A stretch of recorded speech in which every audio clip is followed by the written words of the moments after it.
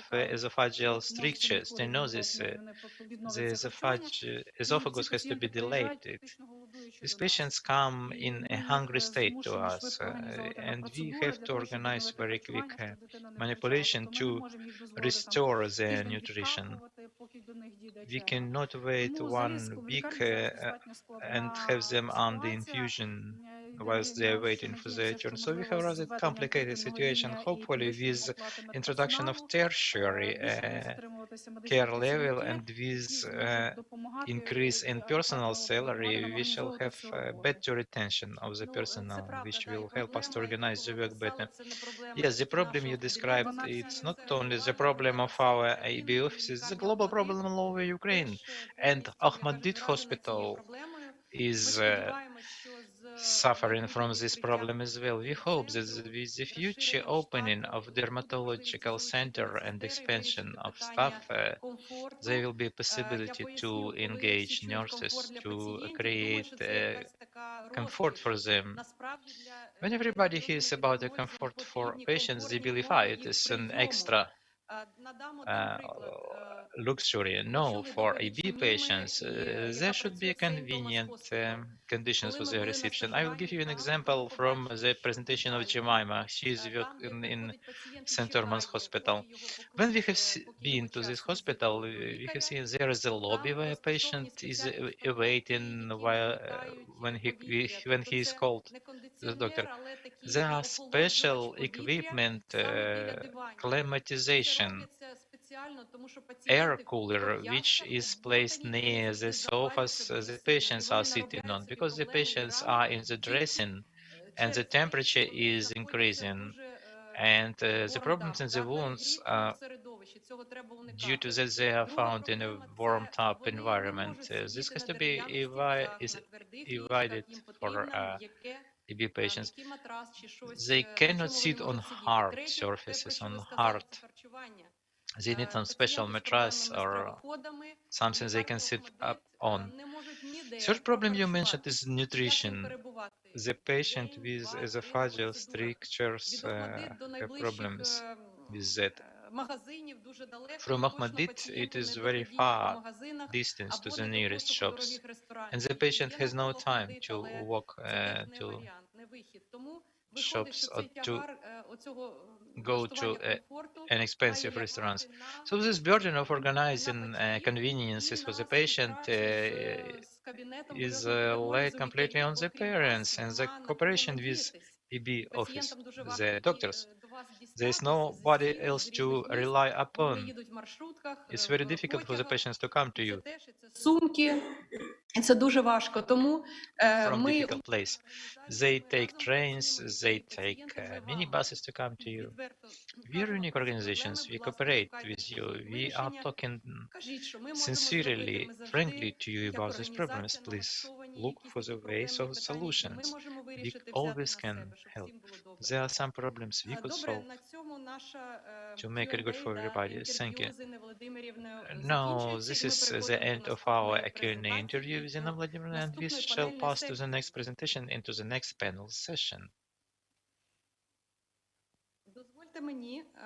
Let me announce the next panel session under the name Clinics, Diagnostics and Quality of Life Issues of Patients with EB.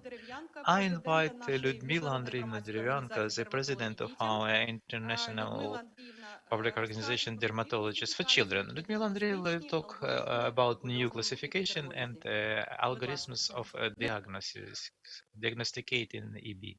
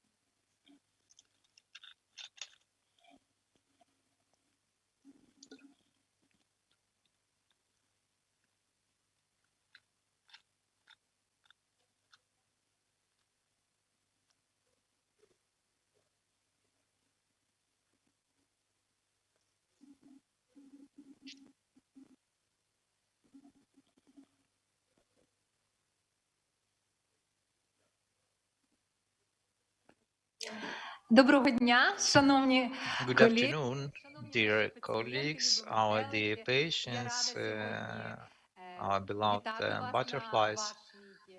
I'm welcoming you at your international congress, practically. What Tatiana did is incredible, as same for all the things Tatiana arranges for you, for us as doctors, and such representations about 70 international participants, doctors included. This is an unheard event in the area of EB in dermatology. The topic of my presentation is to introduce to you a new classification of EB. According to new evidence, new data, we had listened to in international DEBRA International Congress, was supported by DEBRA Ukraine to travel to that Congress in January 2020. Christina Haas delivered yesterday on that new gene mutations were discovered during the recent 10 years, and it brought up the changes. It motivated to create a new classification, and also new discoveries were made in the pathogenesis. The phenomenon of skin fragility caused by missing or by changes of collagen 7 or other proteins. And also some of nosologies were simplified for convenience of practical physicians. Let me remind you that epidermolysis bullosa is not one disease. There are about 30 clinically and genetically heterogeneous inherited diseases for which skin fragility phenomenon is proper, which can be spontaneous without seen cause or mechanically triggered.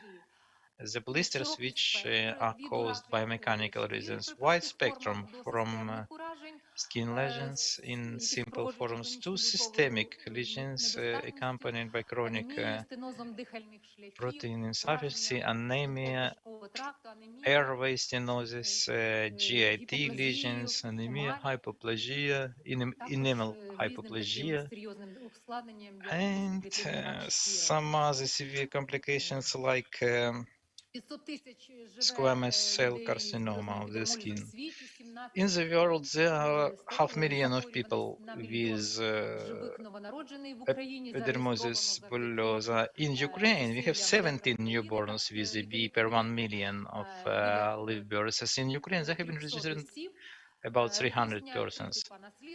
There are three types of inheritance: autosomal dominant, when this sign is passed by one of the parents; autosomal recessive, when this is passed from both parents.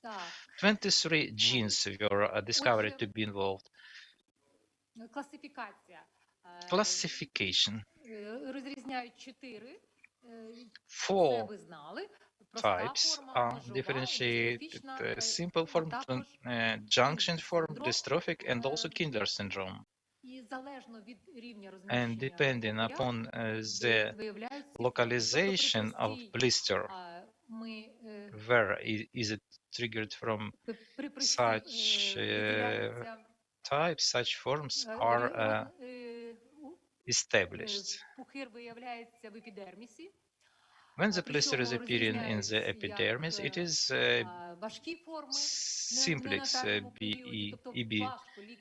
They are severe types. In the neonatal period, it's very difficult to find out how serious, how severe is this disease, and to differentiate as dystrophic type from neonatal, just neonatal manifestation. So it's desirable. In the neonatal period, the experts recommended us to detect which gene was mutated or which protein is involved in such type diseases. Those are the subtypes from localized one to intermediate with systemic disorders by cardiomyopathy type.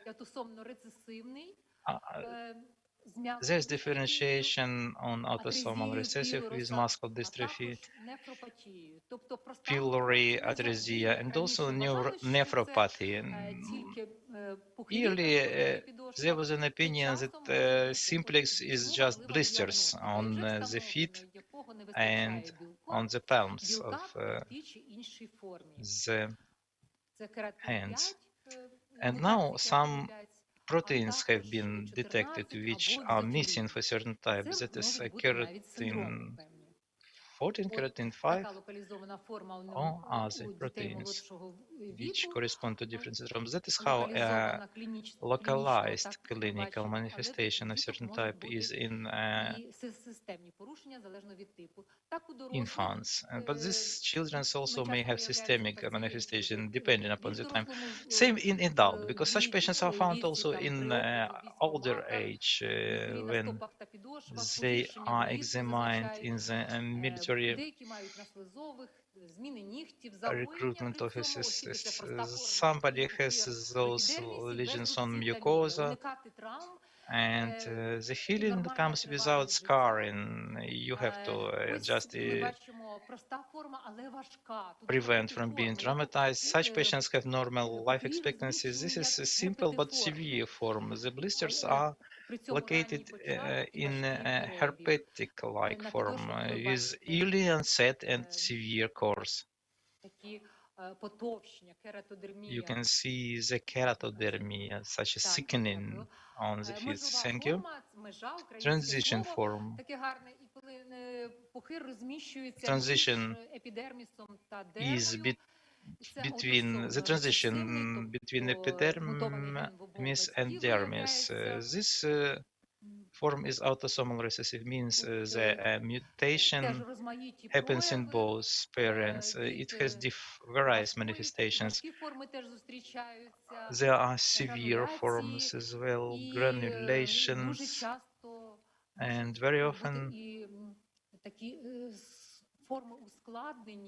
complications may happen, which can result in even lethal outcome. The severe generalized type accompanied with facial granulation of scurry and not scurry alopecia. This is a severe generalized case, which unfortunately is a lethal type. So early diagnostics is very important to give adequate forecast for the family and to conduct the necessary education, information of the patient, and examination. Next type is dystrophic. Two types are differentiated: autosomal dominant and autosomal recessive. When the bulla is more deep, and that leads to scarring. There is moderate to severe, more severe course of the disease. Besides, there are a couple of other types.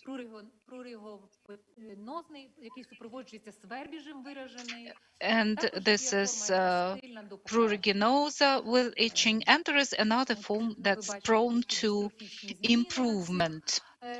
There are dystrophic changes that you can see on the slides. You can see the nail dystrophy and then healing of blisters. Such changes that you can see is a more benign form because it's a dominant form when the mutant gene is only in one of the parents, and the strophic form is a recessive one when in between the fingers and toes blisters lead to syndactyly growing in, and that leads to such a glove-like hand, which makes the life of patients very difficult. This is the most severe form of epidermolysis bullosa. Usually patients have systemic impairment and difficulty feeding, ectropion might develop. Pseudosyndactyly might lead even to loss of fingers and toes and contracture formation. That's how extremities, limbs look like in patients with the most severe forms. And of course, the task for the doctor is to help as much as possible in order not to lose the function and to provide timely care. And number 4, this is Kindler syndrome, Kindler EB, a mixed form. So we can see impairment on the level of epidermis, dermis, or the junction in between epidermis and derma, but also pigmented changes and atrophy are also found. So this pigmented changes, poikiloderma, and ectropion is also often seen in these patients with hyperplasia. This is the algorithm that we learned from our Austrian colleagues. First of all, of course, so we are learning, and that's what we started from today, that doctors need to rule out bacterial, viral, and fungal infections when we rule them out in neonatal period. Of course, we need to think that maybe it could be congenital epidermolysis bullosa, and we have to do antigen mapping in order to find out EB, possible EB, and affected protein. So antigen mapping is usually done in Salzburg, in Freiburg clinics, and it also helps for acquired EB, in cases of acquired EB. In the first year of life, sometimes patients might have the acquired form, so diagnostics is very important. Also, we need to add on top of that we shouldn't forget about congenital infections like torch infection, syphilis, toxo, CMV.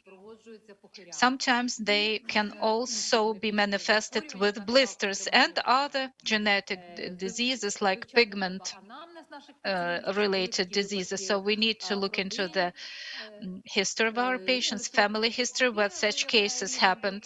In other relatives, electron microscopy, level of protein, antigen mapping that is done, as I've mentioned, a couple of European centers is really important. This is more modern, up-to-date type of diagnostics that allows, before the genetic testing, that allows us to see whether it's congenital or acquired EB. So antigen mapping is done with punch biopsy. Our doctors really know well how to do the funge biopsy, and we can get the result in one day. But as I mentioned, unfortunately, in Ukraine, this type of diagnostics is not done. And we had an experience when we were sending our specimens, but that's too risky. We had that experience because in the process of transportation, in the process of delivery, this very fragile epidermis can be damaged and the results would not be good.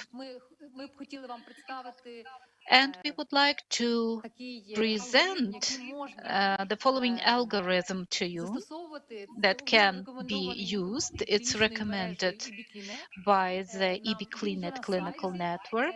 It's on the website as well of the clinical network. It was developed by the Birmingham Children's Hospital in UK.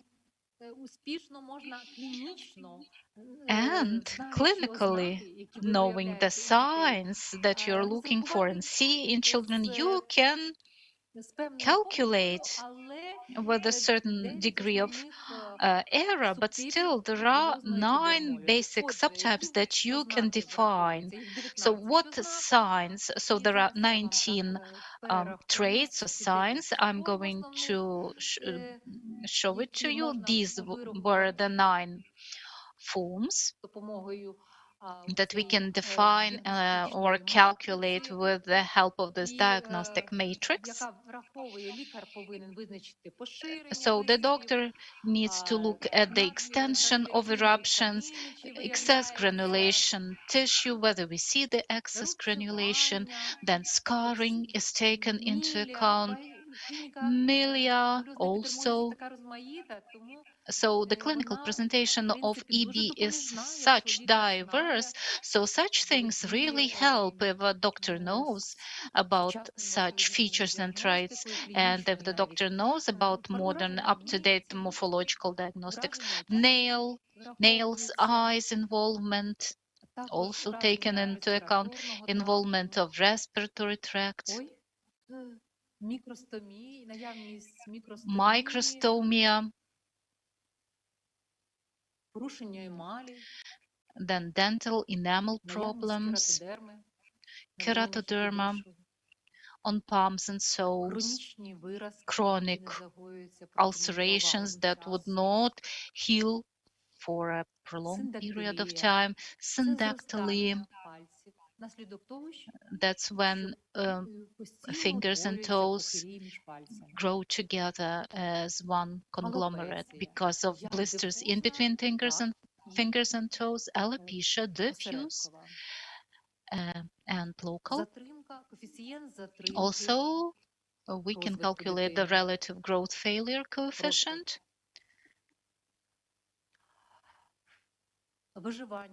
So here, and there is survival index 2-year. I mentioned the lethality is more often when we have the junctional form. So here it is shown how this calculation is made in a special table. Okay, so you can use such diagnostic matrix and it's on the website. Please remember about that and please save this link.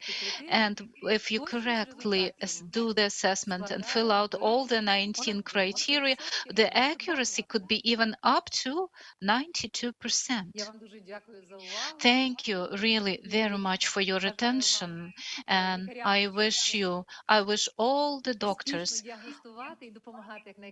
success in your diagnostics and treatment of our patients. And we as managers, as heads and chairs of our organizations, we will do everything possible to be up to the all international standards of care in order to help you to tackle this problem. Thank you very much once again and see you next time. Thank you very much, dear Ludmila. Your presentation was such nice, with such a nice, gentle voice. This session is really about the clinical issues and issues of diagnostics. So here it was really important to get the support from Cinevo Lab. Thanks to them, we were able to implement the Ukrainian part of genetic testing of our patients. I'm going to give the floor to the medical director of Cinevo Lab, Oksana Nebeltsova. And right away, I would like to thank her really very much. And I would like to say that this is an example of professional charity. It's not a standard Cinevo project. Other laboratories refused. I wrote everyone the same email letters. It's just this lab that not just responded, but did everything that we were asking for. Cinevo did their part of job in order to collect blood in 175 patients.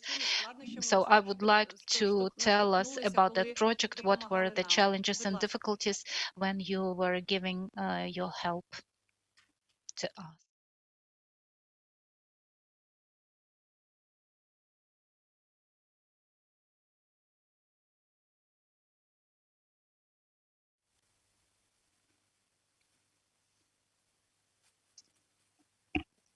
Шановні колеги, доброго дня. Dear colleagues, good afternoon. On behalf of the Cinevo Lab and from me personally, I would like to thank all the organizers of the second scientific practical conference with international participation that is held because of the 10 years anniversary of DEBRA Ukraine, and thank you for the opportunity to participate. The goal of our project is to provide laboratory genetic testing in children with suspicion of EB, just to make a diagnosis and look at the mutations. We are the only national operator on laboratory diagnostics. We were approached by DEBRA Ukraine specialists with clear-cut tasks, taking blood in patients with suspicion of EB and from their relatives. So organization of all that project, special labeling requirements were according to Salzburg specialists, and we had to send the materials to specialized center in Austria. For us, for Cinevo, there were a couple of challenges here. First of all, Cinevo, we are not specializing in taking biomaterial in patients with EB because they have very specific skin issues, because the skin in such small patients very fragile, very thin, and there are lots of areas of damage. We clearly understood all the risks and possible complications during the blood collection procedure. Together with DEBRA Ukraine colleagues that helped us to involve specialist doctors, we were able to develop instructions, standardized instructions for Cinevo personnel, outlining very clearly how to correctly draw blood in order to avoid skin damage during this manipulation. Also, Cinevo provided training, additional training throughout Ukraine for personnel in order to get ready for such specific blood collection cases. As number two, we had a little time. We had only 1 week for all that project, and during that week we had to take blood from our small patients throughout Ukraine, consolidate all the material in Kiev, and send to Austria for testing according to the requirements of our partner laboratory in Austria. All tubes had to be labeled with special barcodes and labeling in English according to very specific standards of our Austrian colleagues. All in all, we took 176 tubes with blood and labeled them, and we formed 16 packages that were consolidated in Kiev, and subsequent logistics was in Austria. As long as DEBRA Ukraine, being a public organization, they couldn't ship the tubes on their own because none of the courier services actually has the right to take blood from a non-specialized organization in Ukraine. So we as Sinevo company, we organized everything at our own cost with all the requirements that we had to observe were observed. And as a result of the joint project, our Austrian partners successfully received all the tubes, and all tubes were according to all international requirements for blood testing from the point of view of quality control. And laboratory genetic testing were performed, and for each patient we received very specific diagnosis and mutation was found. Sinevo was acquainted with DEBRA Ukraine and the project The Butterflies of Ukraine. That was our first time that we helped in that project, and it's our greatest pleasure that we were able to help in such a very important mission. And on behalf of all Sinevo company, I would like to admire DEBRA Ukraine company for your work, for whatever you do to help children with EB in Ukraine. Thank you.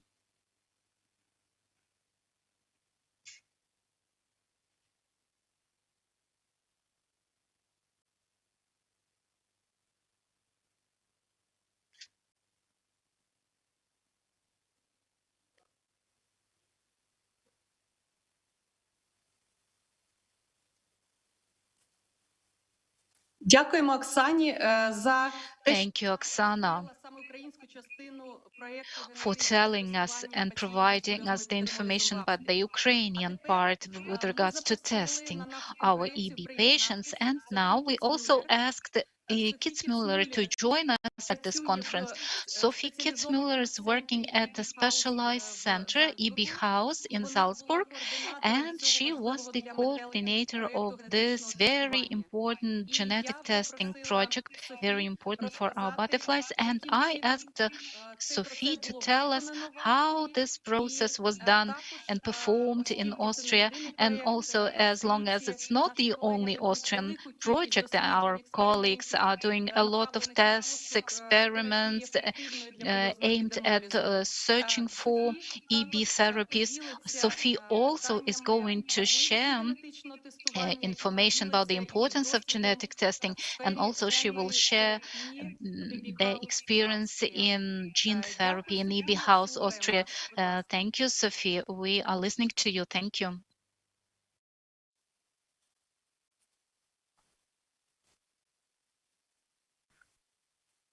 Thank you. Thank you, Tatiana, for... Sorry, I'm hearing an echo, so it's better now. Thanks for introducing me, and thanks for having me in this really nicely organized Congress today. I really enjoyed listening to all the talks before, and I will go on with the story that was already told in the first and second talk, and go a little bit into more detail about the planning of this project of genetic testing of Ukrainian patients with EB. So this project was roughly divided into 4 phases, and the first phase was the planning phase. So DEBRA Ukraine approached the EB House with the wish and the project that they want to have a broad testing of patients that they see on a regular basis and that they know, and have genetic analysis for them. So the goal of this whole project was to test 179 samples from 61 families, and we tested the patients themselves and their parents. So first we had to do the project outline. We also had to do contract negotiations because it was such a huge project, so we had to define our aims. And then we had to do all this project planning and also logistics planning. And then for logistics, you heard in the talk before that it was not that easy. It was a project that is out of routine for Sinevo Lab, and we were really thankful that they supported us with everything that they could, and really they did a great job with handling all the material, with labeling everything according to what we asked them to do. So it was really great. The second phase was after we had all the project planning, was to secure funding, because this project also was cost intensive because the genetic analysis is cost intensive and personnel intensive, then it was DEBRA Ukraine's task to also inform all the patients about this project itself, what benefits it could bring, how the project will run. And then DEBRA Ukraine, together with Geneva Lab, did the sample collection, sample logistics. And then when the samples arrived in Austria at the EB House, Austria, our lab did the NGS analysis, which is the mutation analysis, analyzed the data that we got from that and did the issues reporting. And those issues were sent back to the Ukraine, where medical consultation was done. And you will hear about medical consultation in the talk afterwards. So I just want to go into some of the some details of this project, because I think they're very important if you think about this project and maybe also want to help others to do such projects. So in the project planning, as I said before, we defined our aims. We also defined in roughly what time frame this project should be done. And we also defined the responsibilities, because it's very important in such a huge project that every key player in this project knows what his tasks are and how he should provide information in this project. And then we also talked about how the patients are going to be informed about this project and how the samples then also can be collected, because the patients are from all around Ukraine, which is a big country. And I think it was really a big effort from DEBRA Ukraine and Geneva Lab to collect the samples in such a short time frame and have it that nicely done. For the contract negotiations that we had to set up in order to be able to fulfill this project and do this genetic analysis, we defined our liabilities and also the deliverables. So we defined beforehand how we should deliver the results to DEBRA Ukraine and to the physicians there, so that they can use then the reports that we send for the genetic consultation afterwards. And what was also very important, genetic data are one of the most valuable data a person has. So confidentiality with patient data and with the results that we received is a very important issue. And we had to find contractual clauses that really define how confidentiality has to be carried out. And for logistics planning, and you've heard the talk before, it is also important that before we are allowed to do genetic testing, we have to have an signed informed consent where the patient is informed what samples are going to be taken and what we're going to do with these samples and what are the possible results that can come out. So this also had to be done, and we had to set up a process about this for this. Then we had to manage sample delivery, and there really, again, Geneva Lab was a huge help. And then patient and sample allocation was a really important issue for us, because imagine there is a mix-up between samples from families, and we do the analysis and allocate the families to, for example, the wrong patient. This could be then detrimental for the genetic consultation and for the results. So really, this was a very big issue. How can we make sure that the samples that we get match all in one family and also match the papers that we get with that and all the documentation? So this is very important, and we had to make sure that this is all correct. And then, yeah, for secure funds, as I said before, the funds were for logistics, for time and material, for the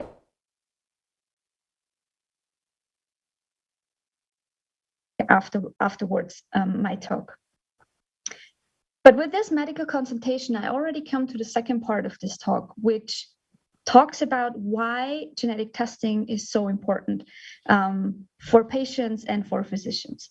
So first of all, very briefly, genetic testing means the analysis of the genomic sequence to find out which mutation, so which alteration in the genome leads to the disease. And as we've heard in the first talk, this is always the gold standard for EB diagnosis, as for any other genetic disease, basically. Very briefly, what are the steps that you do when you do genetic testing? So first you take patient samples, and this can either be blood. So in our project, it was blood samples that were taken. And some labs also offer that you can take buccal cells, which you can contain from a swab in the inside of your cheek. The thing is that with a long storage time or with a long sample delivery, buccal cells tend to not be suitable for analysis. So we decided for blood samples because it was safer that all the samples that we get really can be analyzed. Once the samples arrive in a lab, what you do is you lyse the cells that are in there. So you make basically small holes in the cell wall so that the genomic sequence can be released. And then you purify so that you just have genomic sequence. And this genomic sequence then gets analyzed in an automated manner. Although the analysis on these machines is automated, the whole process before the preparation of the samples is very personal and time consuming. And then you run the samples on specialized machines, and what you get out there is a sequence that you then have to compare with healthy individual sequences. And by comparison between this normal non-diseased sequence of the gene with the comparison of the gene sequence of the patient or their parents, you can find where the mutation was happening and what consequences this mutation has.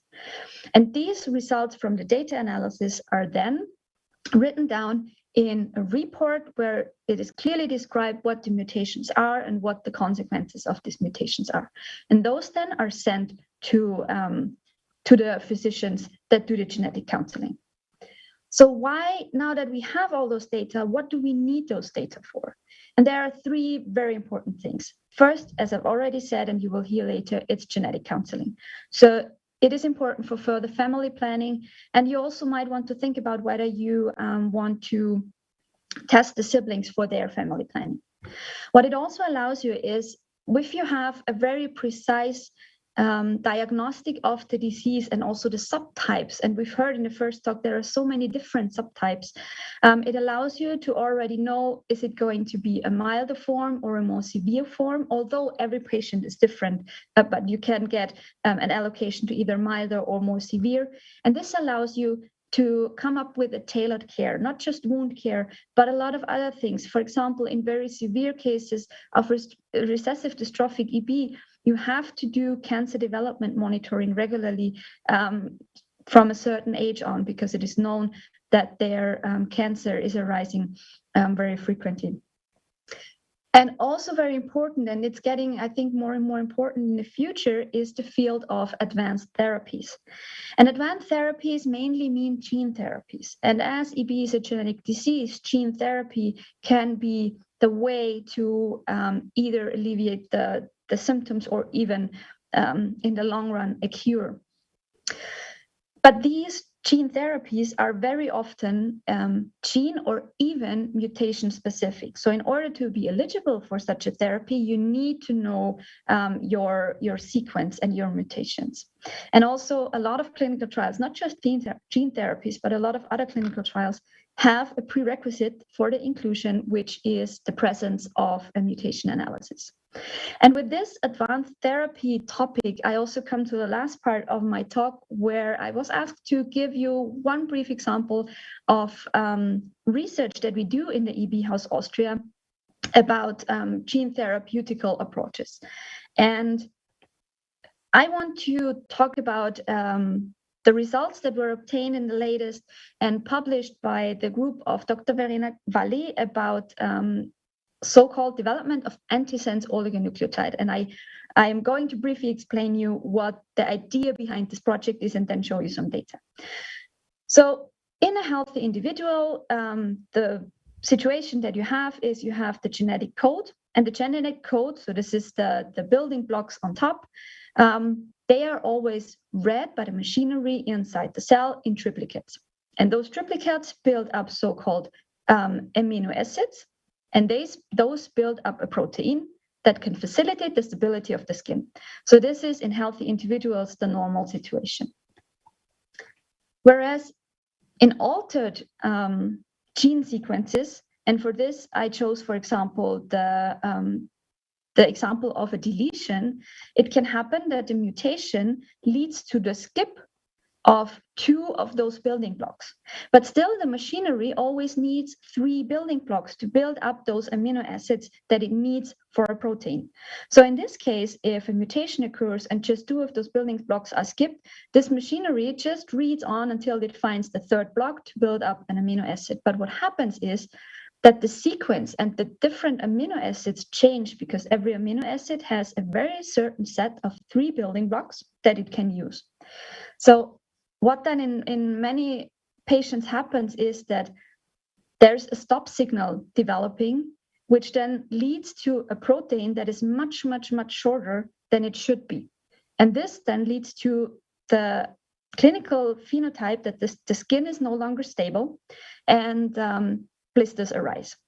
So the idea behind this project was to mask this mutation, to mask this alteration in the genomic sequence, because it is known that if you skip a small part in between, and this is true for collagen 17, if you skip a small part in between, but the rest of the protein is still available, so the protein is not entirely built, but it is almost full length, so almost the entire protein is present, it still works for skin stability.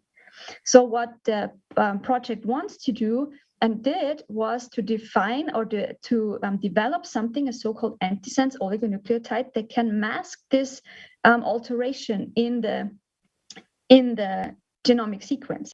And the result then is, as shown, it is a slightly shortened protein, but this is still functional and still can work for skin stability.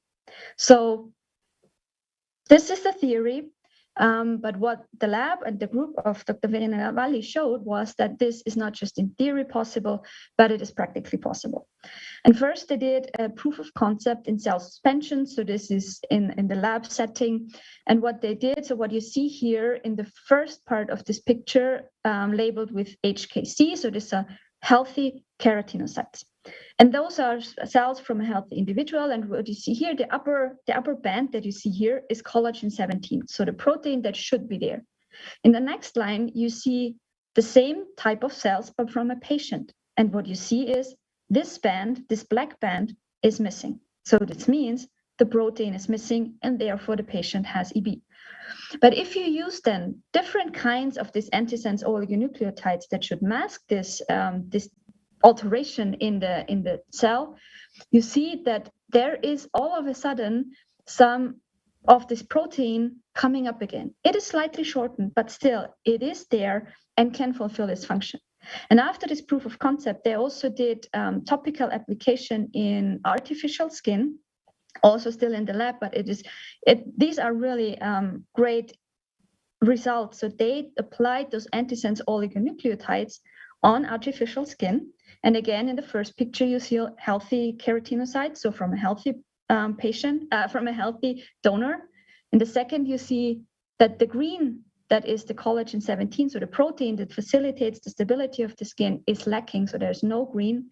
And then in the third picture, you see again those same cells as in picture 2, but treated with this antisense oligonucleotide, and the protein is there again, and the skin can be stable. So those are great results. And although this treatment, and there has to be a lot of development still, but it is on a good way. Although this is nothing that is permanent, so these antisense oligonucleotides would have to be applied regularly, but still it can really bridge the gap until a permanent treatment is available. So those are really great news. And with this, I hope I sparked some interest in genetic testing and also in the research in the EB House. And I'd like to thank you. And if you want to have any more information on the topics, feel free to contact us or look at the web pages. Thank you very much.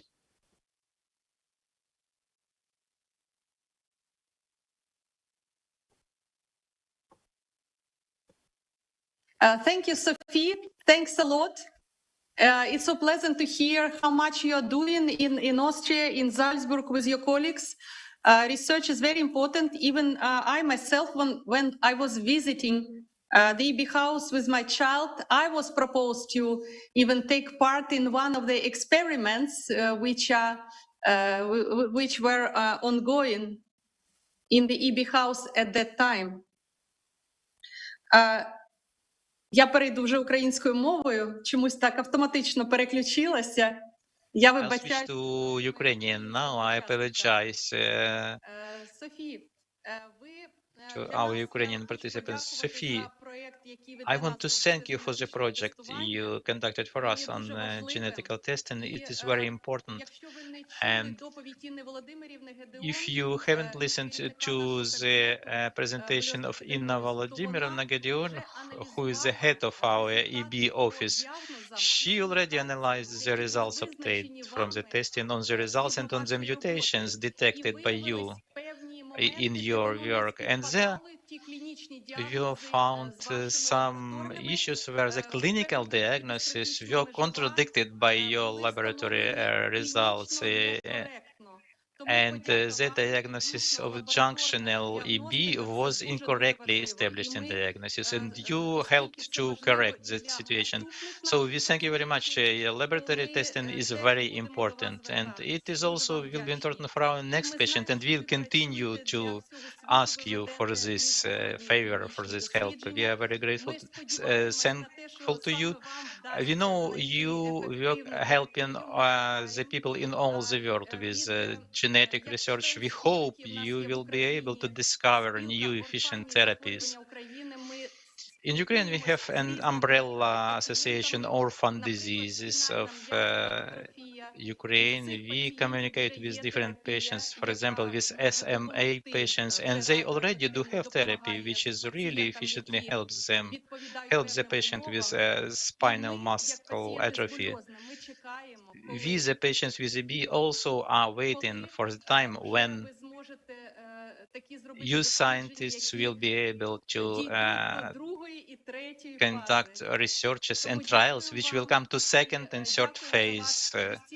So we thank you a lot. We thank you for your valuable contribution to the development of Ukrainian practice and science on EB. We are very sincerely thankful to you and your colleagues. Or later on, or you will not be able. Yes, I will. Yes. Окей, so тоді, друзі, ми чекаємо ваших питань. Then, friends, we are waiting for your questions. Please put your questions into the chat of the conference. We are putting them together, and we shall ask those questions to Sophie Kitzmüller during Q&A session. Let me invite to the presentation our next speaker, which report is very closely connected to Sophie Kitzmüller's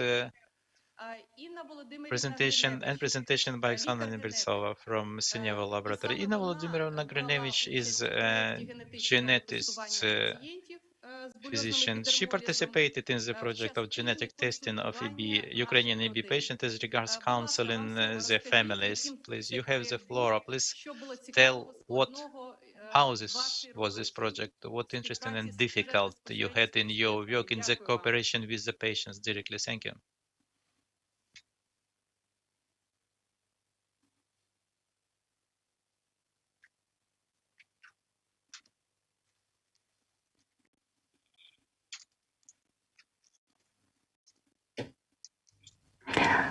Добрий день, шановне панство. До вашої уваги. Hello, dear ladies and gentlemen.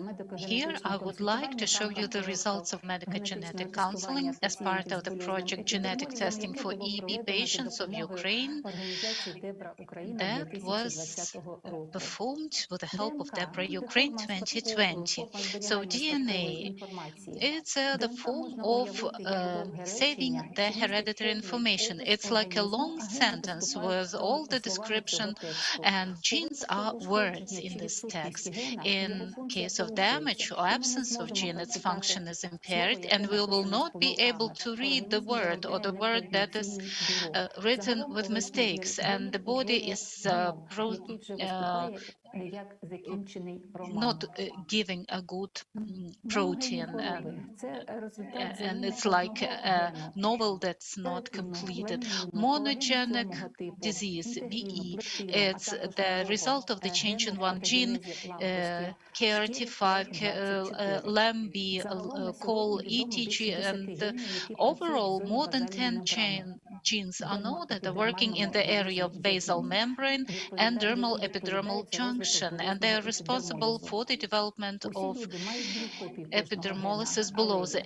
Each person is supposed to have two copies, one or two alleles. One allele is received from the father, the other one from the mother, and the child is getting half of the genome from each of the parents. And experienced clinicians very often can make preliminary diagnosis just clinically, but always we will have to have confirmed diagnosis, especially in newborns, where the accurate diagnosis is very important for correct management. In newborns, immunofluorescent method have to be number one diagnostic test for EB because it gives quick results. To do the immunofluorescence testing, it's necessary to do skin biopsy, and this is an invasive method of investigation. There is other method, it's transmission electron microscopy. It's more costly, time-consuming method because it requires high-quality technical work in terms of collection preparation and also special expertise and interpretation. In some forms of EB, like localized epidermolysis simplex or very soft subtypes of dystrophic EB, in ETEM samples, we don't see damage of blisters or adhesive structures, and subsequent testing cannot yield us good results. So in such cases, it's always necessary to do genetic testing.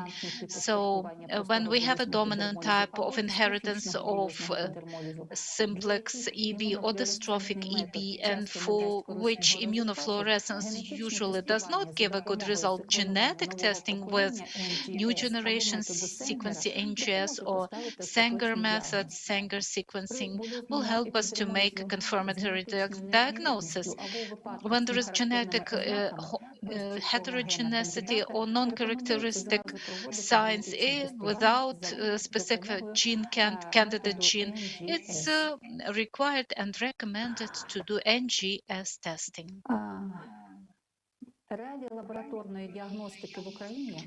Laboratory diagnostics in Ukraine today and possibilities that we have in Ukraine would not give us the opportunity to use immunoenzyme method and transmission microscopy. So we started to do diagnostics of EB right away from starting using NGS. And the chair and the inspiration of our project was Tatiana Zamorska, working in a team with Natalia Balatska, people from the Ohmedit EB office in Ohmedit Clinic, Maxim Biskupski, with Sineva Laboratory and Uniklinicum in Salzburg. So all together we did the diagnostics of EB in patients from different areas, regions of Ukraine. Preparation. So we started from searching the labs where we would be able to do a high quality genetic testing and get the good results. So we decided to choose the Salzburg laboratories. Then we had negotiations with a couple of Ukrainian laboratories, and we decided to cooperate with Sinevo. Later on, we started to do online counseling of families with children, BE children. 61 families were counseled, and the head of the EB office in Ohmedikche, Ina Gideos provided clinical description, and she prepared all the documents for each family. Also, there were meetings with the heads of Sinevo lab. Then test tubes with blood were received from children. We also collected all the genetic material, and all the documents were prepared and sent to Austria. And after the receipt of the results, they were translated into Ukrainian. Then there was a second online counseling after the results of genetic counseling. Also, we prepared all the conclusions and document to patients, and we analyzed mutations that were identified responsible for EB. Currently, for 4 major types of EB, 24 clinical subtypes were described, and search for EB mutations is very thorough and detailed, as long as more than 1,000 mutations were described already. In a lot of cases, new mutations continue to be found and related only to one family. Using new generation sequencing allows us to get more sensitivity when we make a diagnosis of EB. So the mutations that we identify can be used to define the type of inheritance and for subsequent prognosis. Genetically, we confirmed the EB diagnosis in 71 patients, and also in one patient we changed the diagnosis to acral peeling syndrome. And in 80% of patients, gene collagen 7 type mutations were found. Number 2, it's keratin 14 gene mutation. We saw it in 8% of cases, and in significant numbers, maybe 1.5%, we found laminin, integrin, plectin, as well as new gene KEL24 mutation genes were found. In 21 mutations, we found nidogen protein coding mutation, and in one patient, acral peeling syndrome was diagnosed, that is characterized as of means scaling, non-stop scaling of the upper part layer of the skin. The most prevalent is the homozygotic mutation of COL7 type gene. It's on the third end of exon 3 that changes to the switch from nucleotide adenine to guanine. So we see it in 33 patients.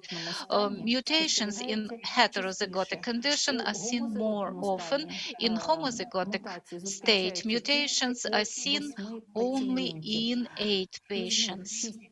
Out of them, 6 patients have homozygotic mutation of collagen 7 type gene mutation, and 1 each we have mutations in gene nidogen 1 and laminin gene.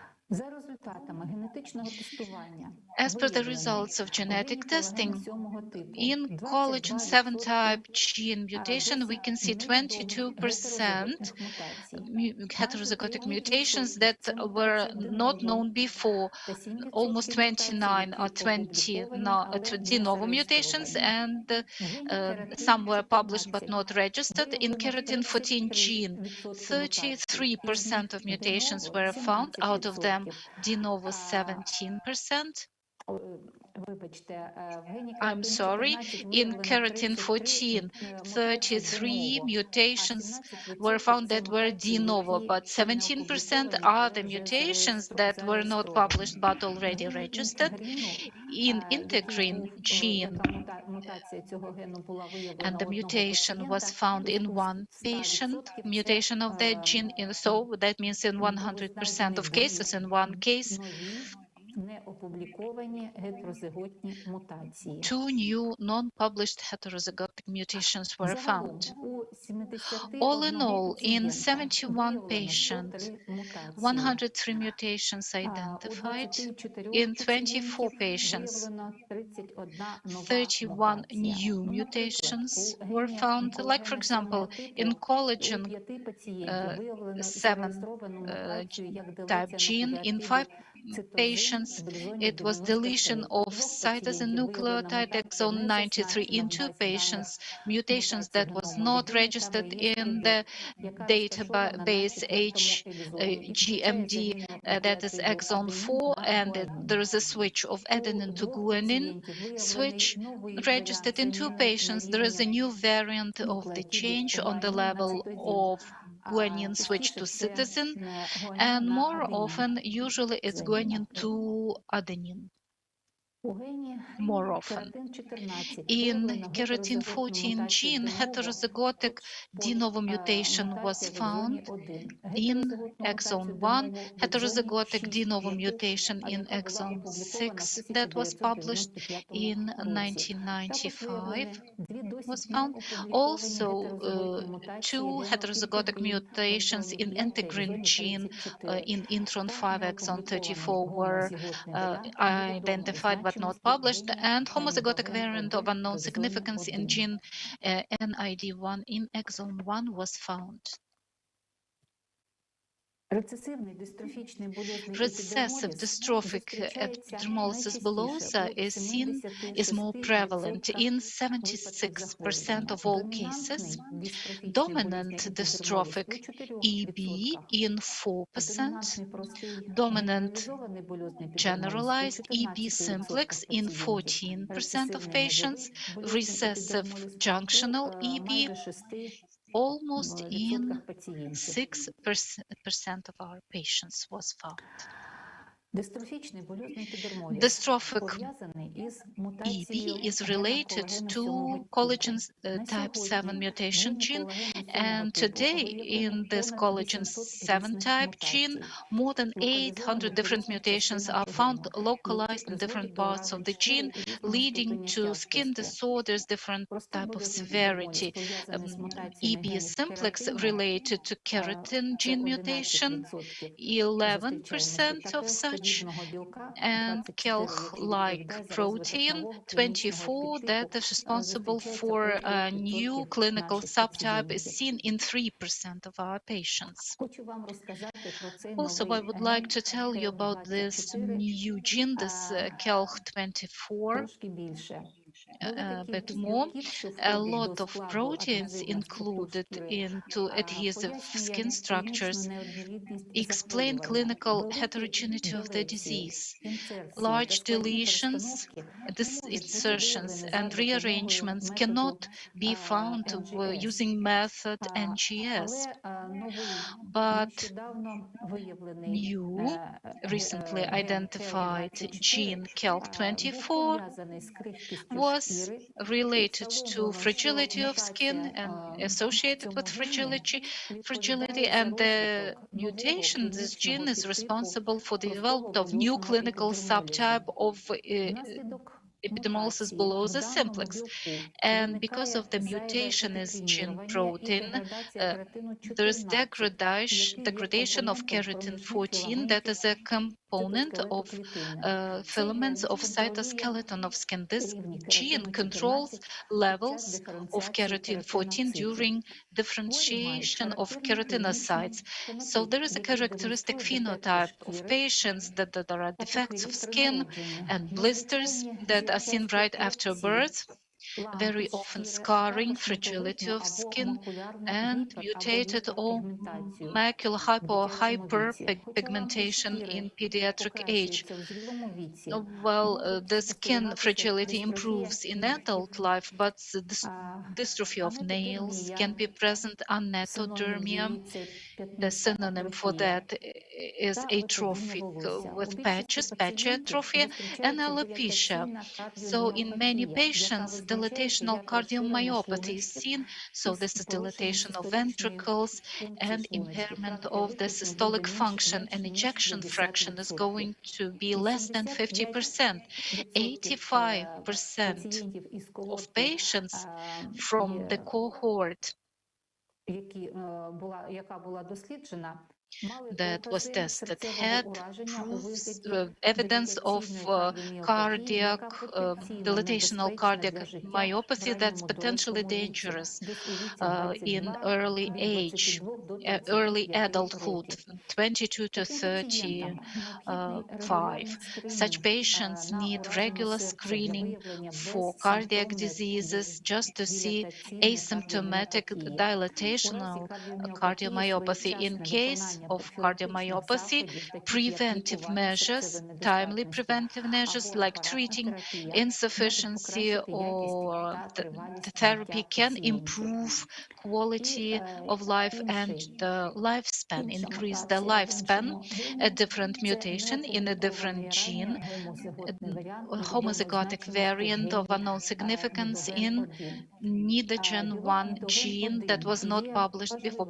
Protein nidogene 1 is a very important element of the basal membrane that is related to binding of laminin with the collagen network.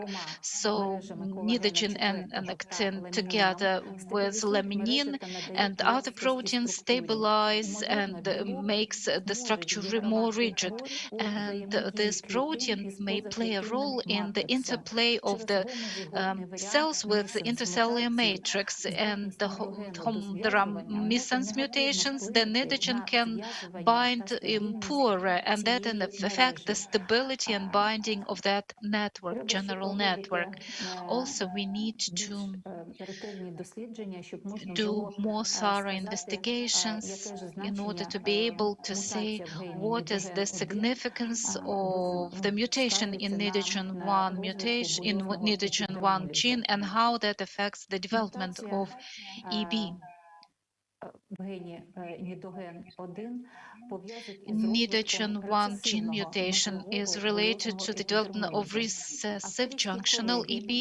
Our Austrian colleagues that did the testing recommend to confirm the variant of the development of EB by mapping, antigen mapping, and thus defining the level of expressed nidogene with help of skin biopsy. Overall, in 11 patients, it was recommended to do skin biopsy and do the antigen mapping, and with the help of that, look at the level of damage and the amount of expressed protein. According to the results of molecular diagnostics, we can say these results will help the doctor to find out, to look at the type of inheritance and make a prognosis of the relapse risk, recommend options for prenatal and pre-implantational diagnostics, also do different preventative measures, defined, justified clinical prognosis that would improve rehabilitation, as well as another thing, molecular diagnostics is very important for patients to include them, participate in clinical trials, and that's the most important probably status for them, because currently the EB is considered incurable. And at the end, I would like to say the following: when a person thinks that everything is going bad, that means that something wonderful, a miracle, is going to enter that person's life. That's what Dalai Lama mentioned. So have a good day and good summer. Thank you. Дякую вам, Інна Володимирівна. Thank you, Ina. Завдяки вам ми змогли реалізувати Thanks цей to проєкт. you, we were able to implement that project, and thanks to you, our families with babies will be able to check whether there is an error in the gene that would signify, that would mean EB, and that will mean that the families will know whether that gene will be transferred to subsequent generations. Thank you once again, and have a good day. And now I would like to present a presentation on quality of life from Pavlo Chernyshev. Quality of life has its measures. There are some objective criteria to define the quality of life. I am very much sure that a lot of you never faced that issue, so we will hear from Pavlo.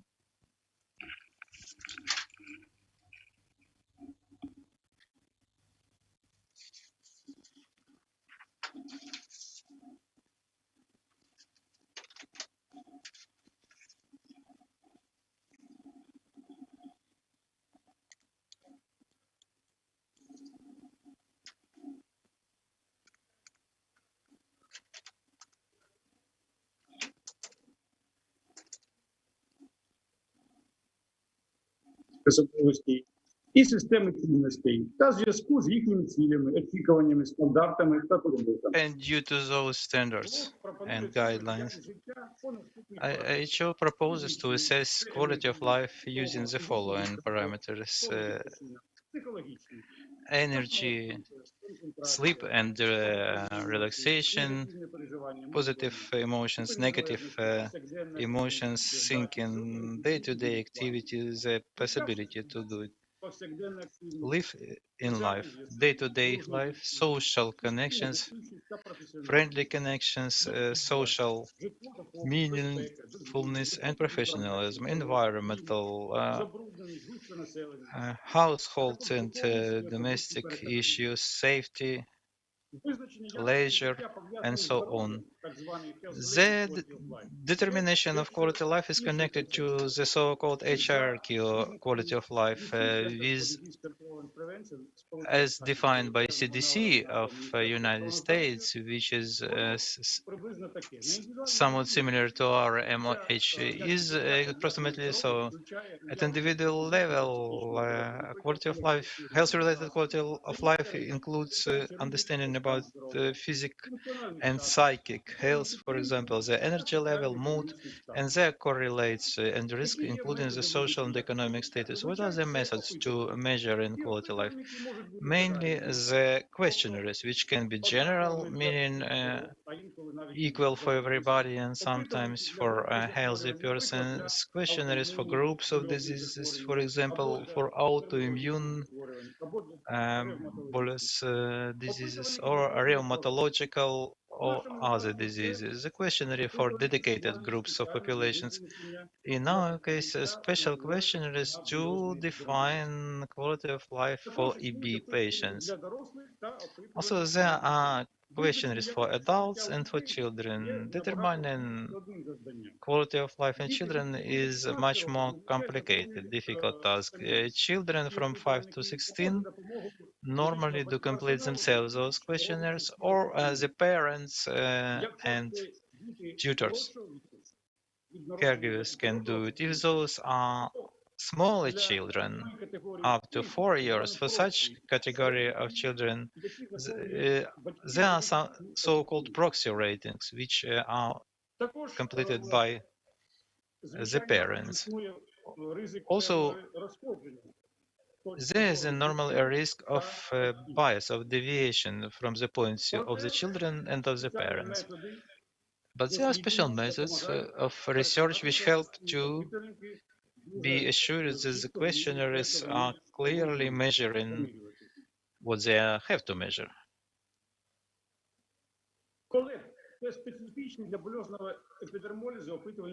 Alex, the questionnaire for quality of life specific for BO, which appeared in 2009, is the first tool to measure quality of life specific for BE.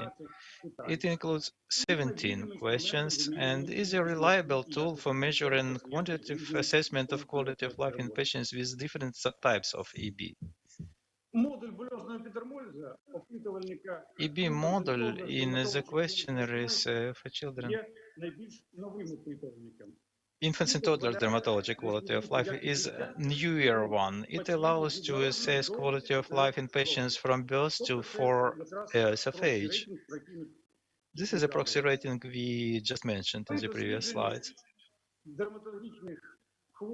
When examining dermatological patients from birth to 3 years, be children from them had the relevant parameters for quality of life. They had problems which were not with other skin diseases. The model in Interdisciplinary was created exactly to determine quality of life in patients with EB up to 4 years of life. There are three range of ages, from up to 1 year, 1 to 3 years, and 3 to 4 years.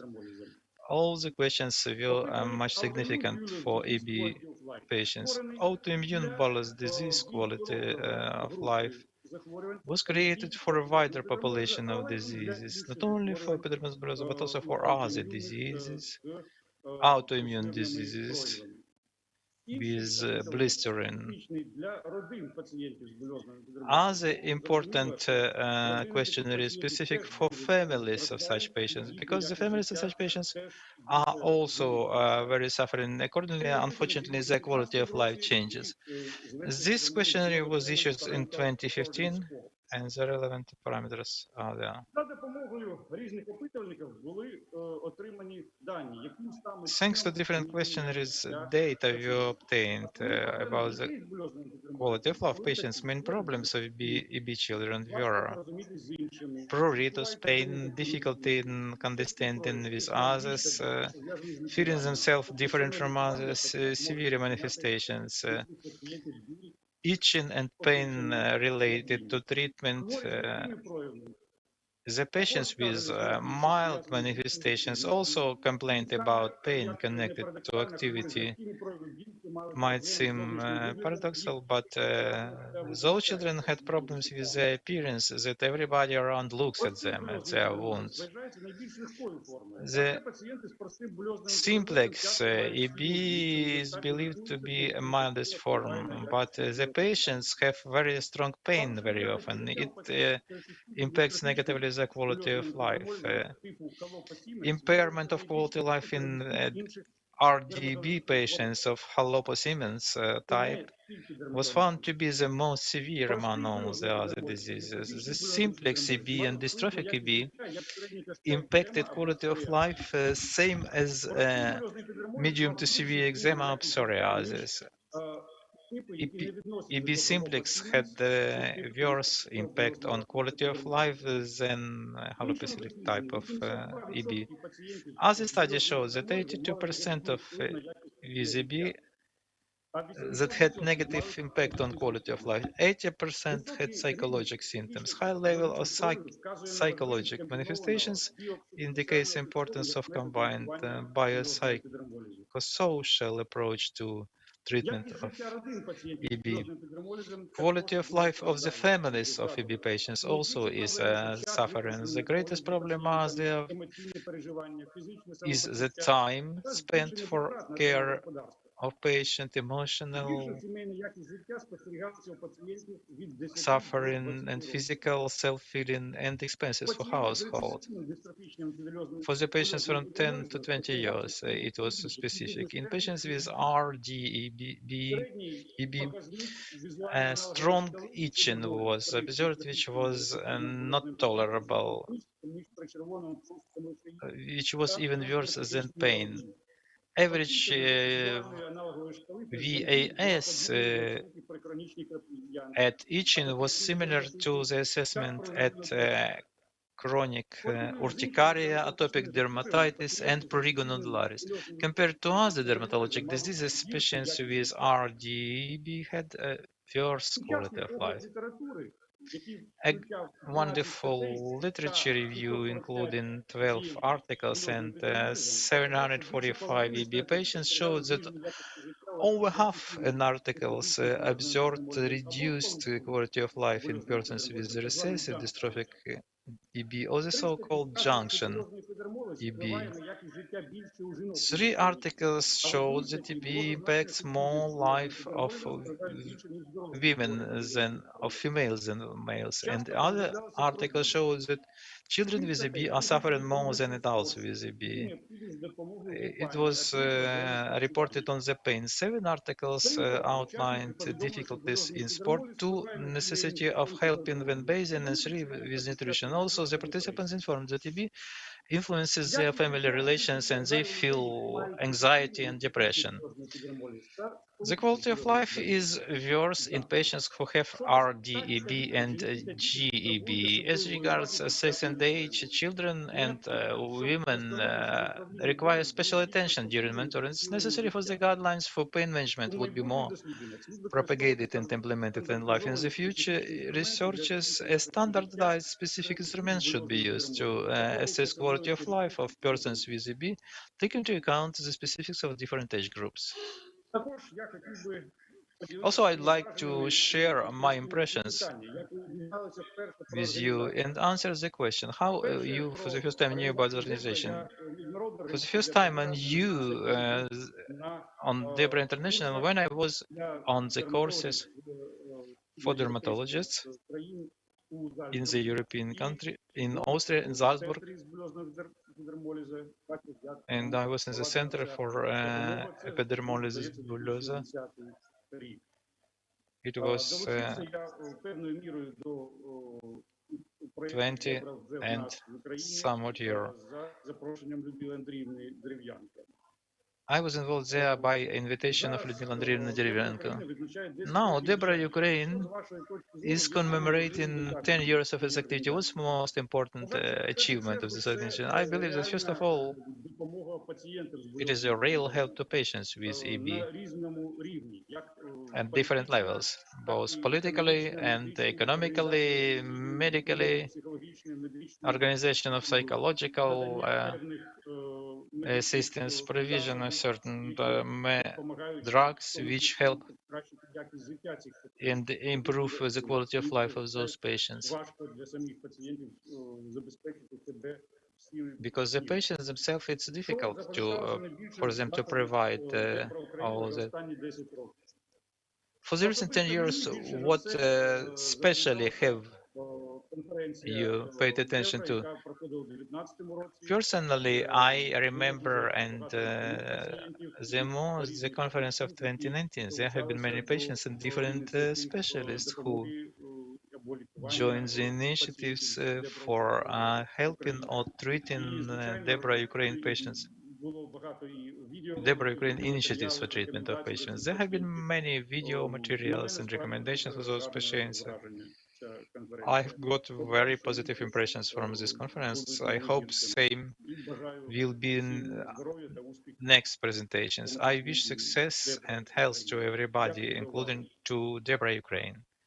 Thank you for your attention. Thank you very much, Pavlo. It was very interesting to hear, not only for us, but I'm sure to all the participants of our conference. We thank you. It is important not only to draw some conclusions, but also to generalize them, analyze them, and to make contribution into the science of Ukraine. Thank you. And now I have to announce that we, unfortunately, next speaker, Polina Ododinka, will not be able to join us due to some businesses she's involved in her work now. And we are now coming to questions and answers session. And we had a question to our first speaker, Lyudmila Andreevna Derevyanko,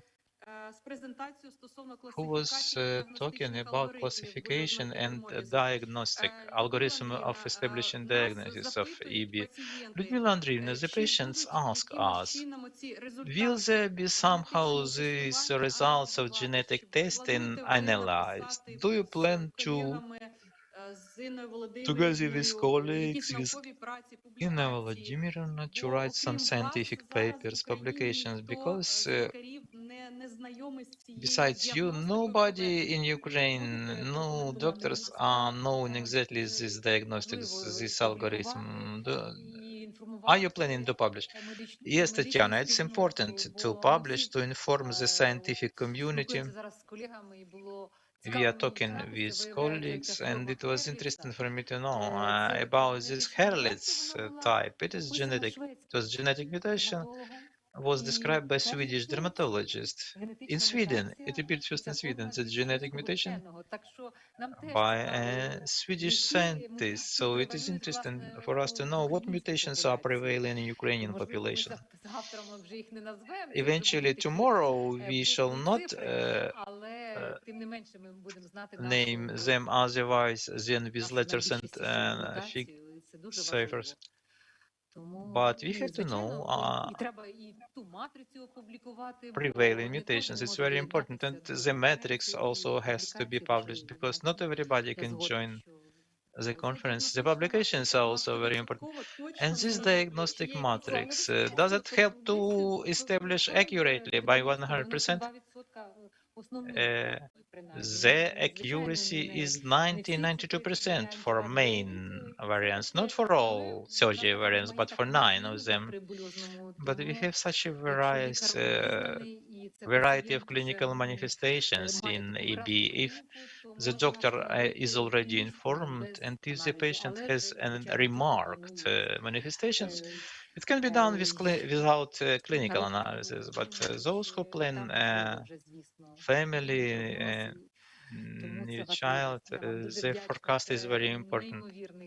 So I'm very grateful to you for such an incredible step from your side. It is difficult to overestimate what you did for our butterfly children. No publication could be submitted to some foreign magazine without mentioning genetic testing, because it's 21st century, it is science. Thank you very much. We expect for this diagnostic matrix to be translated into Ukrainian, and with the reference to the source, this tool could be disseminated in between Ukrainian doctors. We can start. I can start to implement this idea already today. Thank you for it. A question to Людмила Andrievna from the chat. How to fight, how to struggle sclerodermia? Maybe we shall answer separately, not now. Keratodermy in palms and in foots also can be manifested with certain types of EB. Normally we use urea. Urea helps to humidify and to remove, to peel the cornified cells. We have CDM Pharma, our official sponsor, and their product is ointments with 30% urea, and keratolytic effects are present in the market, are available serially 10 for the trunk, for the body, and for the palms and feet, serially 30. So it was an exact and proper question. Thank you for the answer. Next question is to Sophie Kitzmüller. Sophie, can you hear us now? The question is from the patients regarding the diagnostics of Ukrainian patients conducted by you in Salzburg for the testings. Are those diagnoses different from generally, commonly, from those you receive in Austria and Europe? I mean, the mutations are different from those the Austrian or European patients have? So I don't know how the distribution of the different subtypes, if they differ in Austria or in between Austria and Ukraine, so I cannot comment on that. But I think this might be it's an interesting question, actually, whether there is a bigger prevalence in some countries for one form or the other. But I'm sorry, I can't answer that. But I think it can be an interesting evaluation once publications are out, also for other European countries, to compare the different prevalences. I see. Sophie, please stay with us. We have several questions for you. So one more They say the question is for Sophie Kitzmüller. Do you perform genetic testing for children within the clinical trial? Is it necessary for for children to participate in the clinical trials to have genetic mutation analysis? So this is the question. So many clinical trials have the prerequisite of having genetic testing of the patient in order to be able to participate. Yes, but only very few cover the costs for this or have it included in the clinical trial. So usually you should have it before the clinical trial. If this might be a problem for participation, so that the patient cannot have or cannot participate in the clinical trial because the genetic testing is not available. I think the clinical trial centers can always get in contact with the sponsor of the trial and ask whether there can be an exception, whether they can cover the costs. But usually the results have to be there before participating in the clinical trial. Mm-hmm. Thank you. I have my own additional questions to that last question concerning children. Am I correct that you perform clinical trials in Austria, in Salzburg, also for children, not for adults, but you have something for children, right? But how about gene and cell therapy? Do you have restrictions for involvement of children in clinical trials? Can you comment on this, please? Yes. So there are a lot of restrictions for clinical trials for children, because usually you have to test something at first in adults, and then you can say, now when you've shown that it is safe in adults, you can also test it in children. With EB, it is very often the case that clinical trials allow already testing in either younger adults or even children, because it is a disease that affects the patients from birth. So it is important that they get treatment and treatment options as soon as possible. So it depends on the trial and also on the invasiveness of the trial. But a lot of trials already allow for children to participate. And many trials, also gene therapy trials that are running, already allow for children to participate. One more questions in the chat. A patient asks, I have the result of the analysis, recessive dystrophic epidermolysis bullosa. How can I clarify the subtype? So usually this is also done if you have the genetic testing result, usually this can be allocated to the different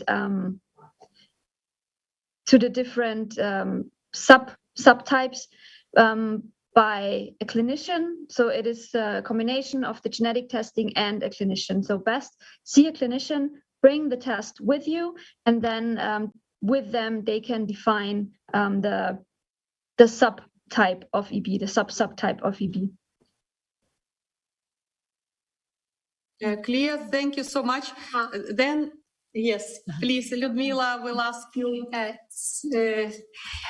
Thank you so much again, Sophie, for your comprehensive analysis. Very important for Ukrainian patients. Really impressed. Could you please tell me, do you planning to write some article? Maybe we would be happy to have the article in some European journal, for example, European Journal of Research, or about our, included maybe a few countries or separately, because it would be great to have international publication for us about this genetical analysis. Is it possible in collaboration with you? So if you want to have a collaboration with the EB's house, I'm pretty sure that our physicians and also our lab team are happy to collaborate with you on this publication for sure. And we've done also publications with other countries already. So just get in contact with us and with our lab team, and I'm sure we can build up a nice publication about this. Fantastic. I will write you and in order to check prototype in other countries. Definitely. Looking forward to. Thank you. Great idea. Sophie, collaboration. So a question that was sent to us by Inna Grinevich, our genetical professional, who was involved in our project. This question is from her to you. Inna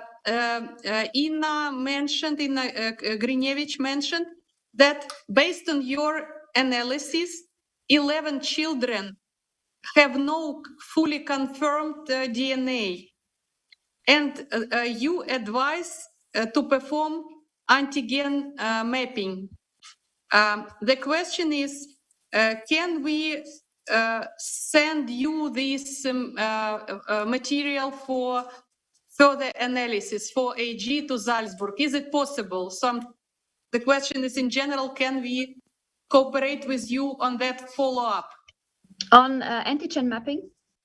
Yes, for those 11 children who had no confirmed analysis following your work, because there was some difficulty. I don't know what was exactly. So sometimes it can happen that either mutations are very difficult to find because there are very fewly known subtypes, or they are very complicated. So there are a lot of things that can happen with these mutations. So there would be in-depth analysis needed, which we were not able to do within this project. So maybe it is a situation like that. For the antigen mapping, I cannot answer right now because I would have to check with another lab, because we do the genetic testing, and another lab also in our hospital at the dermatology department does the antigen mapping. One thing that might be a little bit difficult is that the stability of the skin usually is not that long as with the cells in the blood. So we would again have to have the issue with logistics. How long can they be stored before they are sent? Do they have to be sent freshly? In what medium, and so on? But I will write that down and let me check up, and I will come back to you, and we will see what we can make a follow-up project out of that.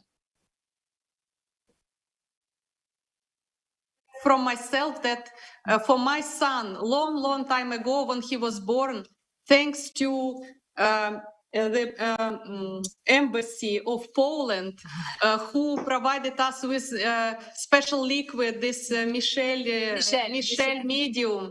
So my son was taking two pieces of skin, and we sent these materials to Salzburg and to Poland.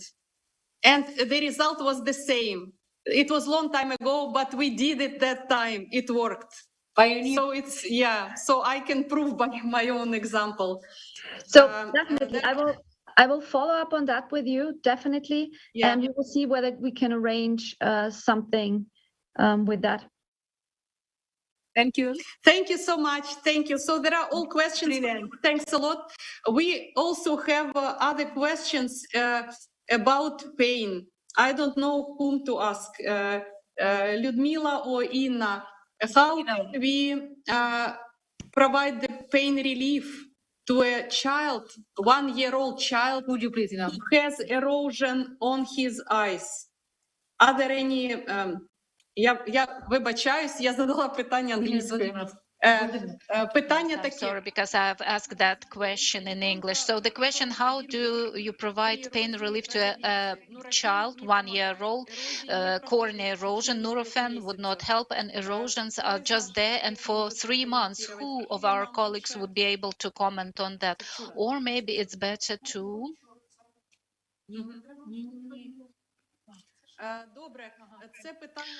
Okay, so maybe that's a question to the eye specialist, and we are going to refer that question to a specialist. We would like to ask the organizer of the conference to provide data about the patient, about the person who actually asked the question, just to contact back, because there is no last name, but we will find that person and we will link that person to a specialist. That's all. Thank you.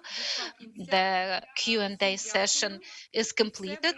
Thank you very much. And that was the end of our third panel session.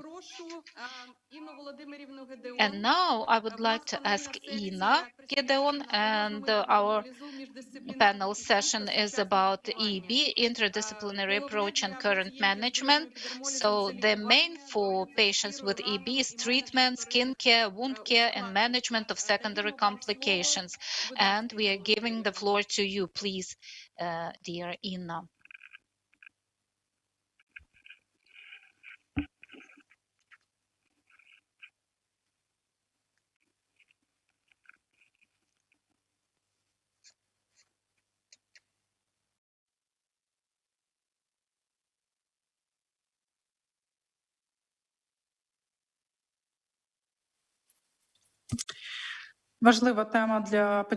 Yes, it's an important topic for EB patients and for doctors working with these patients, and we are trying to talk a lot about that to make people's work more simple, easy, and for patients to get adequate care. So a couple of words.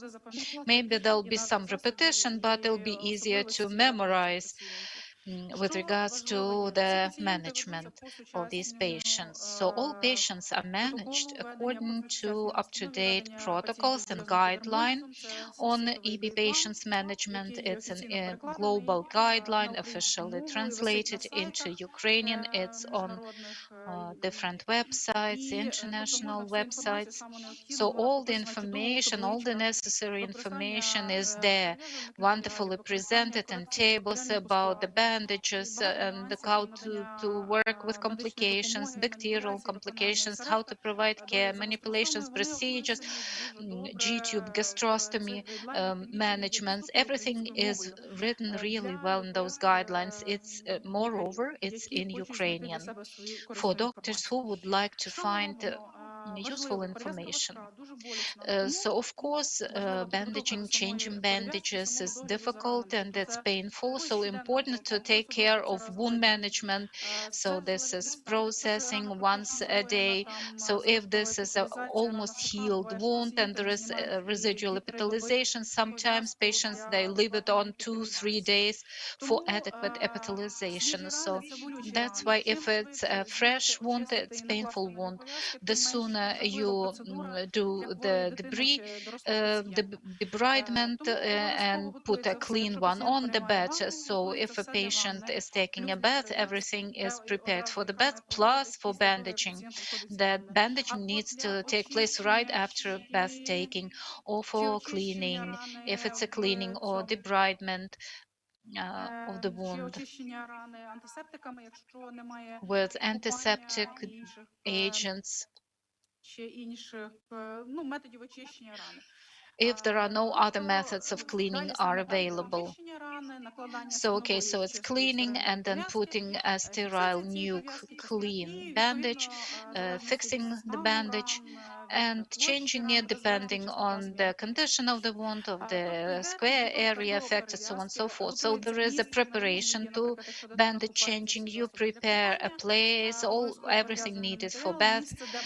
So the bandages, where the place where the bandage is going to take place. So everything is prepared in advance because the daily care allows us to understand the problematic areas and how to prepare the main bandages, antiseptics for very rapid and quick putting them on a wound that is painful. And of course, after, whether it was a bath or antiseptic, then there is pain relief. Pain relief is mostly done in patients with non-steroid anti-inflammatory drugs, NSAIDs, paracetamol, ibuprofen. All the patients might use nimesulide, diclofenac, 30 to 45 minutes before bandaging.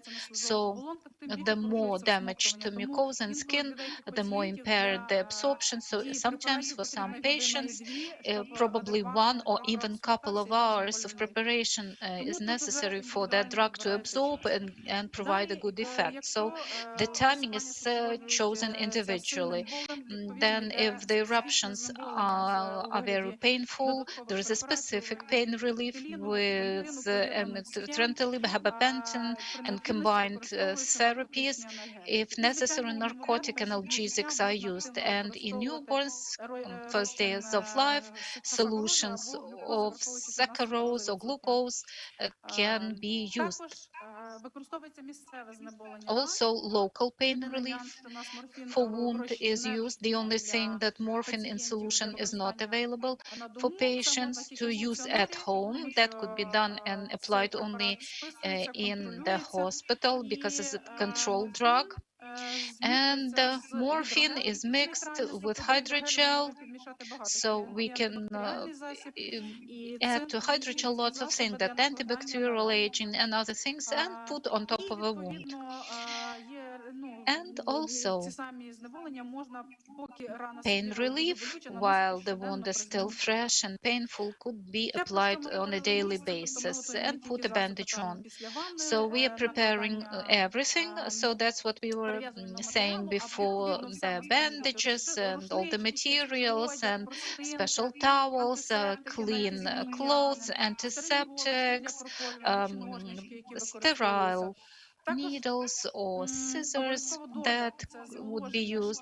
Also, you have to humidify skin, and also there should be an eye and oral cavity care to be able to use all those things. Everything is located, should be located in a place that is very close by, and also the spatulas or some other things, instruments are also have to be handy.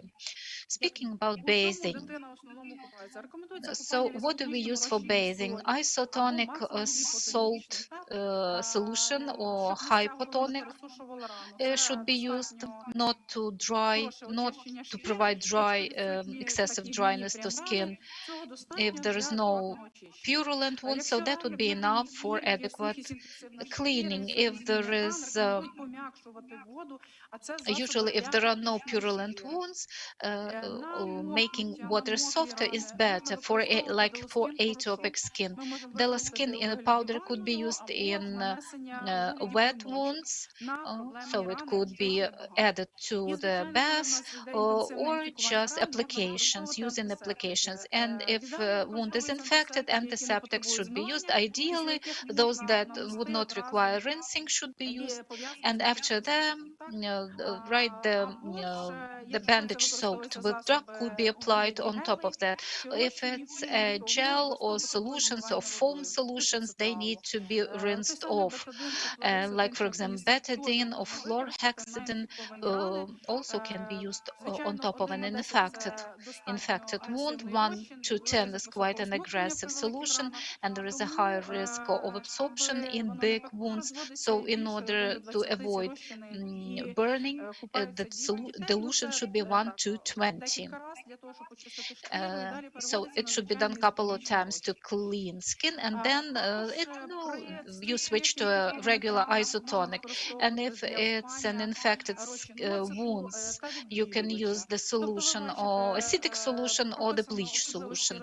You can see that there are some peculiarities with regards to the dilution on how to apply special bandages soaked in with them, but should not be used in children under 1 year. So you can do that 2 to 4 times per week, not longer than 15 minutes. The less, the better, because it's very sensitive.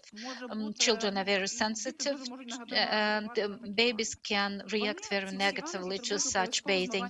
All those such baths need to be rinsed off with clean water, and you have to keep all those things away from children to avoid burns and whatever, because a child can drink or just pour the solution on top of them, so they should be kept somewhere out of reach of children. This is the acidic solution bathing for infected wounds with flora, 5% acidic solution, concentration 1 to 20, 3% concentration 1 to 12 dilution could be used. They also have to be rinsed off with clean water. They also can be used as applications or on top of specific wounds. It's very good to use the solution in Pseudomonas aeruginosa.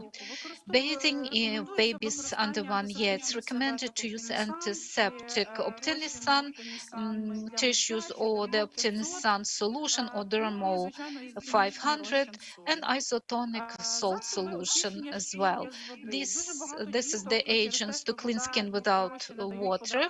A lot of babies, because of irritation by water, do not want to take baths, but skin should be cleaned all the time, because there is a specific flora that can get inside the wounds and promote additional inflammation, and other flora.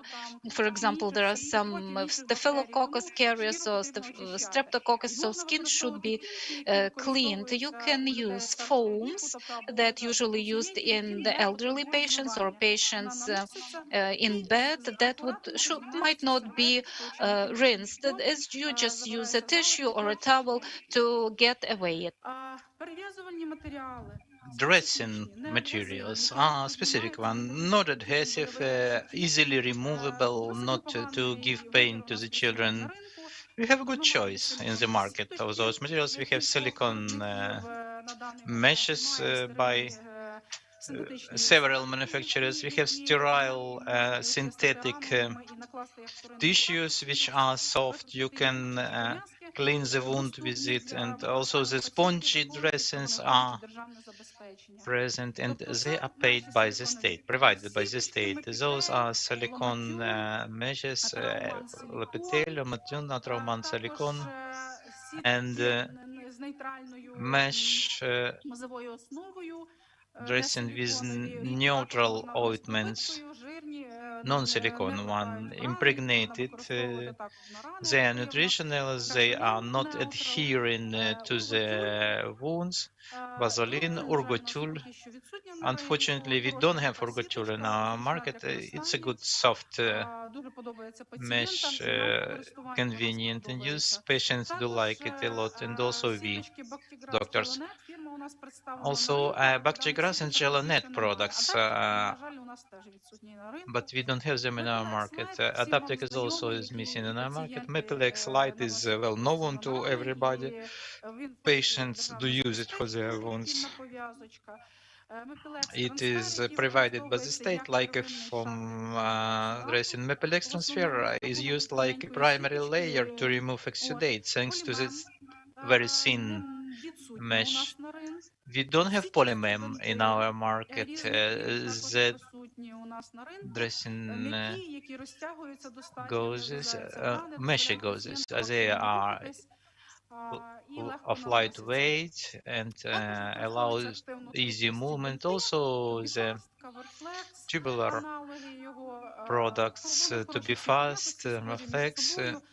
By quality, they are similar, and they are rather well used for fixation of the dressing, so they wouldn't be removed, wouldn't be separated when the child is moving. So this type is put to fix the dressing over the wound. Also, we have such mesh type dressing, allowing the wound to perspirate. There is no warming and warming up effect. So they can be also in the form of coverflex type. You see different variants of setting, of putting the dressing and how to fix them. You can do it in different ways.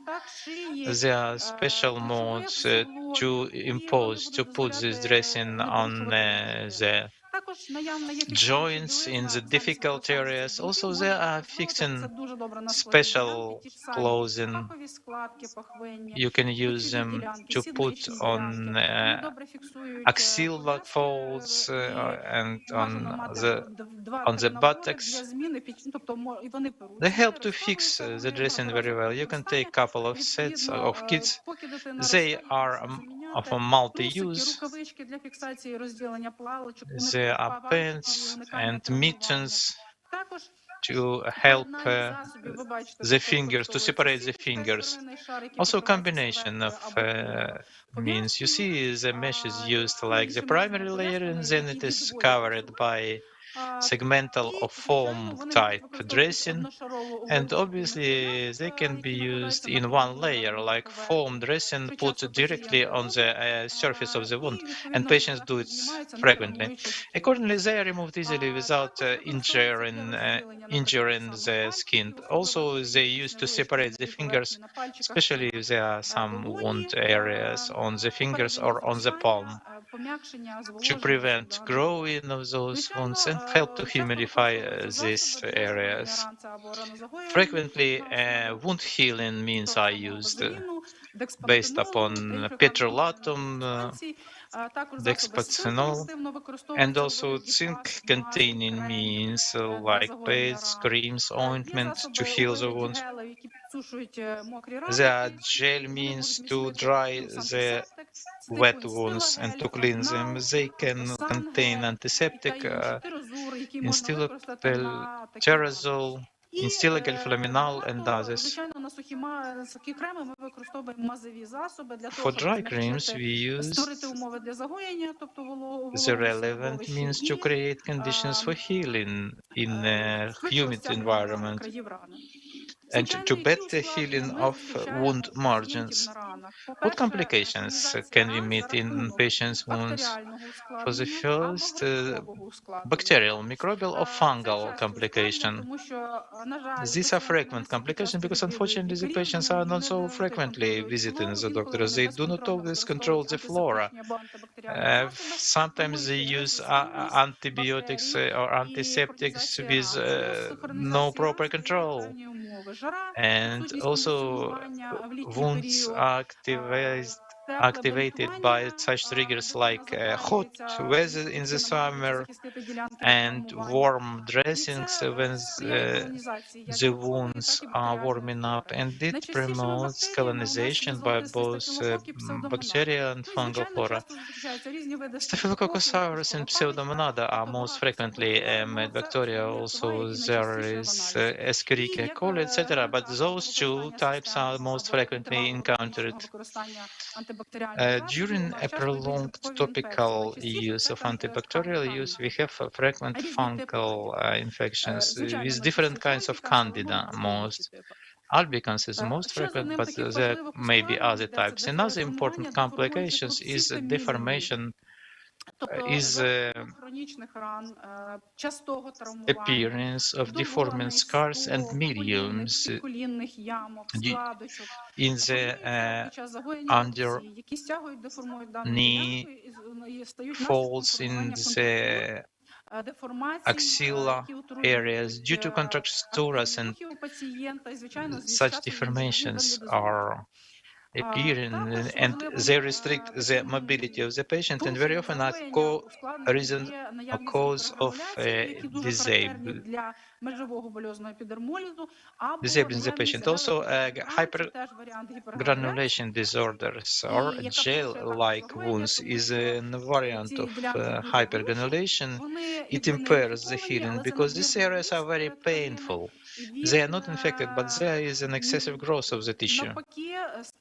And it promotes expansion of the wound instead of closing it, and the wound becomes chronic. There is a serious complication in the older adolescent age, like origination of chronic wounds. What cleaning is used to prevent bacterial and fungal infections? Antiseptic solutions on top of the common basins. There is the use of antiseptics for problematic areas. We use Prontosan and Chlorhexidine. Those are antiseptics, water-based antiseptic. Octenisept, betadine can be used, but over a restricted area only. Prontosan, a rather new drug, not very well known. People didn't hear a lot about it. Very few surgeons use it, and I want to introduce it to you. Because octenisept and chlorhexidine is known to everybody, but this drug is not known by many. What is its benefit? It's based upon polygexanate. This antiseptic doesn't produce resistance. It is wide spectrum. It has a wide spectrum of effect. Patients say it doesn't produce so much pain as other drugs. It can be used as spray or as a bottle liquid, and there are dosages of 350 milliliter in a larger bottle, and small bottle you can take with you for dressing.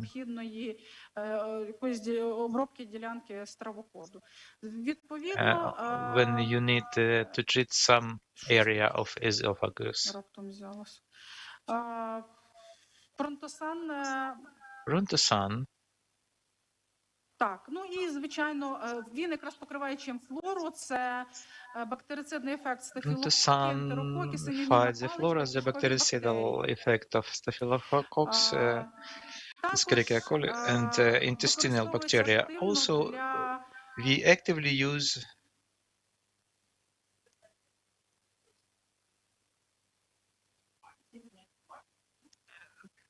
використовується антисептичний гель Prontosan X. the antiseptic Prontosan X gel, розчинення фібринових плівок та біоплівок, which is used to solve pectin films and biofilms to preserve humidity, and it promotes epithelialization of the wound. It is well tolerable. It absorbs wound smells quickly, painless application, but it overdries the wound. So when using this gel, when you use any gel, Prontosan included, you should use meshes to easily remove the dressing when changing the dressing to provide the painful removal after the dressing is adhering to the wound. As any other drug, it is used to any type, with any type of dressing. Antibacterials, you know, the typical topicals, they are used with honey, with benzene, fusidic acid, clindamycin, and other similar drugs, only to clean the purulent wounds which are not correctable with antiseptic solutions, to clean those wounds and to avoid systemics to be used. Obviously, when the condition of the patient is heavy, there is inflammation in the blood, there is fever, and the wounds are not healing at the background of infection. Such patients need systemic antibiotic under the same scheme, and they are selected according to the results of bacteriological cultivation. We may cut a little bit the spongy dressing where to we put the first this mean, and then we put the dressing over the wound. Also, antifungal therapies are used as antimycotics, like shampoos for skin cleaning, or antifungal topicals and systemic antifungals. All depends upon the complication. If those are severe patients with preseptic and septic conditions, they need massive treatment, and for prevention, fluconazole is used or other antifungal to prevent active dissemination of fungus. Other complications we mentioned are deforming scars and mildews. Obviously, prophylactics of these areas should be there to protect them from traumatizing, because the child has to move. So physical exercises are recommended for the children, but just in the soft premises with certain protection carpets and other precautions to prevent from traumatizing. Also, separation of fingers is used. When there are wounds on the fingers, the separation of fingers, meaning from the healthy areas, should be made. If both fingers are traumatized, then they should be separated not to get adhering. And the sickness promotes contraction and deformation of bones, and of feet, knee joints, elbow folds. And different topicals are used as hormone-containing ointments when needed, and orthoses as well for the extremities to maintain for the child to hold the extremities Фізичне навантаження, гра на фортепіано, музичних unfolded. інструментах, пальчикові ігри. Physical activities, playing piano, different musical instruments, playing with fingers, and the surgery is used when necessary for the patient could provide himself with food and be active in the society. You see individual dressing of fingers one by one, Або з обрізаними пальчиками в теплу погоду. and also the mittens. Також іншим ускладненням у нас є гіпергрануляція Other та гелеподібні complication, we have hypergranulation and gel-like wounds. Mainly for these areas, topical steroids are used frequently in combination with antibacterials. You see the smooth, prominent superficial area. It is transparent. The dressings are very frequently adhering, and the dressing takes away some part of this area, and the healing in this area is from low to missing. So it helps to improve healing and to destroy hypergranulation. Tumors are the complications, most frequently squamous cell carcinoma of the skin is encountered. I will not dwell on it. Unfortunately, such tumors are appearing in the areas of chronic wounds. So if the patients are complaining for a wound which is not healing for more than 3 weeks, they should be promptly referred for help, and they should be remembered about it, because it will be the best way to prevent from such difficult complications and from reduction of life expectancy. We shall have a next topic on squamous cell carcinoma, the next one. You will be more in detail referred on the problems of this condition. Thank you very much for your attention, and obviously the wounds are complicated, difficult, hardly healing. The manipulations, the dress should last for a long time. These patients need our help. Only we can help them to prolong their life and to make more convenient and comfortable this procedure. Thank you, Inna Volodymyrovna. we asked to connect Jemima Malaria. She is not only speaker in our session, but she is also a well-known doctor and scientist from UK. She was the head of the group working on international guideline on the issues of squamous cell carcinoma in EB patients. So she's believed to be #1 specialist in this area. Please, Jemima.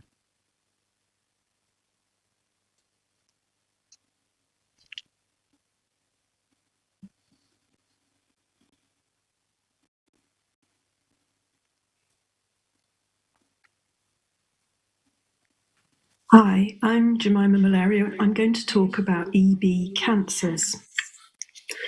So when we think about cancer in EB, we're talking about squamous cell carcinoma. And during the next 20 minutes or so, I'm going to talk about the scope of the problem, diagnosis, staging, therapy, and then finally something about guidelines. So the scope of EB cancers. This is predominantly a problem in recessive dystrophic EB, particularly the severe form. And people with this type of EB have a 70-fold increased risk of developing SCC compared to the general population.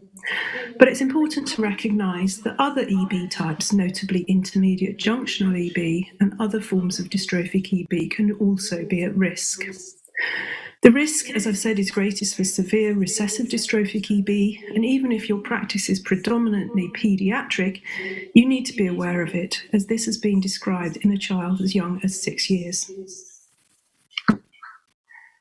We have good data from Joe David Fine's EB registry from the United States, collecting data on over 3,000 patients over a 16-year period. We know that in severe dystrophic EB, from his data, the cumulative risk of developing at least one SCC is 7.5% by the age of 20 years, and this rises to 80% by the age of 40 years. Moreover, if you've had at least one SCC, the risk of dying from it is 57% by the age of 35 and 87% by the age of 45. And most of those patients that will have had at least one SCC will die within the next 5 years from diagnosis. So why are people with EB prone to developing cancer? Unlike the general population where SCCs are predominantly associated with UV radiation, that's not the case in EB.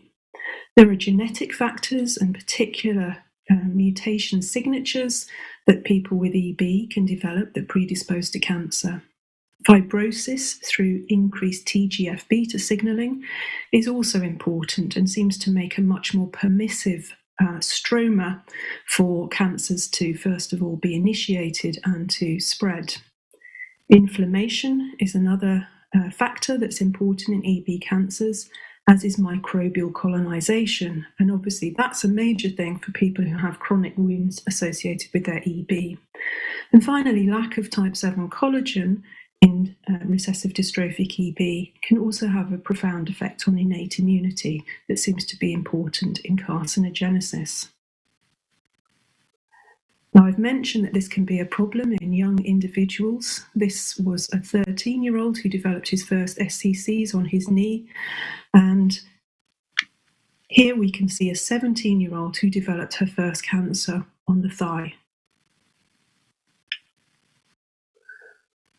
Unlike SCCs in the general population that are driven by UV radiation, cancers in EB do not arise mostly in sun-exposed sites. They come over the bony prominences and the limbs where the most trauma and chronic wounds are.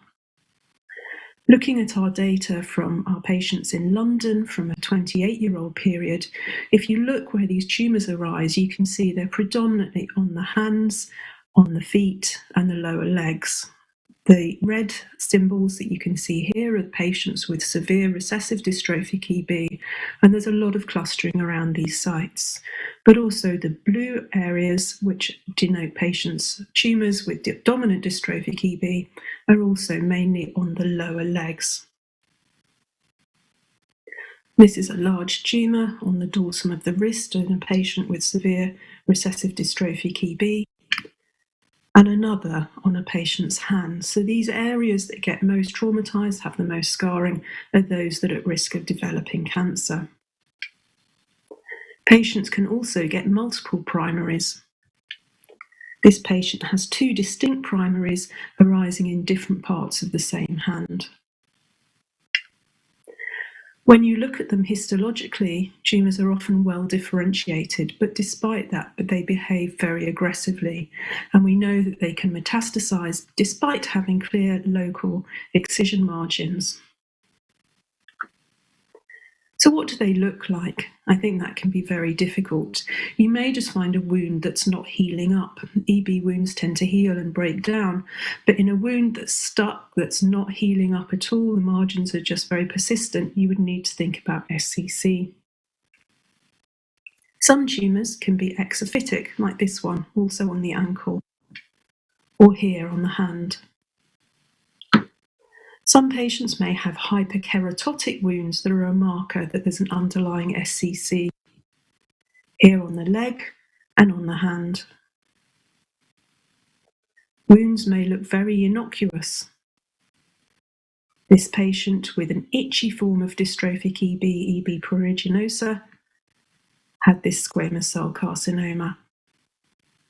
Another patient with a very shallow looking wound, squamous cell carcinoma.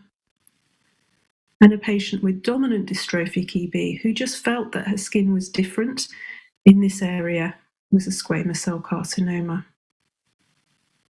The message is to have a very low threshold for taking a biopsy if you're concerned that the wound is in any way different.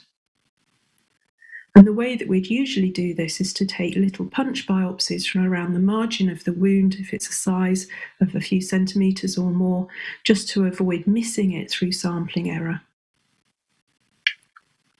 So skin surveillance can be very difficult and hard to pick up these tumours, especially when there may be multiple areas. So education and awareness is hugely important. You need to discuss the probability or possibility of EB cancers coming up early on with parents and adolescents in those types that are at risk. And also any clinicians or nurses looking after those patients need to be aware. So awareness and surveillance from the patient, their parents or other carers is really important. We have a system with EB nurses who can carry out surveillance at home for patients, but otherwise surveillance at hospital visits is key. Photography can be helpful to monitor wounds over a period of time. And generally, we'd recommend surveillance every 3 to 6 months from the age of 10 years for patients with severe recessive dystrophic EB, but an open door if there's any concerns in between times and any area needs biopsying. So we have a low threshold for biopsy, as I've mentioned, but also good to have a pathologist who's familiar with looking at these tumours, if at all possible.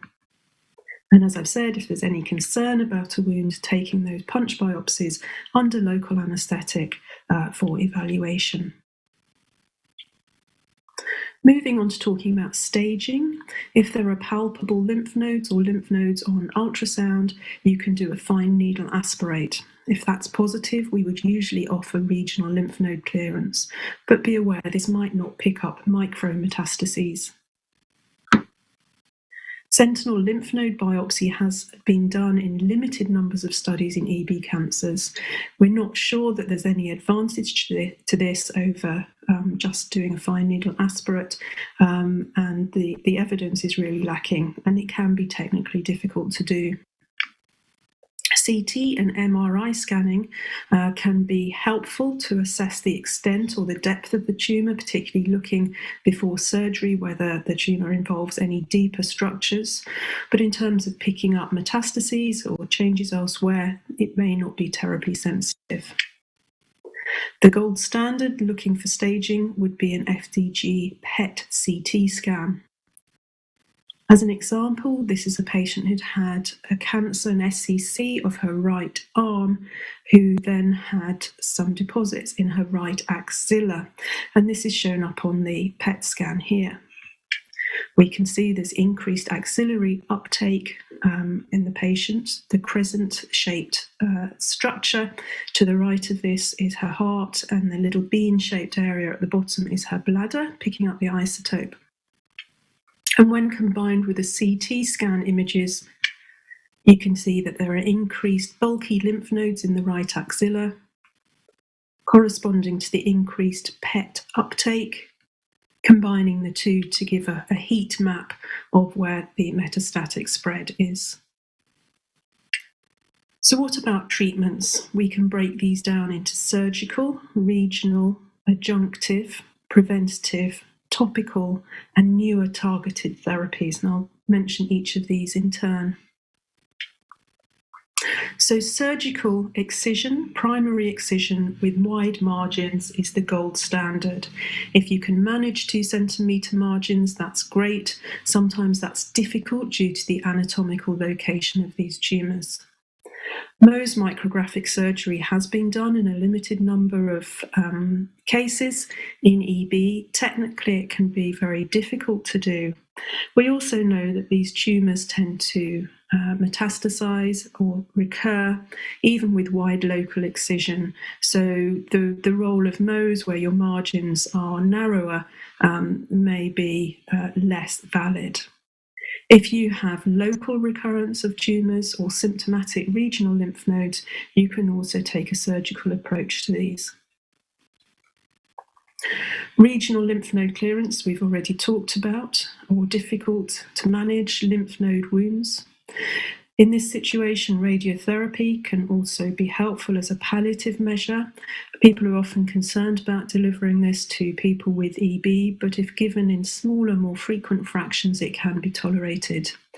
Electrochemotherapy is another modality that can be used if it's available to you. In this, a large recurrence of a tumour or a lymph node metastasis can have little electrodes inserted into it under a general anaesthetic.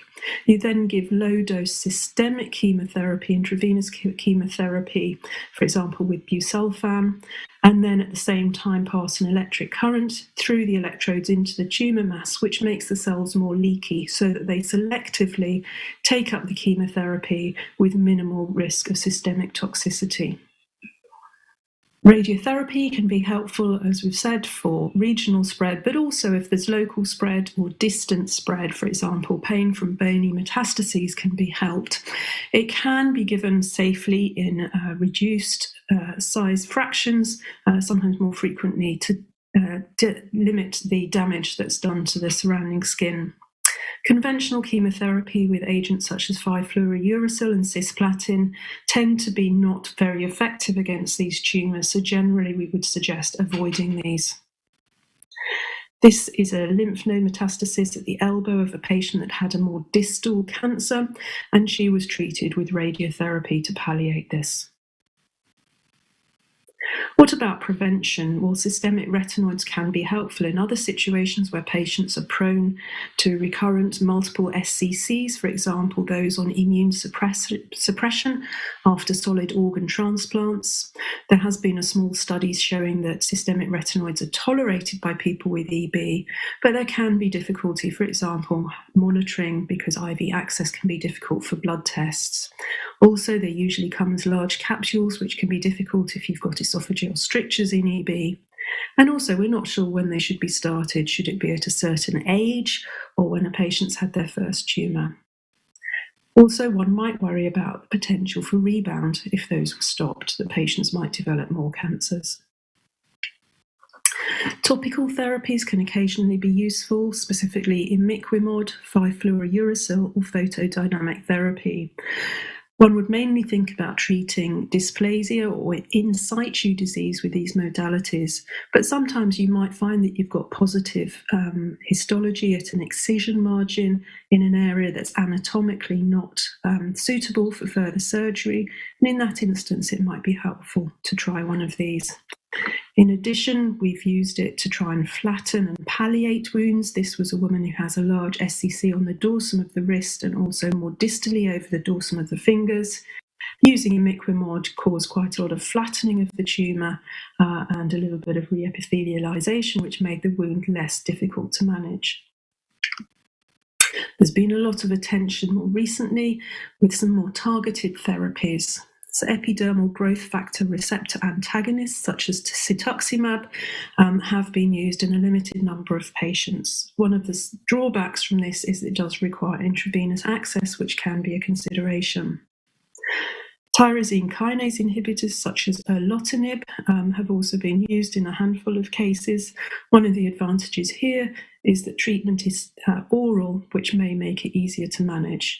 But both agents like cetuximab and erlotinib can have side effects of severe acneiform rashes and diarrhea, which might limit their suitability in EB patients. Programmed death receptor inhibitors such as cemiplimab, nivolumab, and pembrolizumab have started to be used again in a handful of cases over the last few years. Cemiplimab in particular, because now it's FDA licensed and also available in Europe, licensed for treatment of advanced metastatic cutaneous SCC, is very promising because it makes it much easier to get hold of it, being licensed for cutaneous SCC. Polo-like kinase inhibitors such as rigosertib have some preclinical data for them. This is a drug that's licensed for use in myelodysplasia, but there is some evidence that this might be a good targeted therapy with great specificity against EB cancers. And there's a clinical trial ongoing now in Philadelphia, Salzburg, and London exploring this. Just to demonstrate some of the effects of cemiplimab, this was one of our patients who had a subcutaneous metastasis on the right anterior chest wall following SCCs that she'd had removed from her neck in the past. And this grew extremely rapidly between December 2018 and June 2019. It became a really large fungating mass. However, she received cemiplimab in 3 weekly cycles, which had a good effect in reducing the exudate and the size from this tumour, and actually gave her many months of much better quality of life than she would have had without this. So you can see the PET-CT scan with that large mass in June, and by September, the size of that had shrunk markedly. My last slide is just to highlight these best practice guidelines for EB cancers that are available. They were published in 2016, and they're available free to download from the DEBRA International website.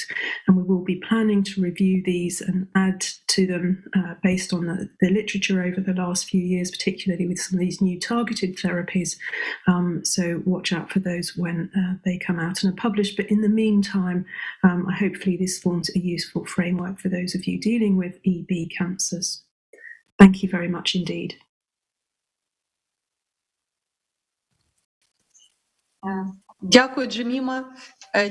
Thank you, Jemima. Thank you. That was a really interesting presentation. In Ukraine, still, we don't have specialists who would understand the problem of squamous cell carcinoma in patients with epidermolysis bullosa. In our team, at least, we do not yet have such an expert, so thank you for your expertise. I'm sure there'll be questions in chat. So during the panel session, we are going to ask you, so we would be very grateful if you could connect later on. And now I'm happy to welcome Anna Martinez again, pediatric dermatologist, consultant, and the head of clinical group of doctors managing patients with epidermolysis bullosa in Great Ormond Street Hospital. Anna Martinez, and her presentation is going to be about the 4 phases of life in patients of recessive dystrophic epidermolysis bullosa. Anna, the floor is yours.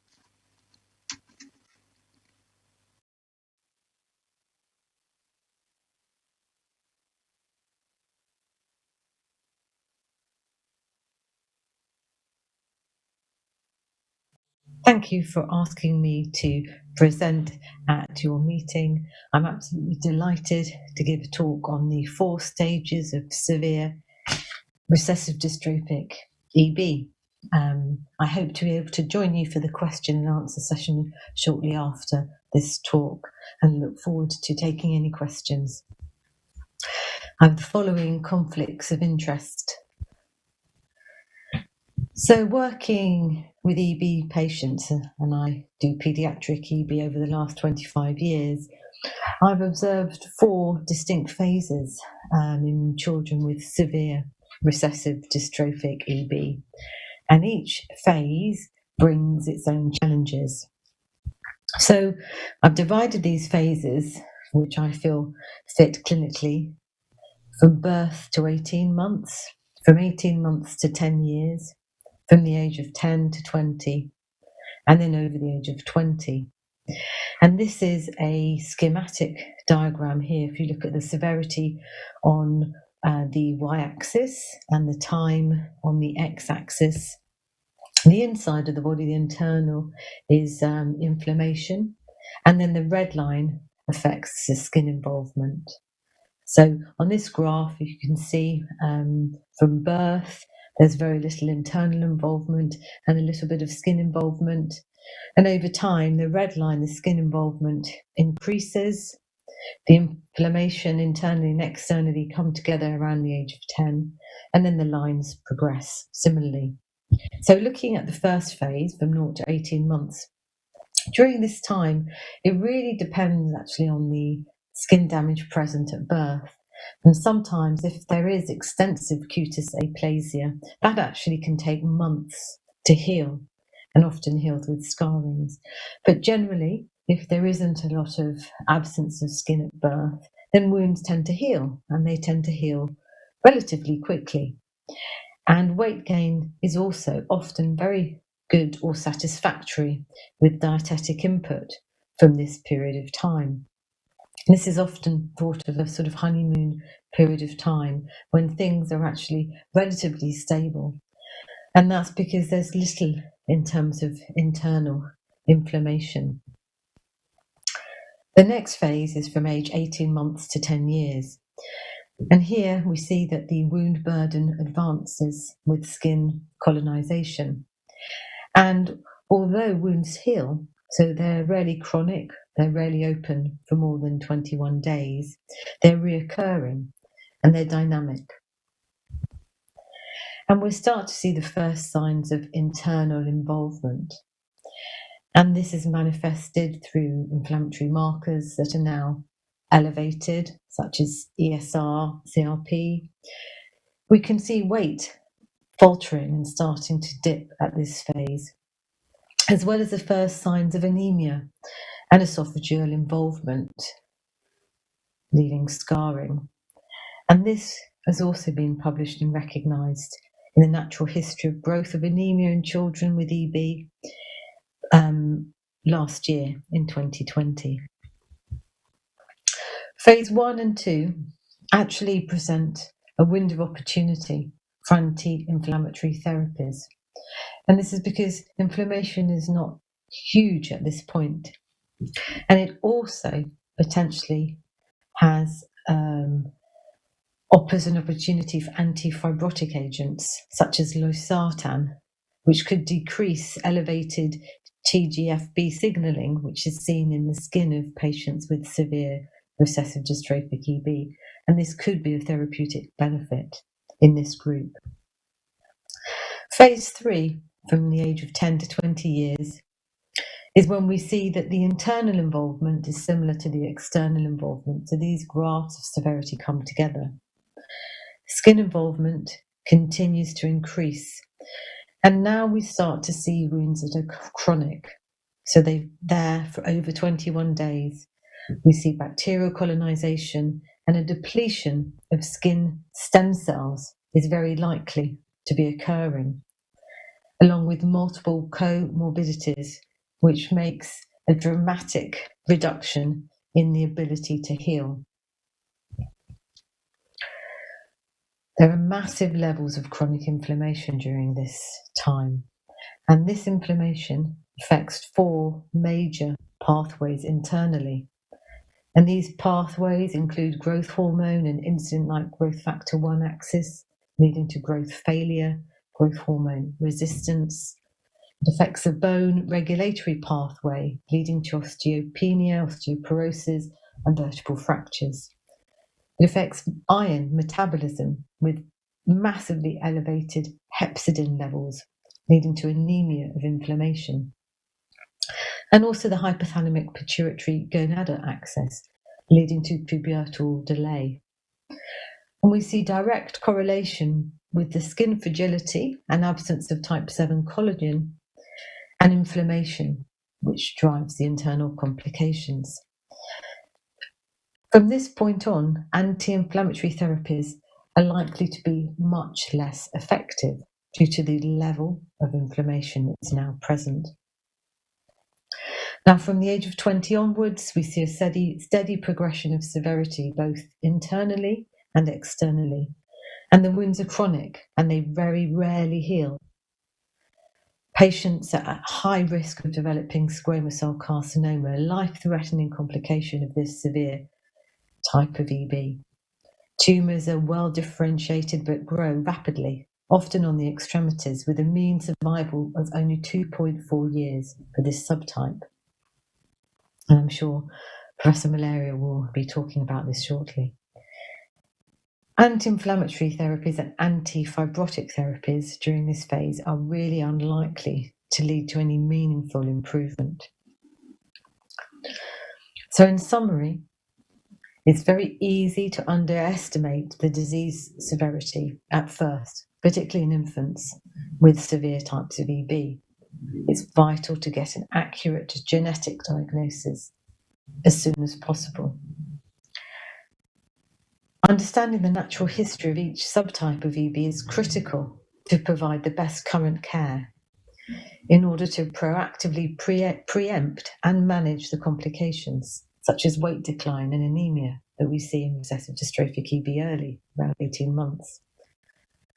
Wound burden is directly proportional to inflammation and therefore to internal complications. And there's a need for very early corrective skin therapy in patients with this severe type of EB to prevent internal complications, because once they're present, systemic therapy is going to be mandatory. We see 4 phases of EB in patients with severe recessive dystrophic EB. And after phase 2, over the age of 10, inflammation is likely to be so high that anti-inflammatory therapies alone are likely to be much less effective. Understanding the natural history and mechanism of disease progression will enable us to guide practical and potential helpful interventions best tailored to each stage, and it will also enable us to target the most effective treatments during each phase of this complex and really debilitating disease. So I'd like to thank my team and thank you for listening to me, and I hope that I will be available to take any questions. Thank you.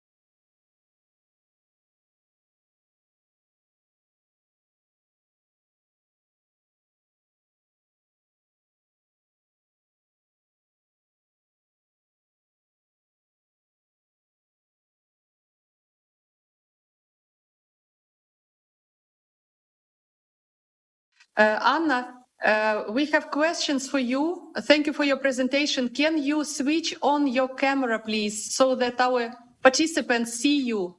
Yes, hi. Yeah, hi. In London. Yeah, hello, Sorry. nice to see you. Yes, Yeah. very nice to be there. So sorry, I'm in clinic, as you can see, but I'll do my best to answer any questions, and if not, then you can email them to me if I don't have a chance to. Yeah. It's fantastic. We know how busy you are, so we will stick to the questions. So we have one question regarding your first presentation on management, organization of medical assistance for children with EB. And here, this is the question from our team about transition from childhood to adulthood. And the question is, you mentioned in your presentation that the process, it's a process which starts from 14. But how does it, is it formalized in practice? Because there is a multidisciplinary team. Does it mean that there is one leading dermatologist or pediatrician, lead dermatologist, who says, this is the medical file which contains nutrition, dermatological, everything, and then it goes to Jemima or to her colleagues in St. Thomas? Or how does it done? What kind of paperwork is done? Great, good question. So we discussed transition from 12 onwards, where the options, we are a specialised service, and those specialised, there are only 2 adult centres where we transition to. We have dedicated clinics for young people so that they can meet other people their age if they want to. And we have a clinical nurse specialist lead in transition as well, who gets to know the young people and their families. As they get approaching the age of 15 or so, once they've decided which centre, for the mildly affected patients, we would transition with a clinic letter to the adult centre. For the more complicated and complex patients, what we will do is we will invite the adult EB nurse from the centre where the young person will go to come to Great Ormond Street and to attend the clinic appointments towards the end. And also the adult EB nurse will do a home visit with the pediatric EB nurse to the person's home. And then for the first appointment in the new adult centre, the pediatric EB nurse will go with the family. So we try and make it very joint up and much less scary, because it's a very difficult time potentially for families. So what we do is try and make that as least stressful as possible. A follow-up, please think about Ukraine for a moment.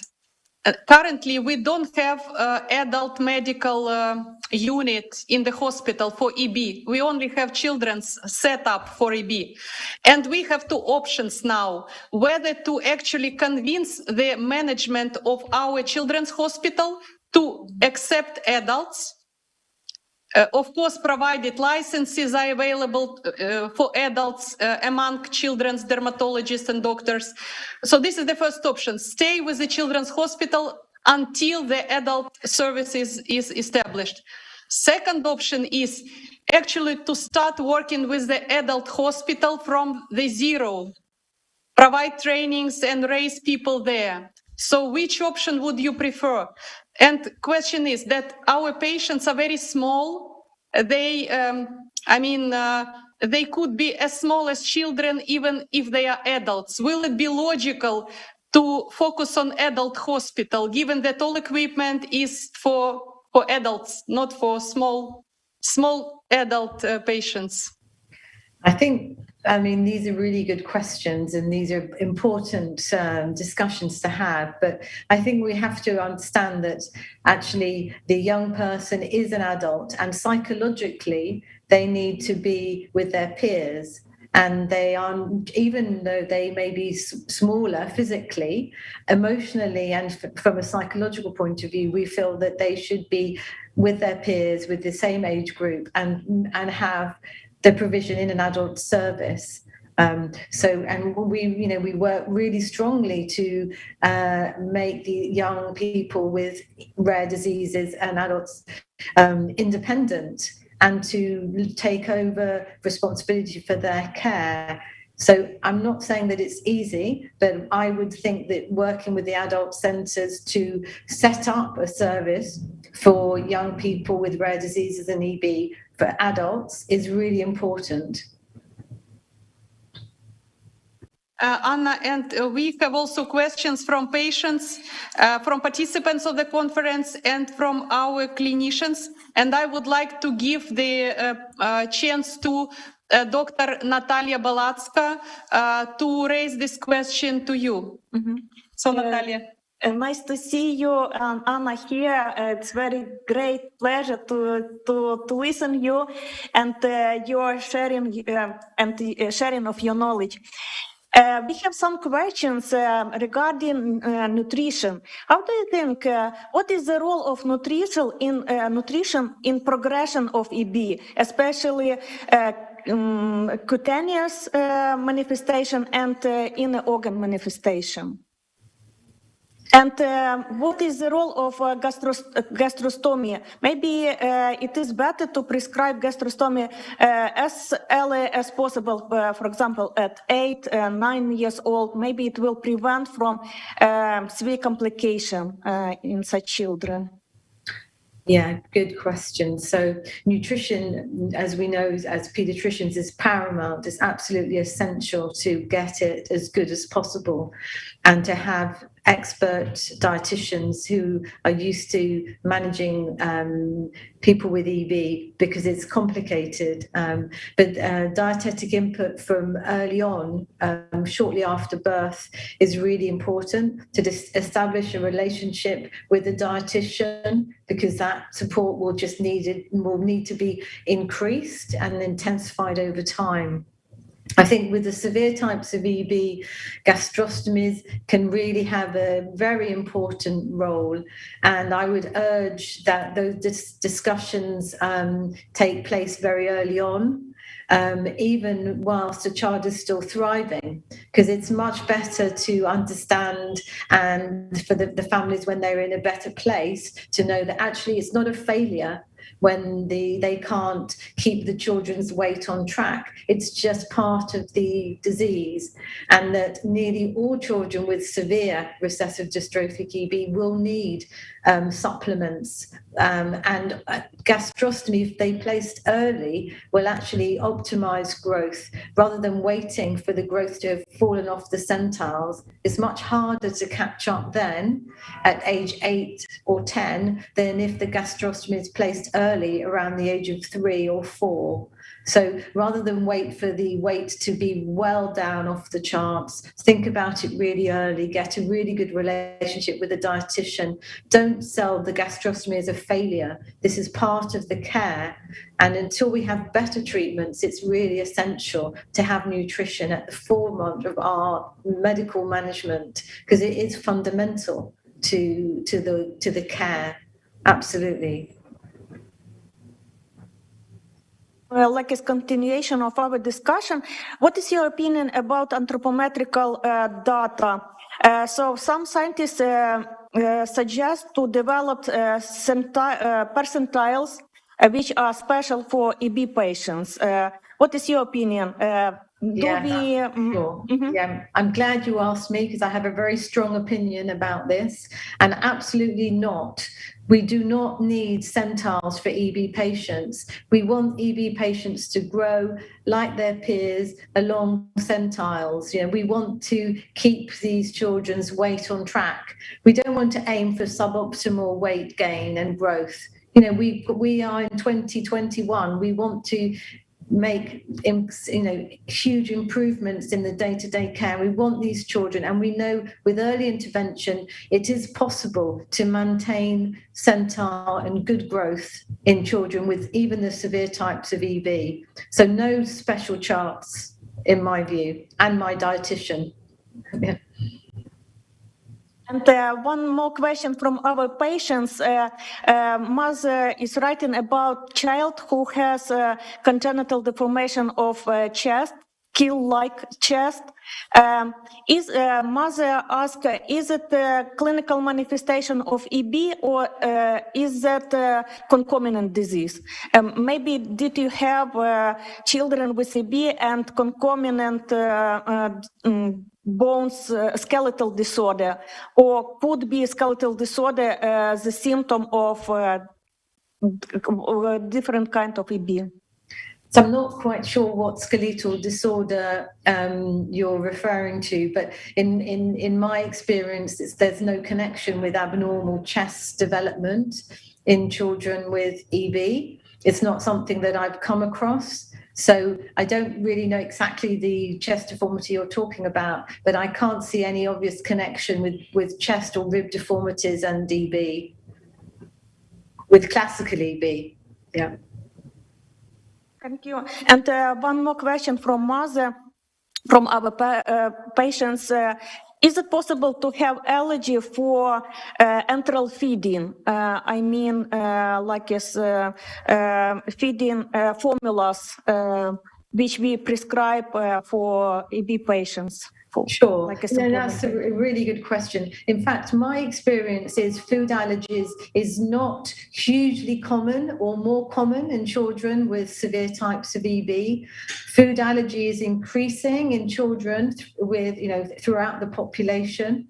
So it needs to be considered just as you would consider it in any child, but they're not at higher risk of having food allergies. Of course, it's possible to have food allergies in addition to having EB.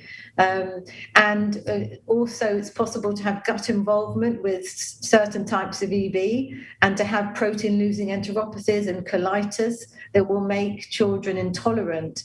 But I don't think that they are at higher risk of having food allergies than the background population, which is already very high. Okay. Anna, and one more question from parents. So one family, they check, they follow 25 hydroxy vitamin D level in blood, and due to different kind of supplement, vitamin D supplement, the level of 25 hydroxy vitamin D is still low. So, I mean, did you have such patients in your experience which didn't answer for vitamin D supplementation? Sure, no, we did. And it's definitely possible. We're just writing a paper about it that should be published, that it's really important to keep vitamin D levels above, probably around 100. So above, certainly above 50. And actually with oral supplementation, it's possible they just need more than you would normally give. But it's absorbed well. It's not like iron, where iron absorption orally with chronic inflammation is very, very poorly absorbed. But vitamin D, if you adjust the dose, is absorbed. And it's really possible. Our children with severe types of EB have normal vitamin D levels. So you just need to increase the supplements. Про сої, чи можливо зменшити сої? Я не знаю, як сої показники. And one question from parents again. They have very high sedimentation rate level, erythrocyte sedimentation rate. It is above 100. Is it possible to decrease such level? As I understood, they have very long period of very high erythrocyte sedimentation rate, about 100. Yeah, absolutely. And the C-reactive protein and all the acute phase proteins are very high. Ferritin is another one. And that's because of chronic inflammation that we talked about and we've referred to. So the way to bring that down is to reduce overall wounds and therefore inflammation. So it's very difficult to do that. So obviously, if there's no infection and we know that it's mainly due to inflammation, the only way is to hope that we'll have some better treatments that will, number one, reduce wound burden and therefore the knock-on effect of inflammation, or whether we can dampen down inflammation with other therapies, such as these stem cell therapies that have an anti-inflammatory effect, or maybe some newer repurposed medicines and drugs. But at the moment, it's very difficult to reduce inflammation, which drives a lot of the complications. But it's really key to getting control of the secondary complications of EB. But at the moment, we simply don't have better ways to do that. And so those inflammatory markers are raised. Yeah. Anna, do you hear me? Yes. Yeah. One more question in chat. I don't know who asked this question. It's not indicated. The question is the following. Are there any tests to detect the emergence of cancer in EB? Any markers? Sure. I mean, to early detect. Yes, I mean, I wish they were. It's not that I'm aware of. I'm not a cancer expert, so maybe you could ask that to Jemima Malario. But I don't. I know the answer is no at the moment. I think that it's possible that there may be markers in the future, but at the moment we don't use any markers. We rely on families, patients reporting changes and also physically examining the children over the age of 10 every 6 months. So I don't think there's any marker at the moment that we can use. Thank you so much, Anna, for giving brilliant 2 presentations and for finding time to plug in, to connect and answer questions from patients and from our team. Thank you so much. Thank you very much for inviting me. Thank you. Bye-bye. Thank you. Have a good day. Bye-bye. Bye. Чудові виступи. Я сподіваюся, що учасникам wonderful speeches. Hopefully, all the participants were very much interested to hear that, to think about that. Maybe if you have more questions, please write them to our email, DEBRA Ukraine. We are going to collect these questions and send them to our experts who participated in our sessions, and we will ask them to provide answers. So our next speaker is Svetlana Yaroslavska. She is the leading anesthesiologist, a doctor who is always with our butterflies at Okhmadit Hospital. And Svetlana is going to present us about the specifics of anesthesia and conducting of manipulation procedures to patients with EB in the hospitals. Thank you for joining us, dear Svetlana. You are most welcome.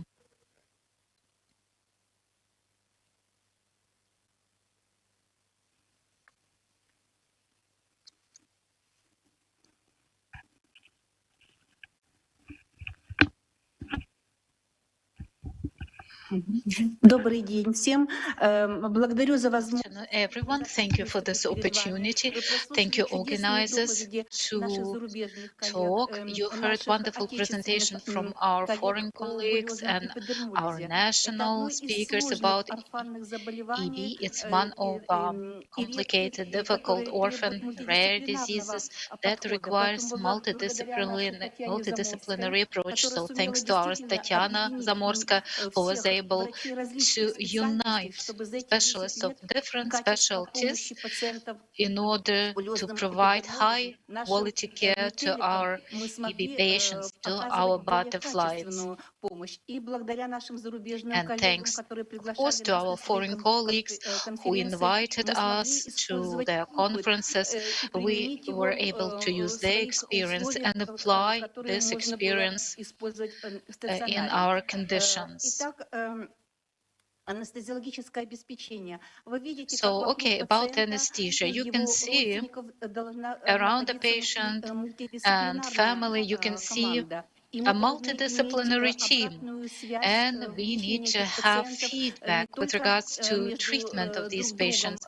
And the feedback should be not only in between ourselves, the specialists involved, but also feedback from family, because they are people who help us and they make sure that the recommendations are observed, and also they do everything that is necessary to be done in a patient who requires anesthesia, because the specifics of anesthesia in such patients is very peculiar. It's quite difficult.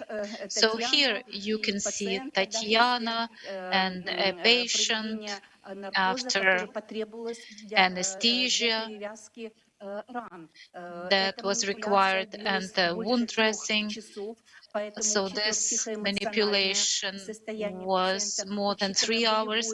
So considering emotional status of a patient, considering pain syndrome, and their pain syndrome is chronic, the required all that required anesthesia. So major surgeries and manipulations that we provide at the National Ohmedit Hospital is dressing, catheter, wound dressing, catheterization, peripheral centralized. It's also gastric probe placement, it's catheterization of bladder, cystoscopy, bronchoscopy, fibrogastroscopy, balloon esophageal dilatation, it's G-tube placement. It's also managing different deformations and contractures on the limbs. You saw that today it's one of the problems that decreases quality of life for our patients. It's also hygiene of oral cavity and teeth. As long as Ohmedit Hospital is multidisciplinary hospital that provides different types of surgical care. We have facial maxillar surgery and thoracic abdominal surgery, urgent surgery services are provided in different diseases of internal organs. So this is a comprehensive set of procedures, manipulations, but all of them require anesthesia support. And in order to provide that anesthesia support, and the choice of anesthesia depends on the procedure, on duration, on what are the current patient needs. So we really, since the Mepiplex bandages have appeared, we have a much better anesthesia support now because we need to touch the patient, we need to do the trachea intubation, also we have to catheterize veins, so it's all that is an additional injury. For example, here you can see in order to place the mask and provide the inhalation anesthesia, also to catheterize the peripheral vein, to place the bladder catheter, tracheal intubation for balloon dilatation, to do gastroscopy. For all that, we really need to place special bandages like that. So here's the catheterization of peripheral vein. Sometimes it's difficult to find such peripheral veins. Sometimes we need to use the small diameter, diameter 16, 22. Sometimes we even have to look for gauge 24, and it's difficult to visualize this peripheral vein. And right now, we can do visualization of such veins, but not in such patient. We cannot do a visualization because that means additional injury to skin. And lots of patients being on treatment, and usually they spend a lot of time in the hospital throughout their life, and sometimes it's multiple anesthesias. So can you imagine the influence on body, especially on cognitive functions? Cognitive functions is memory, concentration, attention span, and adding that on top of the psychological emotional stress that's related to the pathology, that amounts to high levels stress. So multiple anesthesia might lead to that, and here we need psychologist involvement, and we need to use medications. This is gastrostomy use. So the model of G-tube matters. So how do we provide good enteral feeding through G-tube to avoid additional injury and to avoid additional gate for infection entry? Peculiarities, what are those for anesthesia support? First of all, it's time consuming because we have to prepare the anesthesia. Psychological preparation of a child, of course we involve psychologists, and it seems like the child is ready. By the way, it doesn't really matter what kind of age is that, like a small child or adolescent. Sometimes it takes at least half an hour to make the child not be very frightened to get inside the OR, because the child usually had previous surgeries, procedures, and there's negative experience attached to that. And that's not necessarily in our hospital. Maybe there were some bad experiences at other hospitals. Not all the anesthesia doctors have the experience managing such patients correctly. So it's really nice that in Okhmedid there is a specific center where anesthesiologists are ready and have learned how to provide good care. Positioning of a patient matters, and it's really relevant. This positioning, first of all, needs to be safe, because all of them have osteoporosis. So there might be fracture. Also, in order to do the procedure, I mean the tracheal intubation, we need to do everything in order to technically do it okay without additional injury. I mentioned difficulties of catheterization of the peripheral vein, choice of the catheter. Every time we need to catheterize in multiple procedures, we understand that yes, veins are compromised already, and it's difficult to get the catheter inside. There are changes to vessels intima layer. That's also one of the problems. And also there should be specific dressings and bandages. Also, it's time consuming to use them, to put them, in order for us to be able to work later on, to put them on the face, on hands. And in order to use them as a very like a light tourniquet to better visualize the vein. And the most important thing and complicated thing is tracheal intubation. In mild to moderate EB patients, with time, in our patients in our hospital in Okhmedid, we can see the contracture of vessels in the posterior maxillar joints. And in order to do the tracheal intubation, especially if it's a repeated time, maybe in the 6th or 8th anesthesia, we really need endoscopy to support us.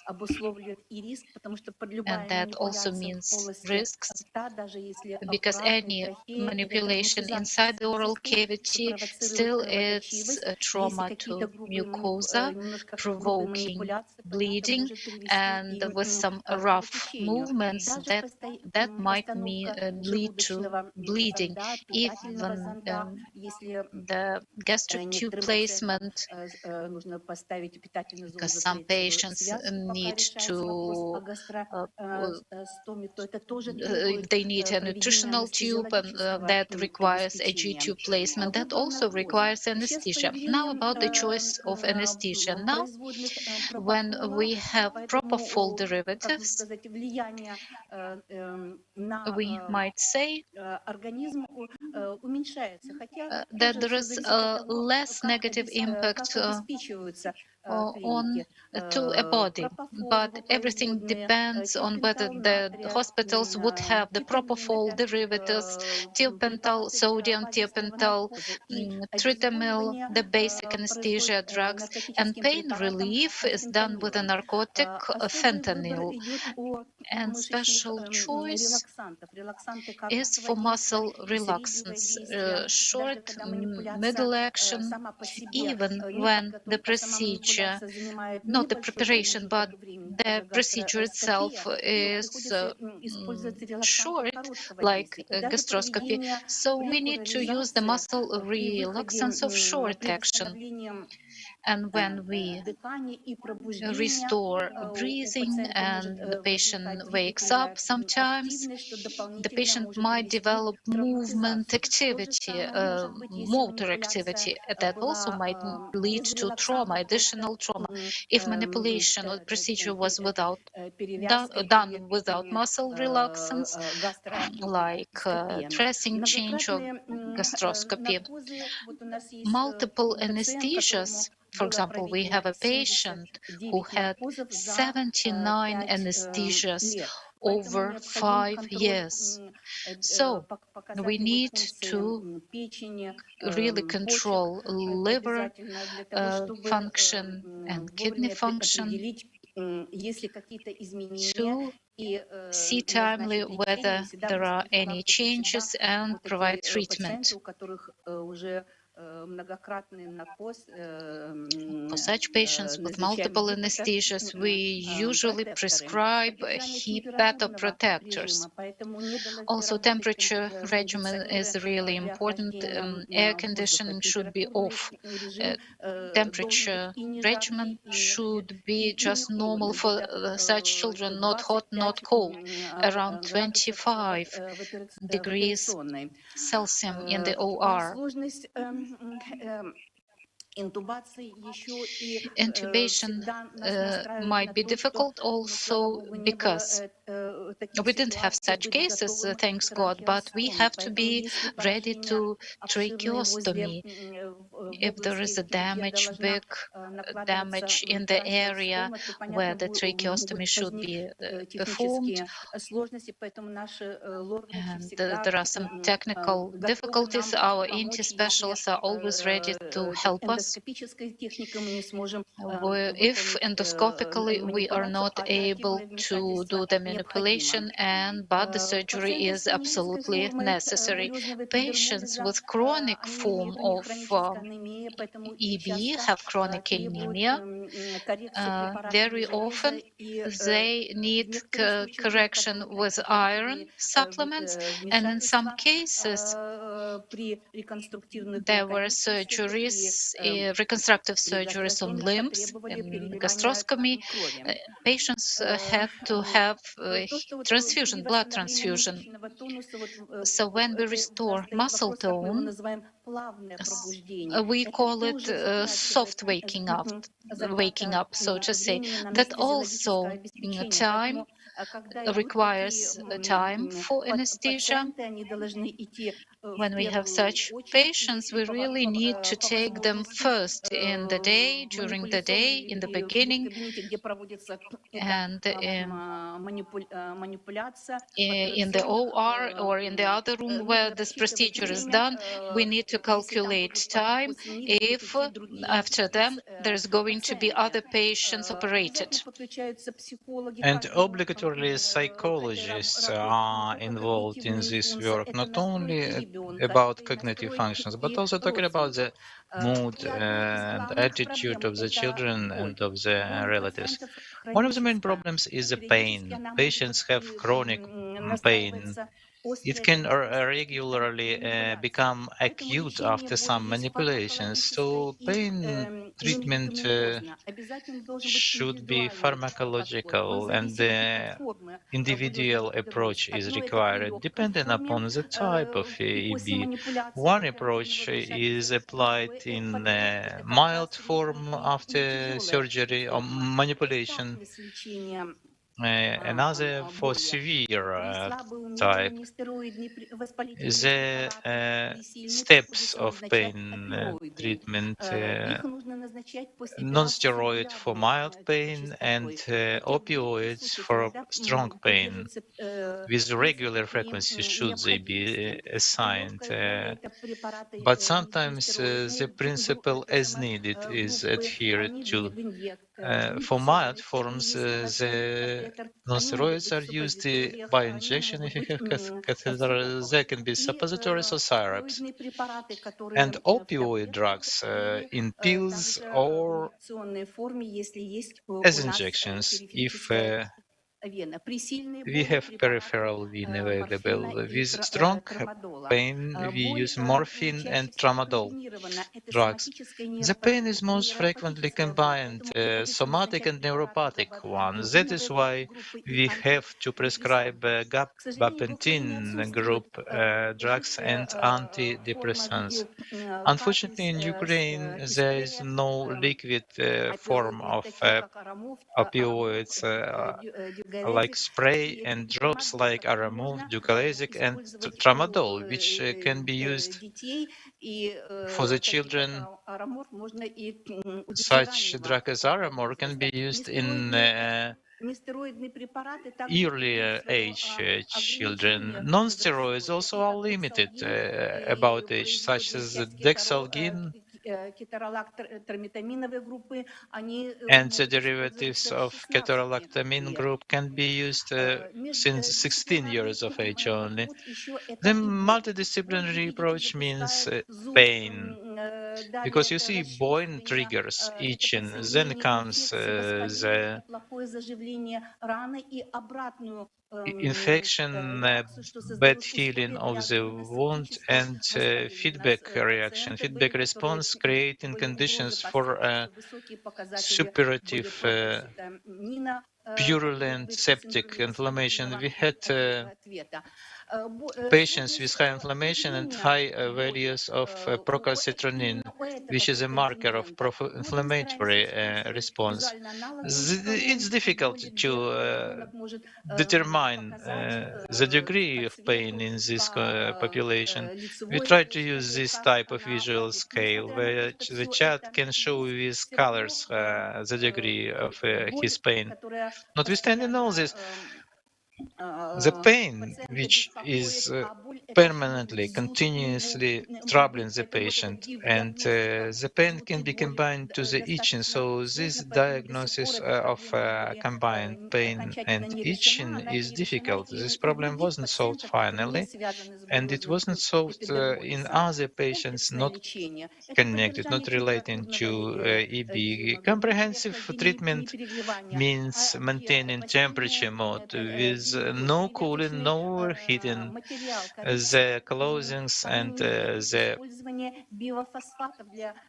bed clothing should be from natural tissues.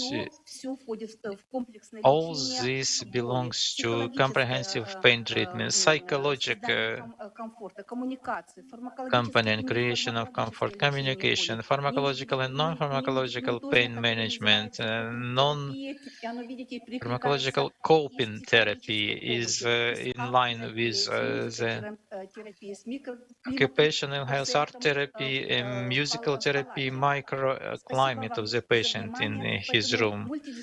Thank you for your attention. So, multidisciplinary approach is the grounds of maintaining quality of life of our patients and to create possibilities for him to realize themselves professionally in some way. Thank you very much, Svetlana Nikolaevna.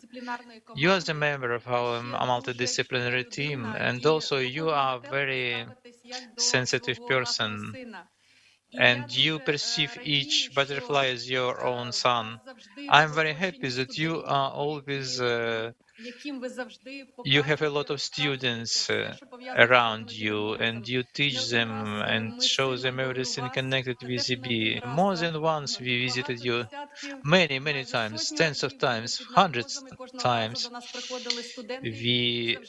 My son was given drug, and always the students came to see how it happens, and I always gave my consent, because if one doesn't see how to do it, he will not be able to do it properly with the patient. It's very important to learn how to do it practically.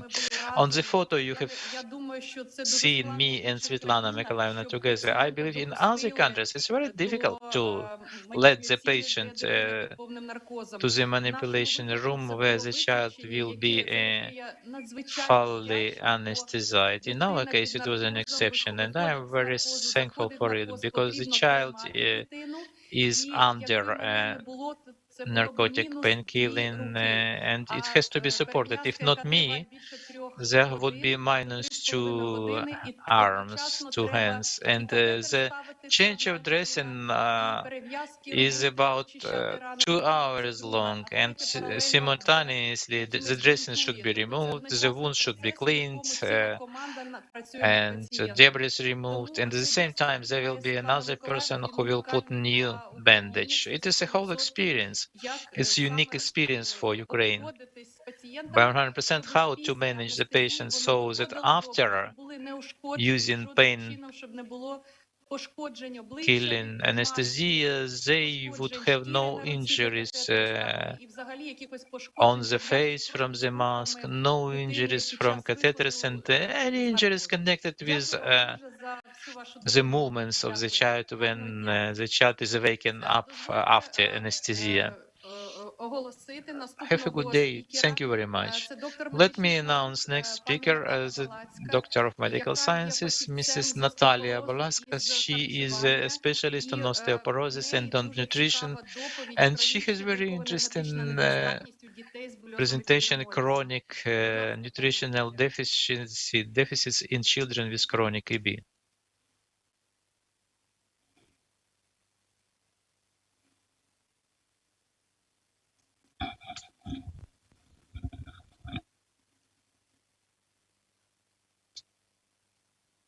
Дуже дякую, пані Тетяна, за Thank you very much, Tatiana, for this invitation to participate in this very important conference.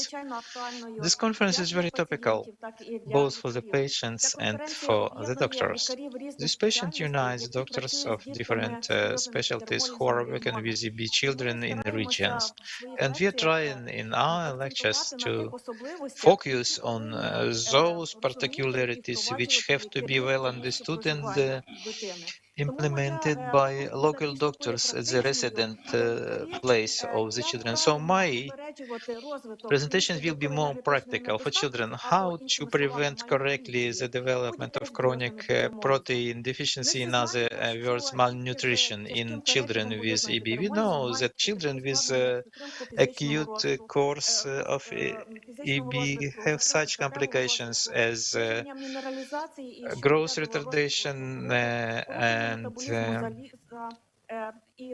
sexual retardation, failure to thrive, impairment of iron metabolism, and those children have higher risk of septic complication.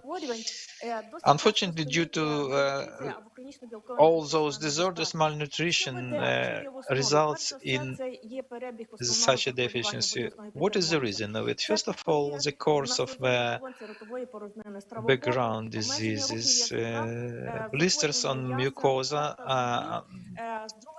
oral cavity, esophagus, limitation of tongue mobility, caries, gum disease, reflux disease, strictures of esophagus, chronic pain.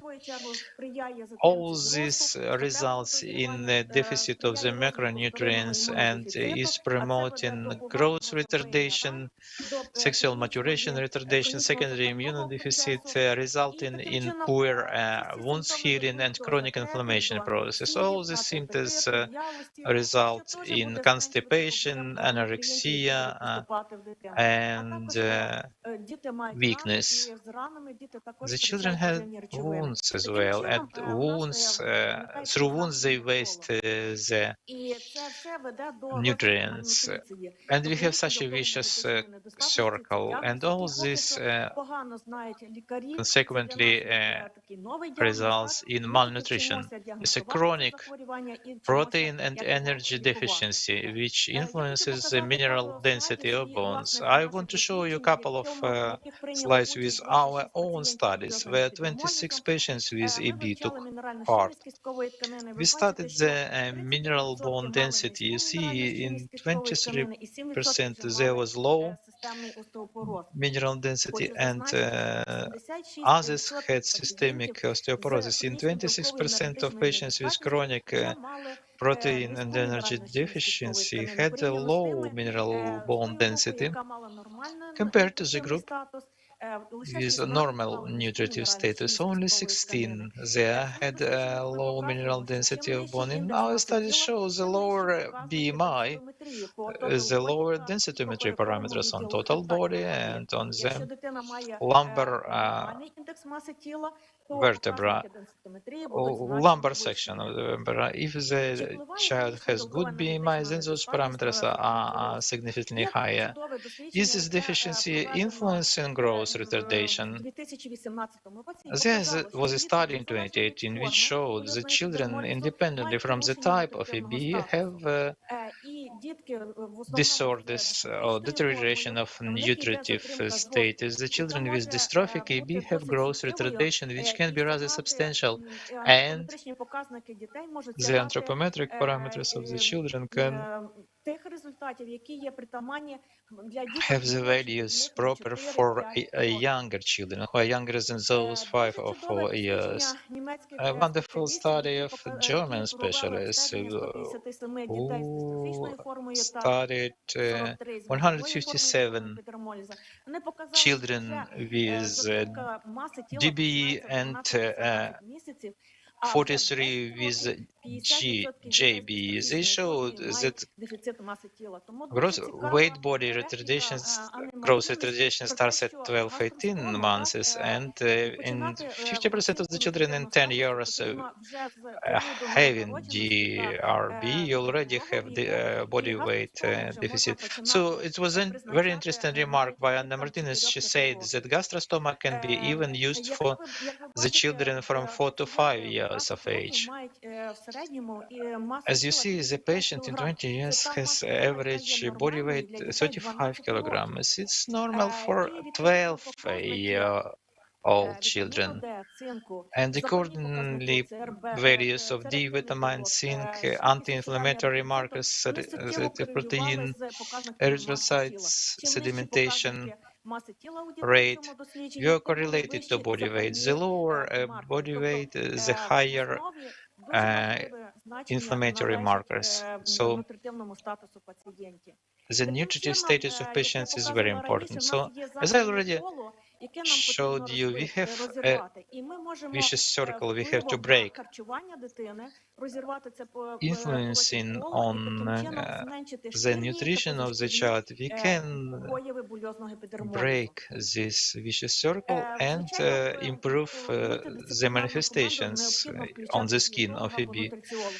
Nutritionist or dietist should be included into the interdisciplinary team, able to assess the nutrition of the child.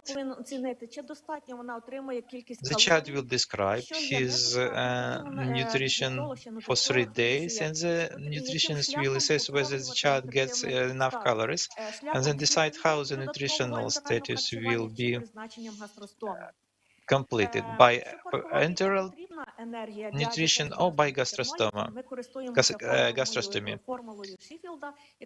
We use Sheffield formula to calculate necessary nutrition, which takes into account sex, age, and body weight of the child. These tables help to very quickly assess the basic nutritional need. On top of this, we have to assess the adjusting criteria, like the percentage of skin lesions, septic condition, or risk for septic conditions, C-reactive protein, erythrocyte sedimentation rate allows us to assess this criteria. And we remember that we have children. Children have jumps of growth from 3 to 5 years, and also during pubertal period. We have to take into account those physiological needs of the children in the calculation of their energy demands. It's also wishable for EB children to assess their needs in proteins, and this slide shows the need in proteins per 1 kilogram of body weight depending upon the age and sex of the child. Same way as with energy, we use the adjusting coefficients because EB children, on top of increased demand for the energy, have increased demand in proteins. For adults, we also have the relevant ratios. I believe adults are listening to us as well. For the adults with a medium severity course of AB, they need 25 kilocalorie of proteins, and with severe course of AB, they need much more higher, 25-30 kk per kilogram per day, and protein 1.5 2 grams per kilogram per body. I have no conflict of interest, but take into account that chronic protein and energy deficiency is a new diagnosis. I conducted analysis of all enteral nutrition products we can use for children with EB. And I'll shortly, briefly show you main products without highlighting any. I will show you the calorific value and proteinic value contained in a product. The first group of enteral nutrition are the siblings, a low volume of food but having high contents in calories and in protein. I believe our patients already know NutriDrink protein. This 120 milliliters bottle has 300 kk and 100 milliliters contain 14 grams of protein. I would like to indicate new NutriDrink protein type, cooling one. It's wonderful product for the children having ulcers on the mucosa. It allows to reduce pain, and that's how the child can take adequate number of nutrients in those days. As of today, a new product was released, NutriDrink Compact with nutritional fibers. A new product with 3 different tastes. It is useful for EB because it prevents growth retardation, the development of constipation. The nutritional fibers allow for that. Next drug is cubitan, good one because it has arginine and zinc to heal the wounds. It has 3 tastes. As of now, not to come back to it, Infantrini, the product for the children up to 1 year of age, it allows us, being in small amount, to increase the number of kk the child requires up to 1 year. There's a clinical study proving for the efficiency of Nutriton for healing the ulcers. One group took cubitan and another group took product without zinc arginine. It was shown that cubitan allows to reduce the area of chronic ulcers and also to reduce the expenses for treatment of such patients. This year in February, cubitan was recognized as a drug which allows to efficiently help the patients to treat chronic wounds. The citizens NutriComp Drink Plus, a little bit more liquefied, 200 milliliters in the bottle with the same amount of kilocalories. Also, there are 6 grams of protein in 100 milliliters, meaning 200 milliliters contain 12 grams of protein. Also, NutriComp soup was is produced by this company, which allows children who cannot take soup at least to take the product which is similar to soup. And separately to say about Reunion, a unique drug which was created based upon natural peach or other berry juice. This is a protein, albumin, which is very easily taken in the small intestine without requiring additional energy expenses to be absorbed. Also, it has D vitamin, additionally 200 nutritional units. Also, polyunsaturated fatty acids are included there. A very nice product for children with chronic energy deficit, protein deficit. Next product is Malayeshka. So this can be prescribed to children 1 year of age and up, and there is 1.8 grams of protein in 100 kilocalories. The number of kilocalories is going to be 200 kilocalories per 200 milliliters. And the new drug just appeared on the market is Subartan, is a high protein product in 200 milliliters, 20 grams of protein and 300 kilocalories. So today with sippings, we can choose the product that will be the best for the child, tasty for the child, and improve the nutritional status. There are also dry products. You can either dilute them and the child can drink them instead of milk, which is even more important. We can add them into the ready-made food like soup, borscht, potatoes. We are not increasing the volume of food, just we increase the number of kilocalories. Junior and optimum, before 7 and 7 and older, Nutrizone powder. And also there is an analog for adults as a new thing on our market. Also a couple of tastes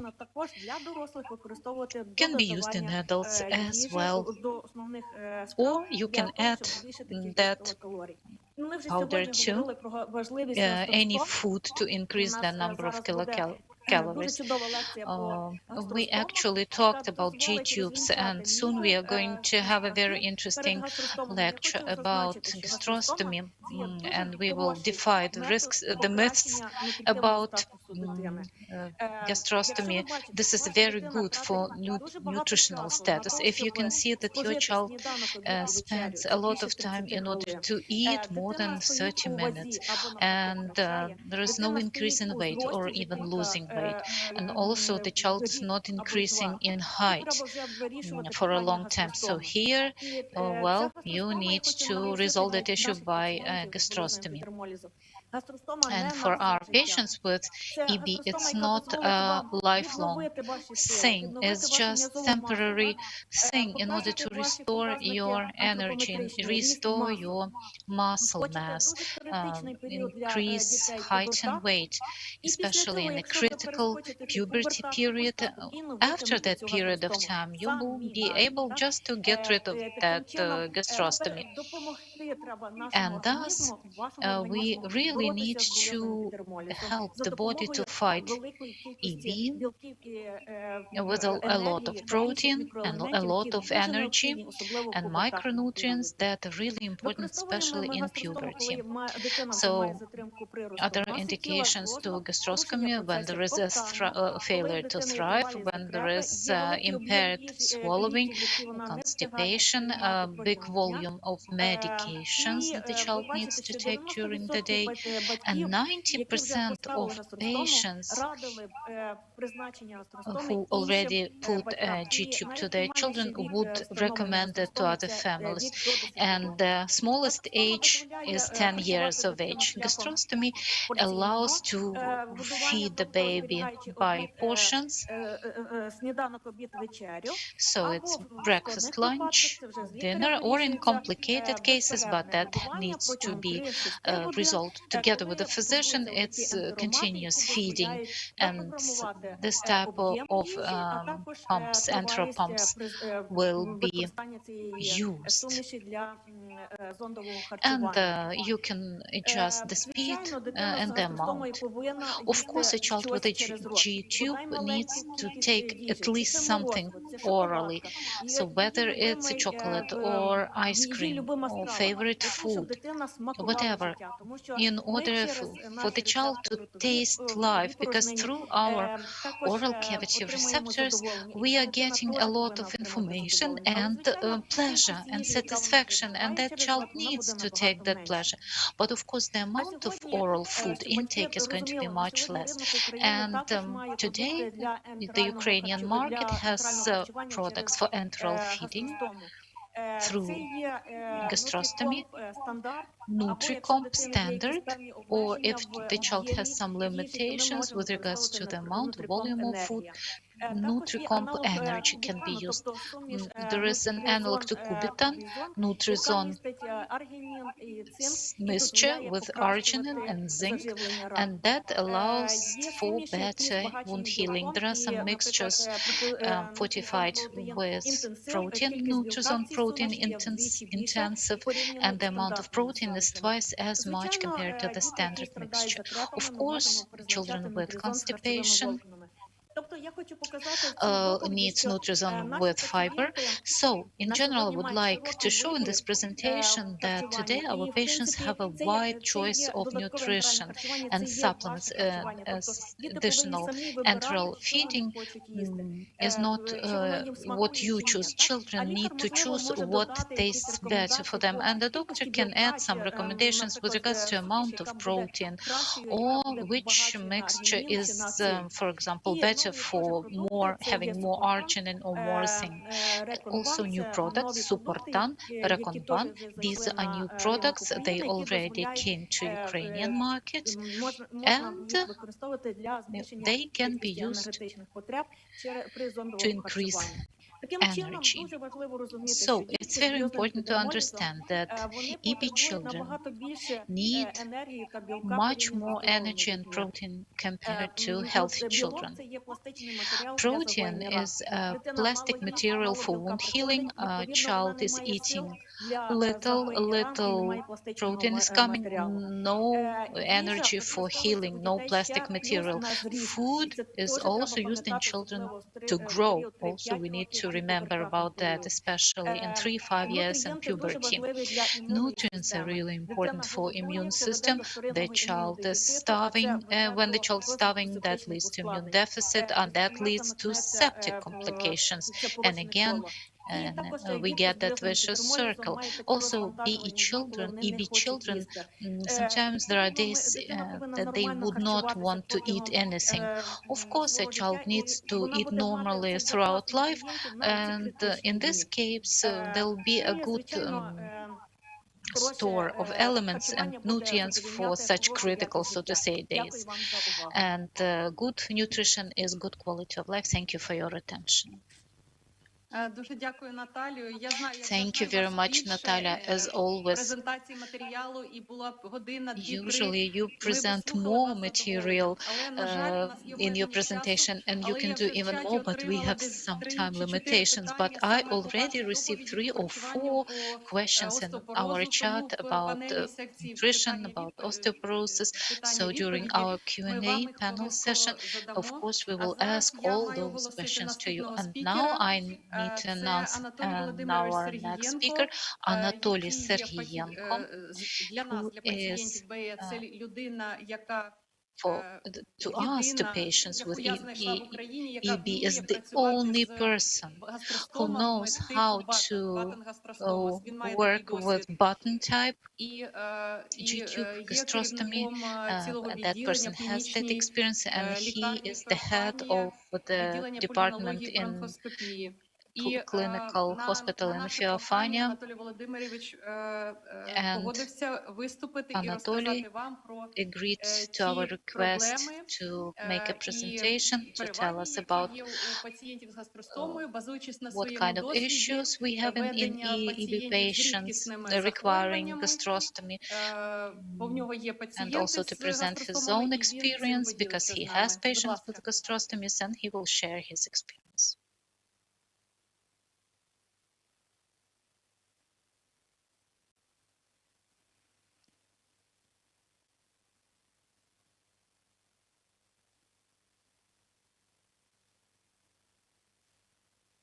Доброго дня, шановні колеги. Хочу представити Good вам afternoon, і dear вашу colleagues. I would like to present my talk with regards to enteral feeding in EB patients. In particular, we're going to talk about gastrostomy. There are indications for gastrostomy in EB patients as failure to thrive or even decreasing weight in last 6 months, lack of effect after special mixture and formulas feeding in 3-6 months. And also there is strictures of in esophagus due to scarring and refusal to feed because of pain and perforation of esophagus after esophageal strictures. Contraindications to that procedure in EB patients: atypical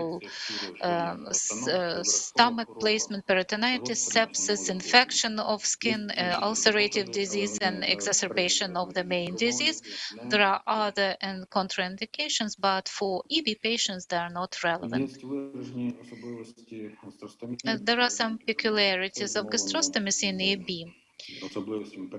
Why? Because that's due to the specifics of the disease. For example, during sedation for gastroscopy, you need to really prepare thoroughly to protect skin and oral cavity for intubation, for mask placement, in order to do all that with minimal trauma. Also, as long as usually it's not an urgent indication to gastroscopy, so preliminary you have to prepare the area for gastroscopy, so prepare skin in that place where you would like to place the G tube. Also, considering the peculiarities of the disease, we need to assess the peculiarities of the patient. Some patients have more strictures in the esophagus. In some patients, usually they have more problems with the skin in the area of gastrostomy. So, depending on that, different methods of gastrostomy can be chosen in order to do it the best way possible. Considering that patients usually have decreased body weight, and that's why they need gastroscopy. So they lose protein. That's why the healing is complicated and it takes longer. So we need to understand that. Maybe knowing that we need to prepare everything, and also considering the skin damage, the risk of infection in the area of gastroscopy increases. Also, the pain syndrome can be increased in the area of gastrostomy. So methods for gastroscopy: different: surgical, laparoscopical, X-ray, endoscopic, percutaneous, PEC. Surgical method is the most traumatizing. We can exclude it, of course, but today we will be talking about less invasive methods. Laparoscopic methods is relevant when placing a G tube in EB patients because often we see scarring and strictures. X-ray is different from the laparoscopy, that the visualization is done with help of the X-ray, and endoscopic, percutaneous endoscopic gastroscopy is done with the help of endoscope. Also, there are two types, pull and push. Laparoscopic gastrostomy.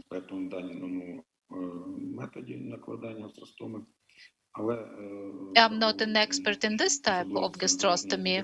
By considering the peculiarities of EEB, when I was looking into that problem, I learned that there are quite simple methods that allow to put gastroscopy. So in this case, we can see that the port is placed under visualization. We take the stomach and we exteriorize it through the channel and fix the skin. So this is PEG method, and it is divided into two types, pull and push, little different methods. For other patients, maybe it doesn't really matter which one to use, but for EB patients, that's important, what to use and how to do this PEG. Pull, for example, you put the endoscope through the esophagus and the stomach, you find the puncture area with help of palpation and transillumination, and then you do the anesthesia, then you puncture the wall, abdominal wall, and the stomach wall, gastric wall, then you put the catheter, the guide wire, and the guide wire is pulled through that catheter, and then you fix the G-tube itself to that, and reversely through the esophagus, through the interior abdominal wall, you fix it. Thanks to the bumper, you do the fixation or the mushroom or the bumper. This is push method. In this case, we have to look at the stomach. We find the point of puncture. With two clips, we fix the gastric wall to the anterior abdominal wall. We do the puncture in the area of gastrostomy with a guide wire, and the tube itself, the G-tube itself, is pulled not through the esophagus, but through the anterior abdominal wall. So this is the comparison of laparoscopic method and PEG for laparoscopy. There is no traumatization of the mucosa in the pharynx and esophagus, because the endoscope is put into the stomach. For G-tube placement, we don't need to do the esophageal bouchonage, but the minus is that everything needs to be done in OR. That's the limitation. In the area of gastrostomy, there is a higher risk of skin damage. And usually such intubation, such method is used with intubation anesthesia, so that means intubation is necessary, and that increases the risk of traumatizing esophagus and oral cavity. For PEG, for placement, we need to ensure patency of the esophagus, so maybe bouchonage would be necessary.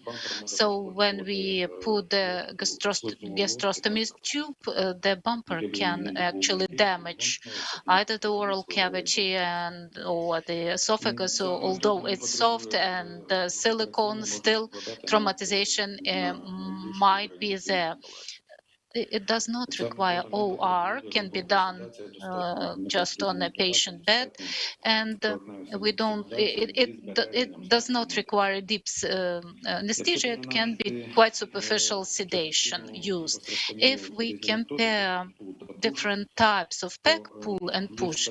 So if we're talking, so there are some benefits for pull and benefits for push.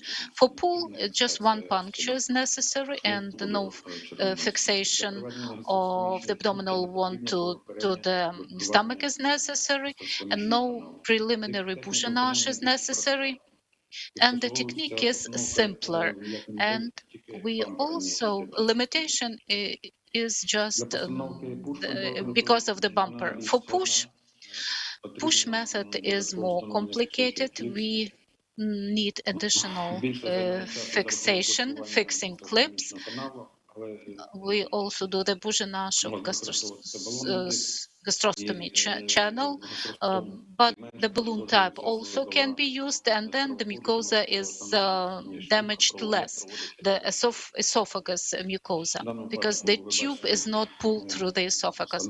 In this case, you can see the standard G-tube, low profile G-tube gastrostomy, and only the external port that you connect the feeding tube to it, and that's all. And here is the pictures that you can see, the standard for the standard one and low profile one, to which the nutrition tube is connected.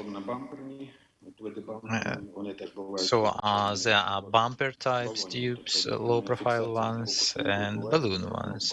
Fixation to the stomach is made at the expense of the balloon. The tube has points of fixation to balloon or to bumper, and the nutrition port and the external fixing disc with normal gastrostoma. And in balloons there is a port for inflating the balloon. Let's compare the tubes. The low profile one has fixed length, so to change it, to install it, we have to know the length of esophagus. For primary installation, we have to have several gastrostomic tubes with different lengths.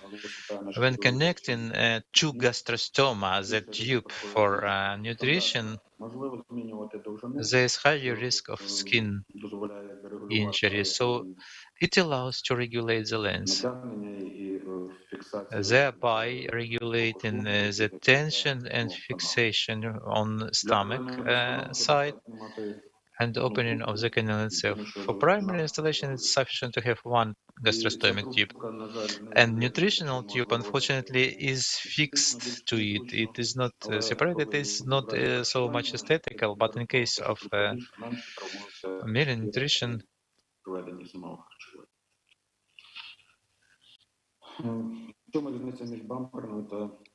so what is the difference between bumper gastrostoma and balloon gastrostoma? Balloon gastrostoma is replaced very easily, like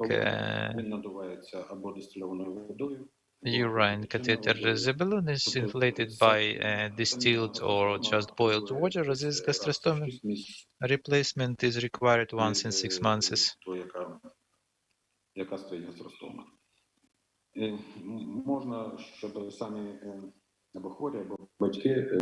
The patients themselves or their parents are able to do this task.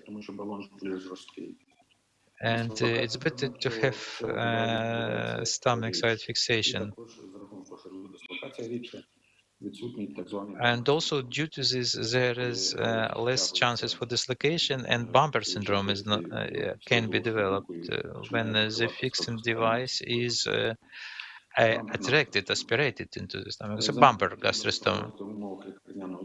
The replacement should be made in the settings of the entity, in inpatient settings, and dislocation is more frequent.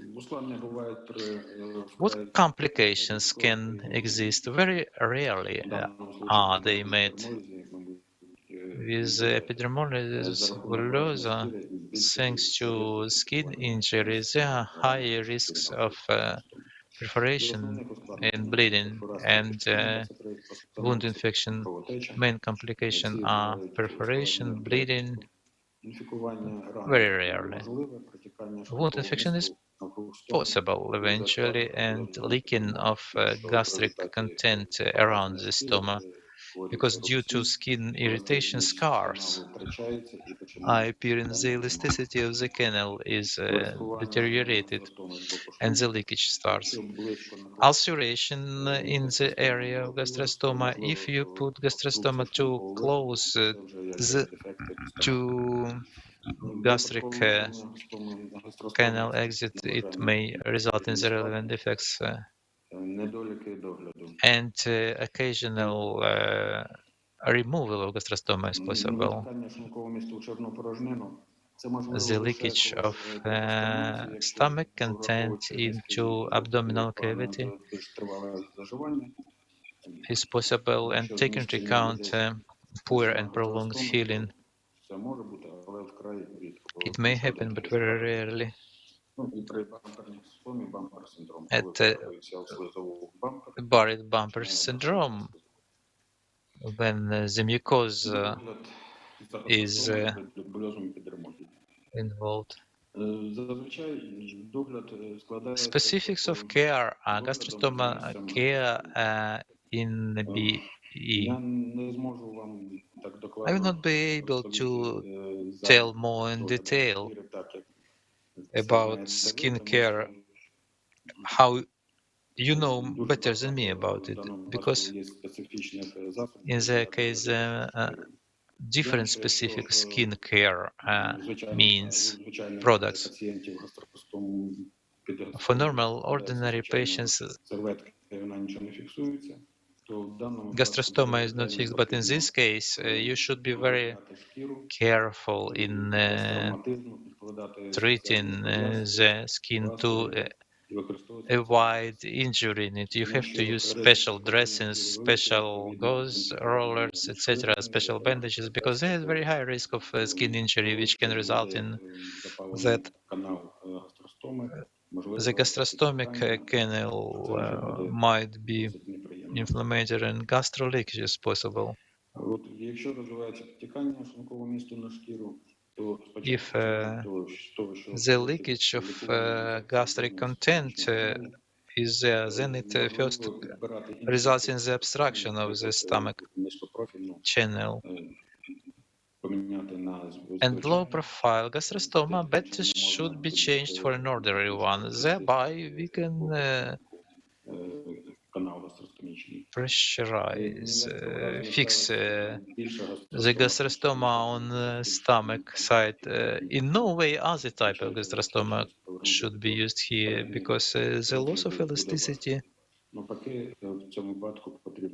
would erode there. But in this case, we have to install at least temporary provisionary gastrostoma of lower diameter for a gradual increased dilation of the canal with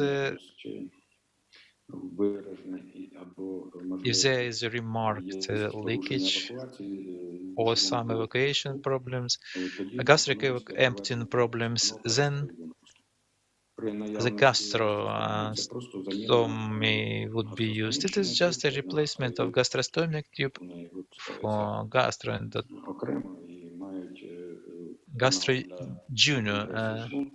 stomach.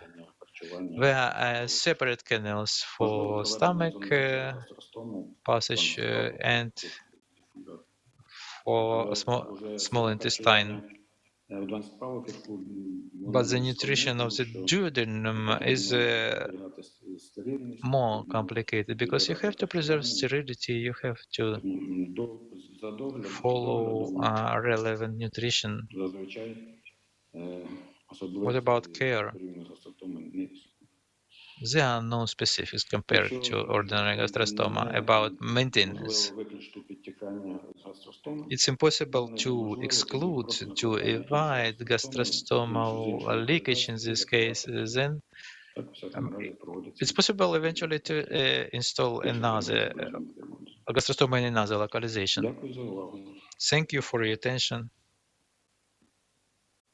Дуже дякуємо, Анатолій Thank Володимировичу. you very much, Anatoly Дуже змістовно Volodymyrovich, показали і for very візуалізували, interesting як ставиться visualization гастростома, and і які з нею illustration of how виникають gastrostoma is to be installed and what Наступний issues could спікер be there. це Thank you. Марія Next Леонідівна speaker, Імшинецька, керівник Marina Leonidovna порцелян. Imshenetska, Це саме the і head of лікар, porcelain. яка Exactly, допомагає нам she is коригувати who проблеми з helps зубами us дітей-метеликів.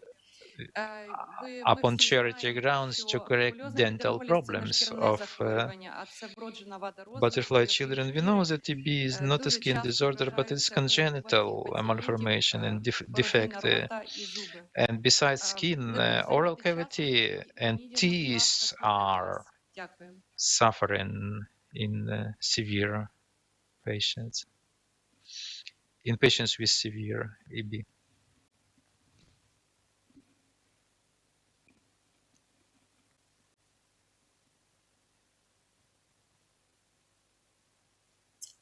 Доброго дня, шановні колеги та Good глядачі. afternoon, dear colleagues and audience.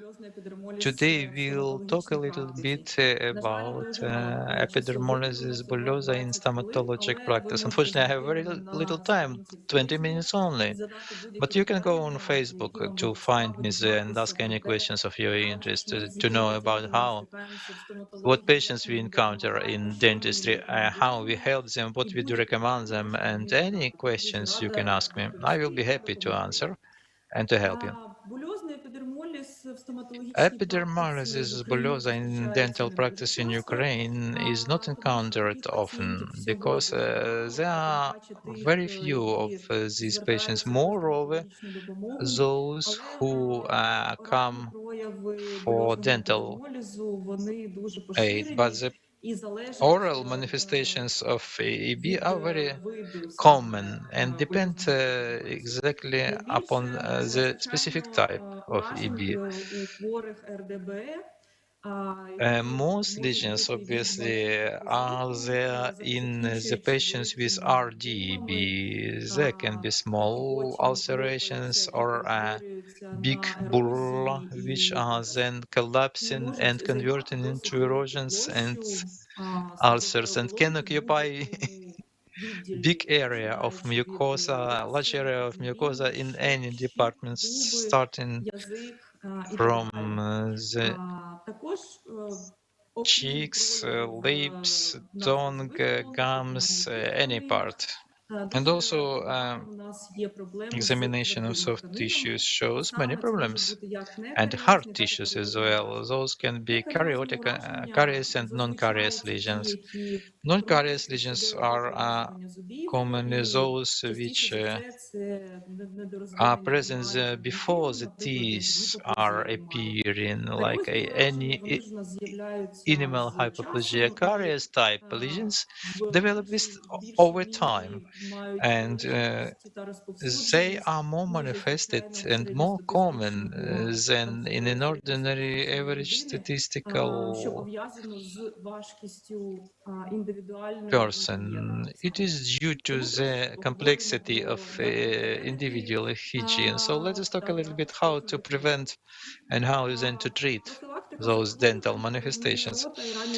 The prevention of oral cavity diseases and early prevention of dental problems in our practice are aiming to prevent and treat pain and secondary lesions, exactly the blisters, which impacts then on the quality of life and also on the aesthetic appearance and self-esteem of the child, for the child to be able to smile, not fearing about showing destroyed teeth. The frontal teeth are destroyed very often.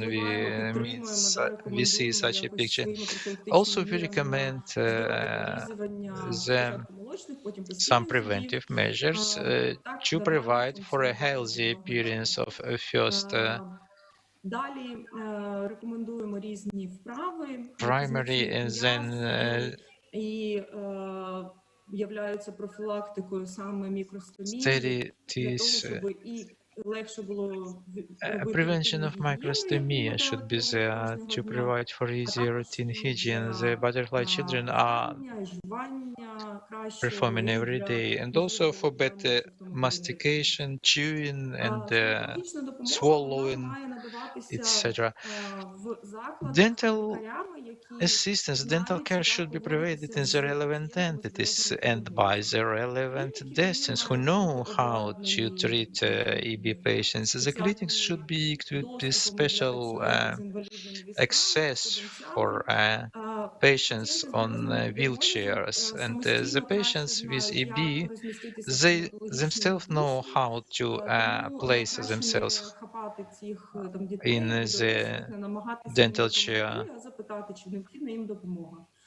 So better just ask them whether they need some help in that, without trying to catch them, to take them, because all unnecessary contacts can result in creation of injuries. If the patient will ask you to help, be very careful not to pressurize too much, not to make very strong touches to the children. The blisters on the mucosa are most common manifestation of EB. All those lesions have to be accurately punctured by sterile needle, and the ulcers and wounds remaining should be treated by such products as dental material or polysal gel, or even normal oil and Comedent. Early establishment of diagnosis is very important in such patients. Is more consultative. The dentist normally informs parents how they should behave with the children before teeth are appearing, and in the age 3 to 6 months is also the parents will clean, brush the teeth of the children, and will help them later on to learn how to do it. If there is a need for some drugs, the doctor will instruct how to do it correctly.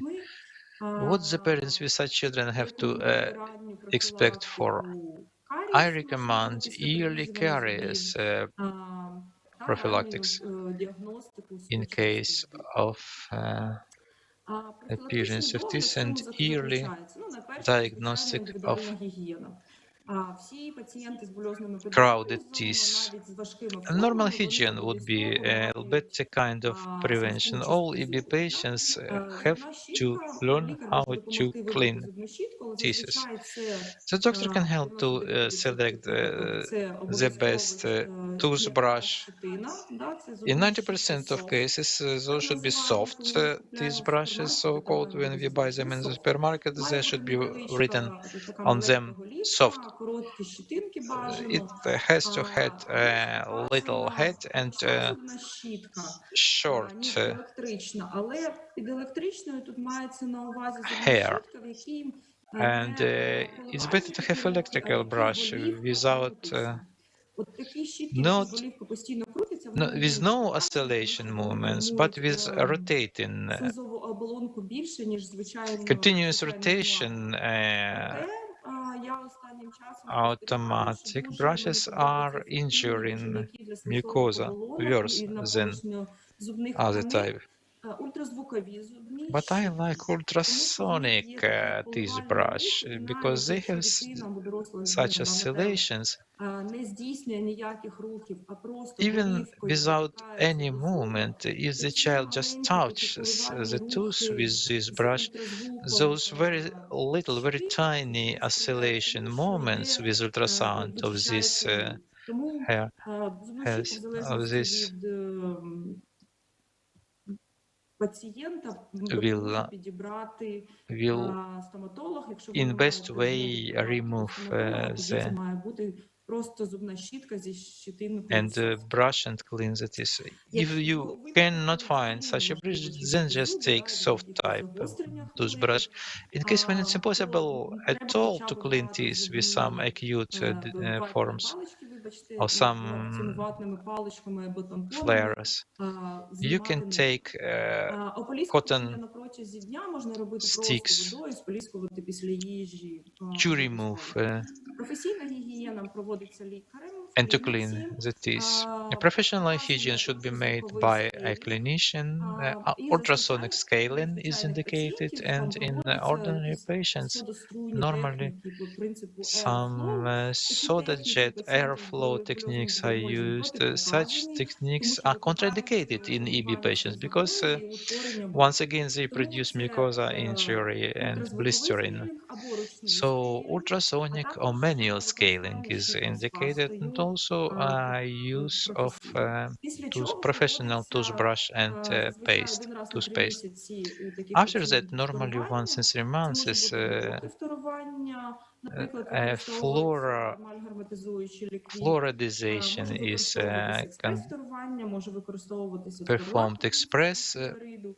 І у fluoration постійних or зубах, ну і молочних, якщо є use of можливість, проводиться герметизація bifluorine фісур is для used, попередження карієсу and hermetization жувальних of поверхень. fissures to prevent caries of the chewing Допоміжними методами surfaces is лікування conducted. або The профілактики являється ancillary methods флуороксидин, of який може treatment or використовуватися самостійно prevention is один раз десь на 3-4 місяці. Його не можна chlorine використовувати hexadan, постійно fluorohexidine, для which can be used ополіскування, тому once що in це 4 months. відбувається It звикання should be мікрофлори used порожнини рота. Да? Це for таке washing антисептичне because there is антибактеріальний an засіб. influence on Фторид, microflora да, of який oral може cavity. використовуватися як вдома, Fluorides can be used both at home and could наприклад, be вдома, used от also, тooth або міпаста.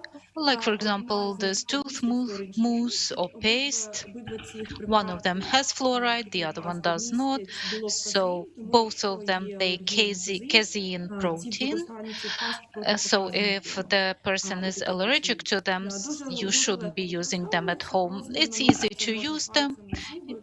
Після того, So як you can just почистили apply зуби, them with your проводиться finger, дегустату, apply them потримали on 5-10 хвилин, скільки змогли, your витримали, teeth and нічого не keep them споліскуємо, for нічого не 5-10 запиваємо, minutes просто and you дегустат. just spit Це them бифлорид out просто як without any фторлак, flushing. дуже So легко this is використовується, але bifluoride, like використовувати можна в Ftorlac, домашніх easy умовах to або use, в кріслі у but not at home. But in the office Ліки of a призначаються dentist's зазвичай office. в рідкій формі. Якщо Medications, немає usually можливості if it's замінити medication, таблетовані so ліки, it's liquid form.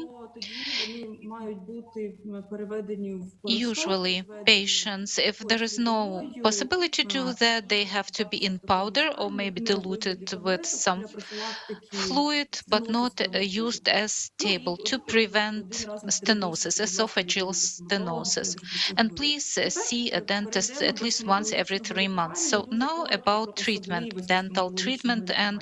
briefly about the Для того, peculiarities щоб of this мінімізувати type of травмування care in order слизової to оболонки, у minimize нас всі м'які trauma тканини, які to контактують з mucosa, лікарем, мають and бути all the дуже soft tissues that гарно contact with the змащені doctors have to be чимось, lubricated наприклад, really well with вазеліном, something like солкосерилом, Vaseline, деколофеном, це може бути Solcaceril, якесь масло, Bepanthen, наприклад. or some type of oil. Всім, чим було зручно. Тобто губи, So щоки, anything. нос, шия, So якщо є buccal відбувається, area, все, що cheeks, поруч nose, з тим, чим whatever, ви будете everything that you are контактувати. touching should be lubricated. Слиновидсмоктування.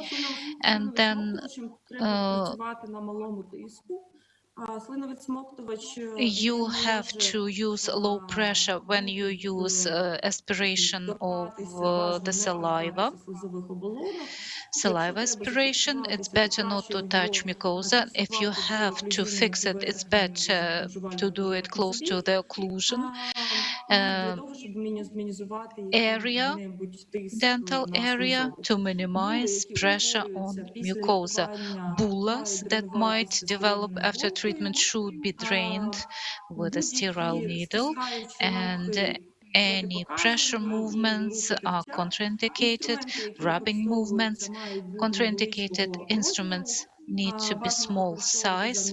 It's better to use instead of usual, instead of dental instruments, the ones that you use for larynx. Isolation could be relative and complete. Використовується повна ізоляція, тобто кофердам. Але платок Coffernam can be потрібно used, з тієї поверхні, яка but Coffernam, контактує з губами та шкірою, також має if бути you use змазаний that, вазеліном або also you силкосерилом. need to apply Відносна ізоляція – це Vaseline or силиконові Silcoceril шарики. on Якщо ви the використовуєте areas, on ватні, the ватні, surfaces. то ви If you're можете їх using використовувати rolls or просто в cottons, звичайному вигляді, як у звичайного so you пацієнта. cannot use them Вони just мають like бути in a повністю standard patient. змащені They need to вазеліном be або also змочені у lubricated віджаті водою. with Vaseline, Після or закінчення maybe лікування, just коли вам треба they have to be дістати soaked in water, ватний and валик з порожнини then the рота, ви water should be маєте squeezed off. його And обов'язково дуже after щедро you take орошити it out of водою, the переконатися в тому, oral що cavity, you він не have прилип до to слизової оболонки, тільки really після rinse того it really забирати з well порожнини рота. and make sure it's not stuck to the mucosa, and then Найпростіший take it метод out. рентгенографії і найбільш інформативніший – X-ray, це КЛКТ, тобто комп'ютерна it's томографія, CLCT. Computer tomography яка is the нам best відкриває картину method того, for що довше є, visualization відкривається в because it shows порожнині рота. us the picture Може of бути everything використано that we can локальна see in the рентгенографія, oral може бути, але дуже cavity. важко. Зазвичай Local це X-ray просто can be used, but рентгенографія it's байтового difficult, припуску. Перед цим ці касети також but usually змащуються white. And before that, вазеліном the чи іншимось cassettes маслом для того, also щоб не було lubricated with тертя Vaseline слизової or оболонки. oil to avoid rubbing. Пломбування може And filling, відбуватися як teeth звичайним filling, методом, it could be так і в done with usual залежності method, від and карієсогенної also ситуації в depending порожнині рота і від on того, the наскільки situation узагальнена or the гігієна. type of severity of Зазвичай caries, використовуються and then фотокомпозитні матеріали, on проте depends on інколи це hygiene. можуть бути Photocomposite просто materials are used. склополімерні цементи, якщо ми не маємо Sometimes можливості cement зробити ні can be ізоляцію, used ні if we cannot do ідеальне isolation. препарування. Ендодонтія також Endodontium, може бути endodontia also методом вибору.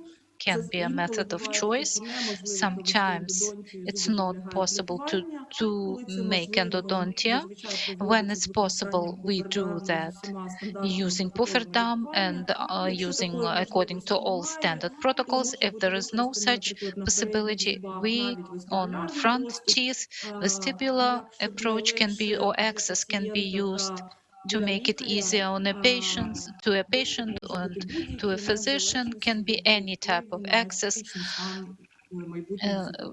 notwithstanding the Протезування – найбільш aesthetic цікава тема, picture. напевно, у пацієнтів з буліозним епідермалізом, Prosthesis is an тому interesting що topic in зняття пігменту patients майже with неможливо і EB підібрати because it's ложку almost майже неможливо. impossible Тому to do the imprint зазвичай ми and to використовуємо select the special техніки CAD-CAM, це instrument. CAD-CAM is usually цифровізовані used. такі такі сканери, In digital яким ми можемо dentistry сканувати is a як препаровувати special зуб scanner і that we can use for моделювати з scanning них майбутню the teeth, реставрацію and then they model додаткового the future вигляді, просто prosthesis in відправляти там шматок electronically, коли and в then нас we до send a території piece of приходить ceramics to керамічна a frazzer, реставрація, ми and можемо when we зафіксувати порожнину receive the рота. Це ceramic restoration, we can put it травматичний right спосіб into the oral cavity. протезування. Якщо It's the немає least можливості traumatic way використання of паперово-цифрової prosthesis. If стоматології, there is то я no рекомендую для possibility to зняття use this пігментів не digital використовувати dentistry, ложку, а I замість ложки recommend not to спочатку use a знімати special instrument like a spoon базову, instrument first. такий Instead базовий, of that, ніби як для you індивідуальної ложки,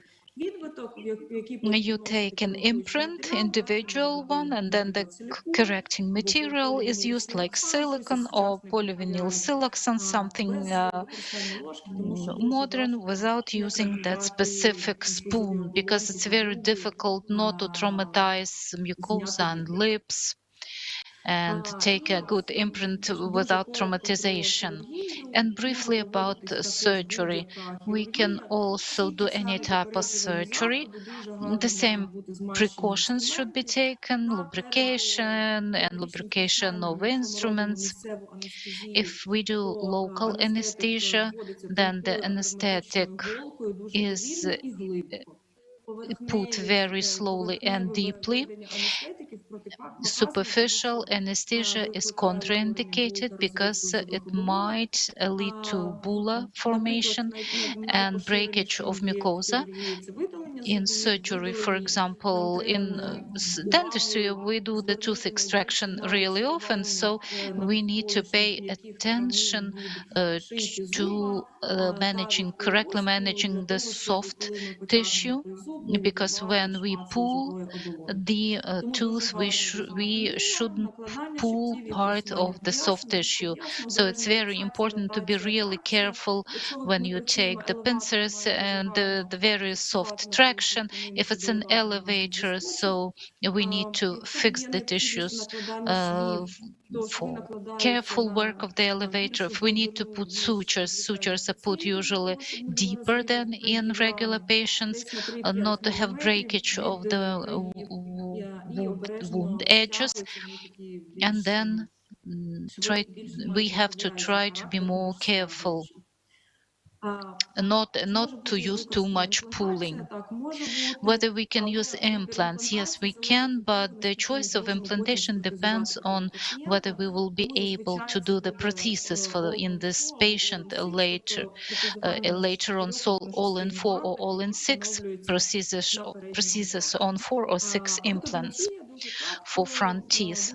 Or orthodontic treatment is complicated in such patients, and brackets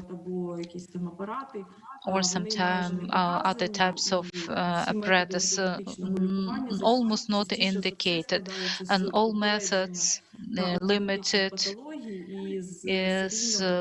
with prevention of such pathology and just serial extraction of some groups of teeth. Briefly about anesthesia, I will tell you about my practice. Usually we do it under general anesthesia.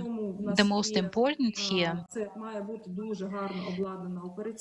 we really need to have well-equipped OR with all necessary instruments and materials and devices, and the anesthesiologist and the team should have experience working with EB patients, because everything starting from catheterization and completing with the intubation needs to be done with special caution. I just mentioned that we use nasotracheal intubation in the EB patients. And if someone would like to see how that happens, you can make a request through my name and apply to Porcelain Clinic. I will show you, I will tell everything and explain how we do this type of treatment. And unfortunately, our time is up. Well, of course, I have a lot more to tell you, but so if you have opportunity, please apply directly to me to the clinic. Thank you, Maria. Thank you very much for your presentation. Complicated topic, but you explained really well. Thank you. And now, dear friends and participants to our conference, please, I would like to ask for your attention. We are going to have not a usual presentation, but a small satellite session with Lokman and Rauschen's company support. So I really need to say that any view of the products of companies and the name of the companies is allowed. And we are going to have a really interesting person from Colombia, and this is Margarita Ortiz, and she's going to share the newest methods taking care of wounds in pediatric patients, in children. Margarita, you are most welcome. Thank you. Hi, good afternoon to everyone. You can start. Good afternoon to everyone. It's a pleasure for me to be here with you in this great event. It's an honor, and I am very pleased to share a little bit of my experience in pediatric patients and also some cases with EV patients. I really hope I can share a little bit with you and make myself clear. And thank you very much for the time.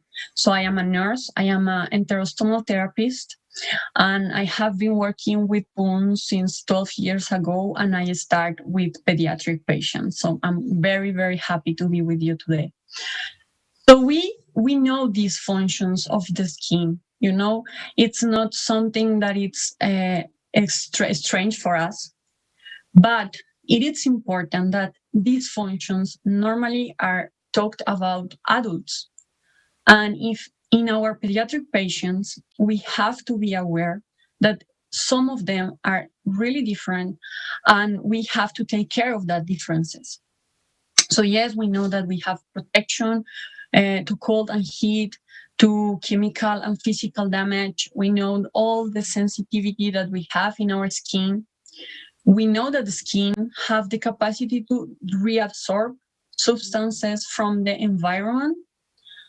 And we also know that it destructs or is the first protection from infection. But what happens when we think about our newborns? I am not just talking about EV patients. In fact, I am talking about in generally newborns. We know that they have a thinner stratum corneum.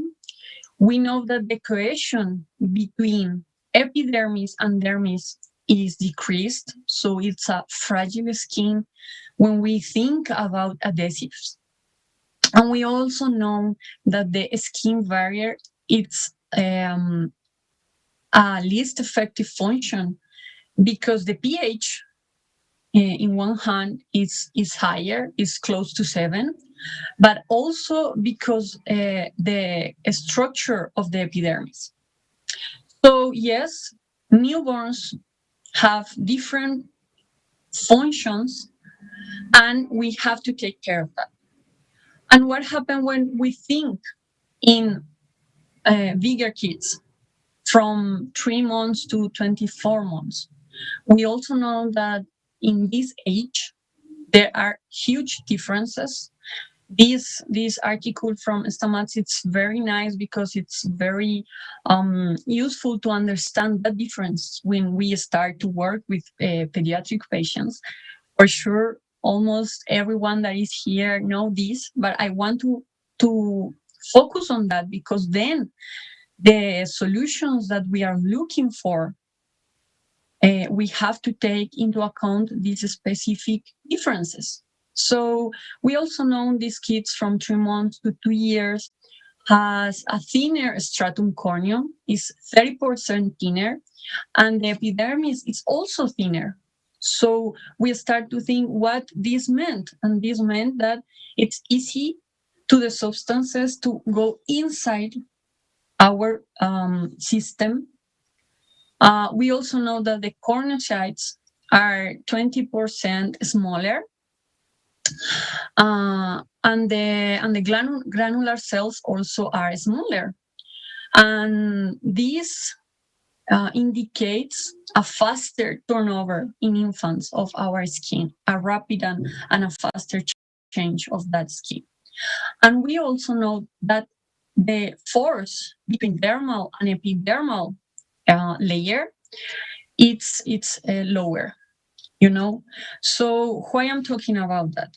Because we are used, or maybe our colleagues outside pediatric work are used to think that kids are small adults, and we really know that that's not true, and we have to focus on the special patterns.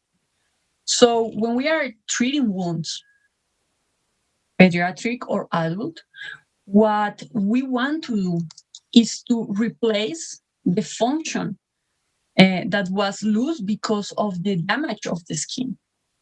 It could be in EV patients that we also know that has also very, very unique needs, but it's in general for all our pediatric patients.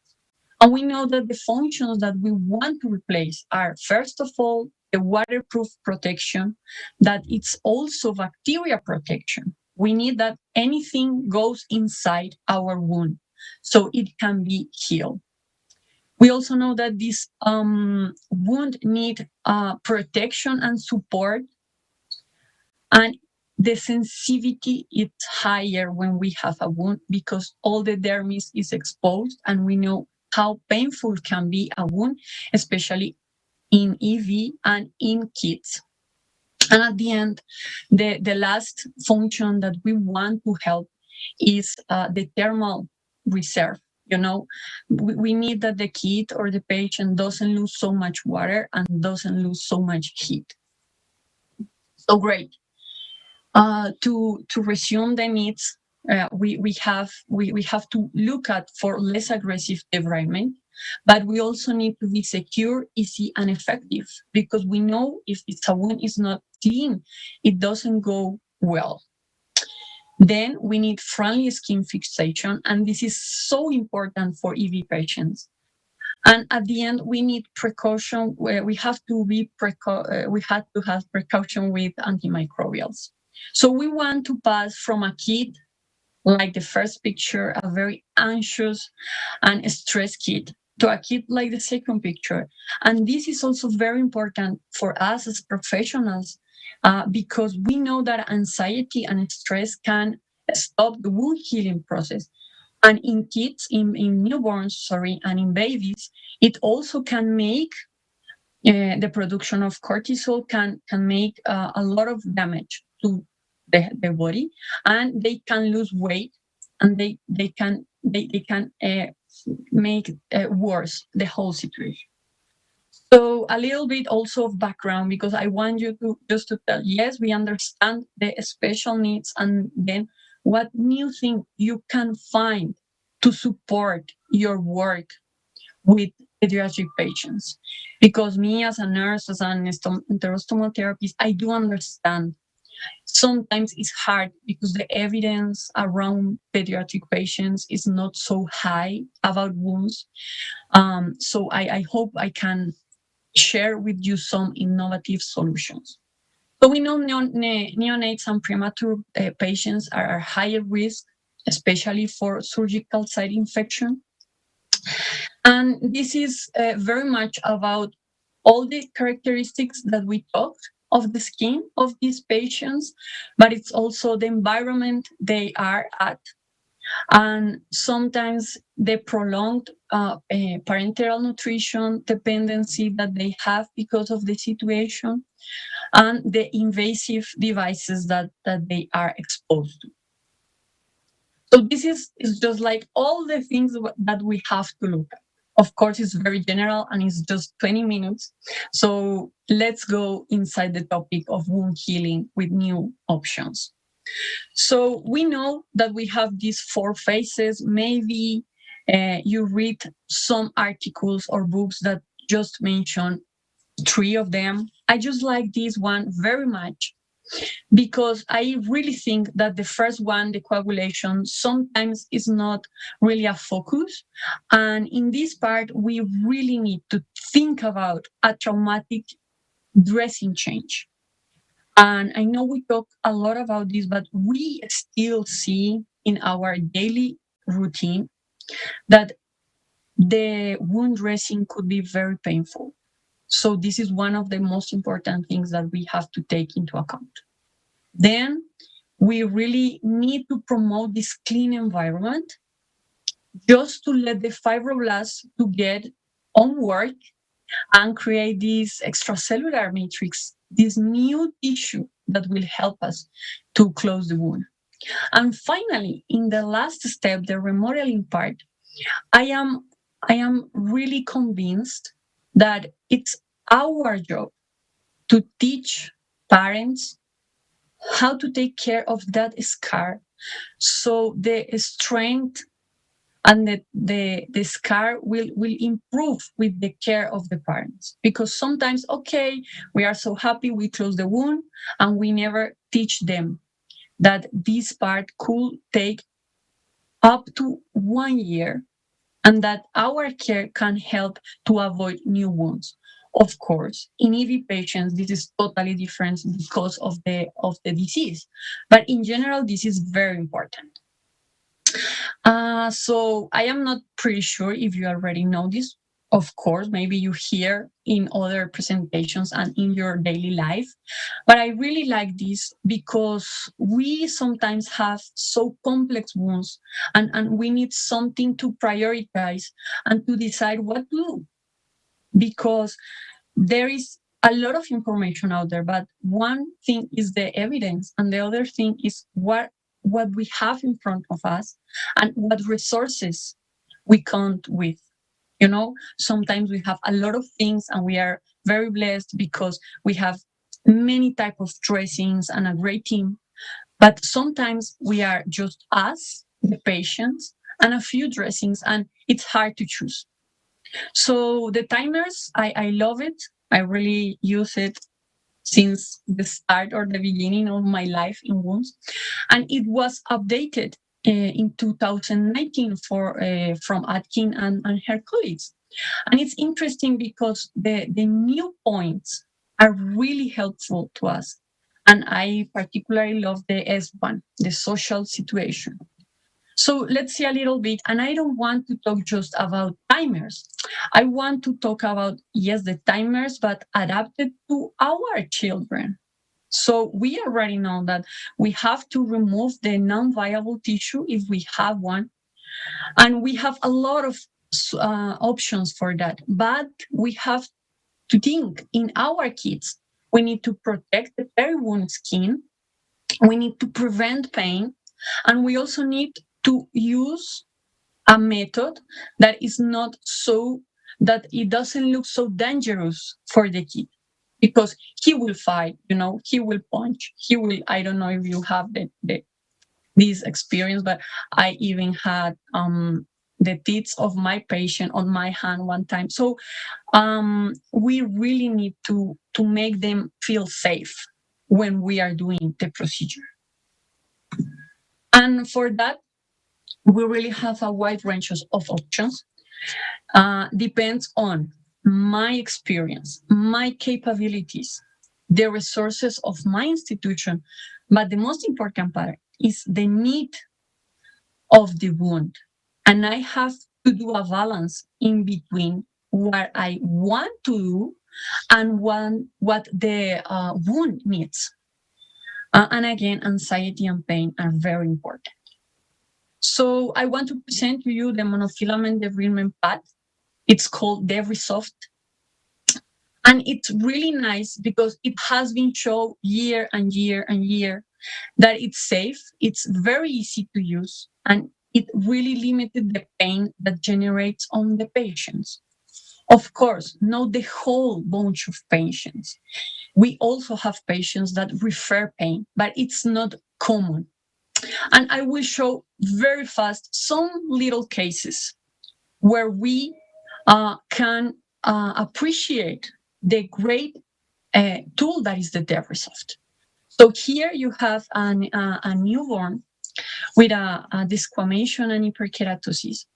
And what I want to point out is that this patient with a very fragile skin has the opportunity to get debrided of this tissue without making worse the situation, without creating pain, and in an efficient and effective and fast way, because just one use of the product gave us these results. Maybe you can think, oh, but I can use hydrogel or I can use, other stuff. The point is that the humidity of this patient was very high because they lose a lot of water. So we cannot put it gel because it could be macerated. But it's really nice to know that we have a tool that gave us that. How do you use it? You just clean, you just put a lot of saline solution in the pad, and then you use it inside the wound bed. It will cut all the debris, it will cut the slug, and it won't attack the integrate skin or the granulation tissue. And this is a specific patient. This is a girl with EV. And the parents, they will try to stop the bleeding in the nails with a lot of antimicrobial products and powders. And yes, you are experts in this area, but normally at first, the parent doesn't know what to do. And we had the opportunity, to present the debra results to them, and they can clean these fingers without damaging the skin. And as you see, afterwards, they cover with a polymeric membrane, and you see how it heals, and it makes so easy for the parents to do it at home very safely and without pain, or with less pain, because what they were using was very painful for the baby. So you just humid the product, pass around very soft, and then it takes everything out. And you discard the product and use your secondary dressing. Then we go to infection. And we already know everything about infection, and we think that we know. But in our babies and in our pediatric patients, we have to think about the absorption that the substance could get, because of the thinner layer. So we want to prevent toxicity or that risks of adverse event. And this is not a baby case, but I am very pleased to show you, because normally people who work with pediatric patients think that biofilm is not a problem in our reality. And unfortunately, it is a problem. This is a case of an 8-year-old female, and she had a traumatic accident. This is not EV, okay? This is a traumatic accident, and all her scalp was out because of a machine. So this wound has 1 year old. This wound. So it's incredible how a kid without any disease, she was a healthy kid, get a wound for 1 year with a lot of pain and with the impossibility to go to school. She was out of school and she was just at home hoping to get better. So you see this substance in the granulation tissue that is not so healthy. And thankfully, they appreciate our support and our help. And we start the wound care based on biofilm, the protocol of healing wounds based on biofilm that is composed about debridement and antimicrobial, each dressing change. And you see how nice it was, the evolution. I want to mention that this girl had 2 attempts of screen graft. So she didn't have just this wound on her head. She also has a wound on her legs because of the skin grafts. So it was a really successful event when she, at the 3rd time, she couldn't get a successful skin graft. But this was because we used the Derrisoft and the Suprasor X in combination for this wound care based on biofilm. So, okay, when we have a risk of infection or an infected wound in our kids, we know as general that hydrogels and hydrocolloids are not indicated. We also know that if the wound it's little or has a low exudation, we cannot use alginate or foams because this absorbs too much. And I don't know if in Ukraine you use nitrofurazone. In Colombia, it's so common. We try to change this, but it's still there in daily basis. And we know this is not great because nitrofurazone, you have to change it each 4 hours. And you know that sometimes silver is not recommended, especially in kids that are exposed to phototherapy. So I have these patients. You see, it's a surgical site infection. He has a neurological surgery, sorry. And you see that it's tiny wound, and you see a little bit of a slug, but you also see the difficult to put or to fix the dressing. So here they use PHMB to reduce that bacterial load. Of course, the kid is on antibiotics, of course. But then you see how easy it was to fix and how secure and comfortable it was. Because this skin is so fragile that you don't want to use an adhesive. So here the TG Fix really help us to promote this wound healing. So sometimes we are so focused on the wound, but we also need to think about the whole situation. Then we are going to moisture, and we need to equilibrate or balance the moisture. And this is a case from DEBRA UK from some years ago, when they try out to use the Loma-12 with the Suppressor X. What is Suppressor X plus PHMB? It's a biocellulose with 0.3% of PHMB.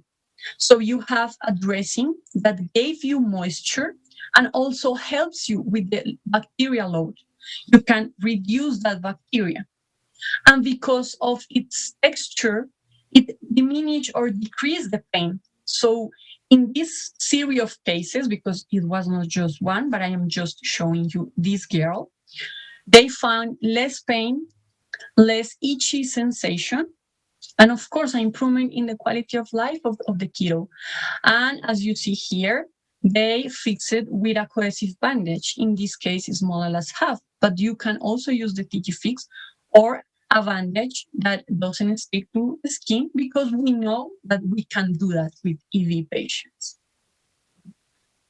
And this is another example of how, if you balance the moisture, you will have a great result. This is a second-degree burn in a 3-year-old girl. And what we get with the use of Suppressor X plus PHMB, we get less pain, less frequency of dressing change. And as you see, in just 4 days, because maybe you can see the dates in the ruler, in 4 days, we get a really nice epithelialization. So that's why it is so important sometimes to open up to new things. This is also an EV patient. I'm sorry, this is not a kid. Fortunately for her, she is already an adult. But she was being treated by her sister at home, and the wound really didn't go well. So we divided with Debrisoft, and then we use X plus PHMB. And as you see, we put a Loma-12 up just to avoid losing the moisture. And she was so relieved when we put the Suppressor X in her head, because she really, the Suppressor X really helps with pain. Okay, we are almost done. We now are in the edges. Sometimes this is very common for me to treat the essence of a surgery. And sometimes the edges are not easy to take care. Sometimes there's a lot of moisture. Sometimes, of course, babies are not still and sound. And we need to have first a good promotion of the granulation tissue. So this is just one example. This is a dressing of 100% collagen. It's called Suppressor C. And what do you see? You see a tracheostomy very big, with a hole very big. And you see, okay, I am on time. So I just want to show this protection also with a work with DEBRA Colombia, with the TG Fix. And at the end, we have to understand that children have very special needs, and advanced wound care with new options, it's really good for you. Thank you very much.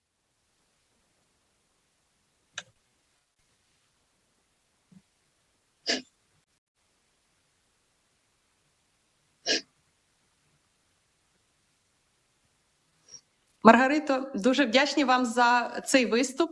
Було цікаво побачити фотографії пацієнтів. Thank you very much, Margarita. It was interesting to see the pictures. Those are your patients from Colombia, as I understand, yeah? And the products you do use for such patients, which are efficient ones. We thank you. The questions have not yet been arrived to you for your presentation. Maybe they will appear later on. Unfortunately, now we do not have time, but upon your permission, if the question will come later, we shall send them all to your email, and eventually we ask you to give your answer later on, not today, not within this conference. Thank you very much for your participation. Good evening, or good morning, or good night. What is the time Thank now you in very Poland? much. Bye-bye. Have a good day. Колеги, до нас поступила ціла низка питань до наших Dear лікарів. colleagues, we have a number of questions to our doctors, to Svetlana Mykolaievna, Inna Volodymyrovna, Anatoly Volodymyrovich, and Maria Imshinetska. Unfortunately, we are a little bit out of time. So not to postpone the next presentation, I propose you to have the same approach. All your questions will be passed to the relevant speakers, and we shall prepare answers and we shall send them to your emails. Thank you for your understanding.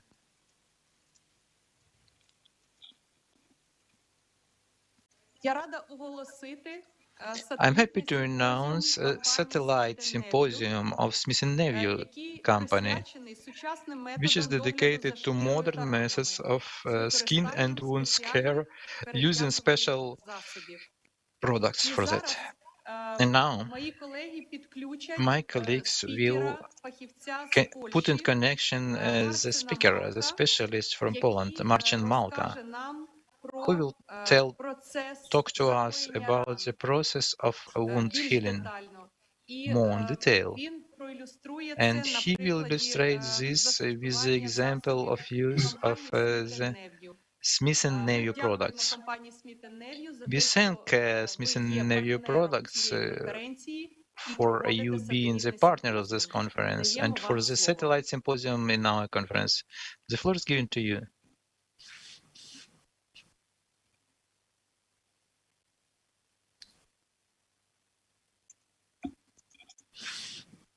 Часу ще є.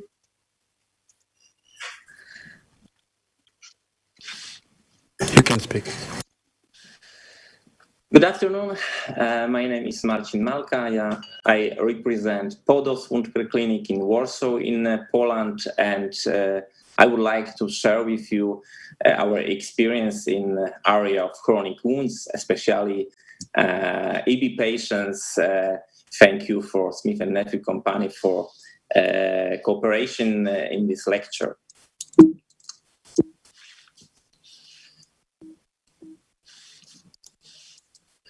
A few words about EB story in our clinic. We start with taking care about these patients in 2015. In this time, we start with cooperation with EB Poland Foundation. And from this time, we start to educate families, our patients with EB. We visited a lot of wound care center in London, Great Ormond Hospital, St. James Hospital, and also EB House in Salzburg.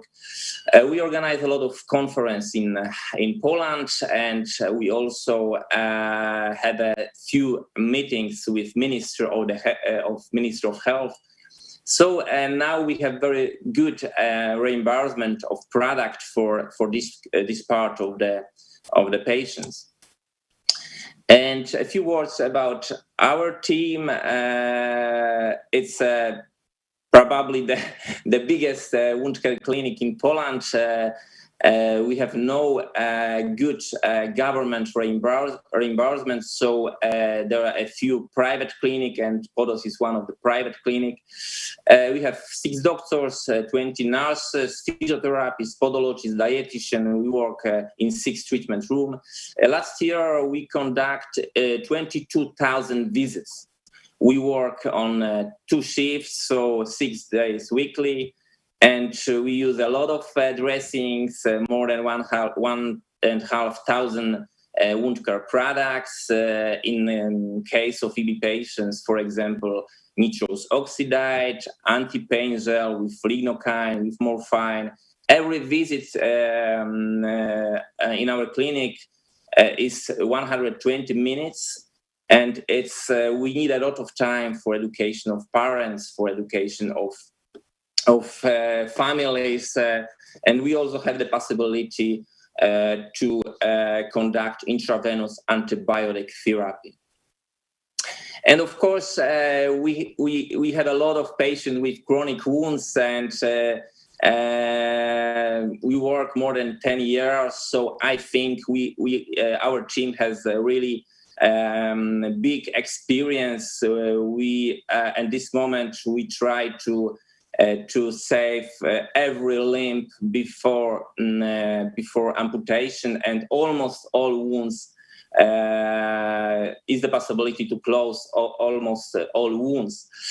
And the same in the obstruction of artery. We cooperate with angiology and vascular surgery department, and after successful revascularization, we have the possibility to close the wound and save the limb before amputation. But of course, there is completely another situation in case of our EB patients. This problem is unsolvable. The cause of the wound is unsolvable. So what we can educate family, we can improve the healing process, we can change the dressings, educate how to conduct this dressing change using clean technique or sometimes sterile technique. And of course, our team know all these fresh new methods, and I think it's useful for the families, EB patients. What we do, of course, we try to organize some education for the parents at the moment when the newborn is still in the hospital. We try to prepare the parents for the situation, for this new situation when they have to change the dressing every day.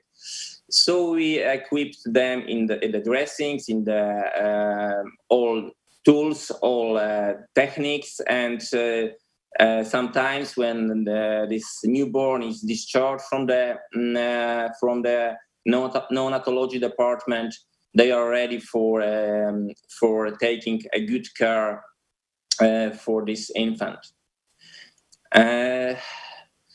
According to the guidelines, we observe that the same techniques or similar techniques which are used in the case of all our patients with chronic wounds, the same similar techniques are necessary in our EB patients. So, of course, there are another cause of the wound, but there is the same strategy or very similar strategy. Look at the guidelines. The page 6 is very important to choose the right dressing and to protect the peri-wound skin. The same situation in, for example, venous leg ulcer or diabetic foot syndrome. And page 17, specialists should teach patients how to heal wounds and inform them about all new products introduced on the market. And time strategy can be used in patients with chronic wounds in the course of EB. So we try to implement this time strategy also to this group of patients. Let's start with the letter T. This is tissue management.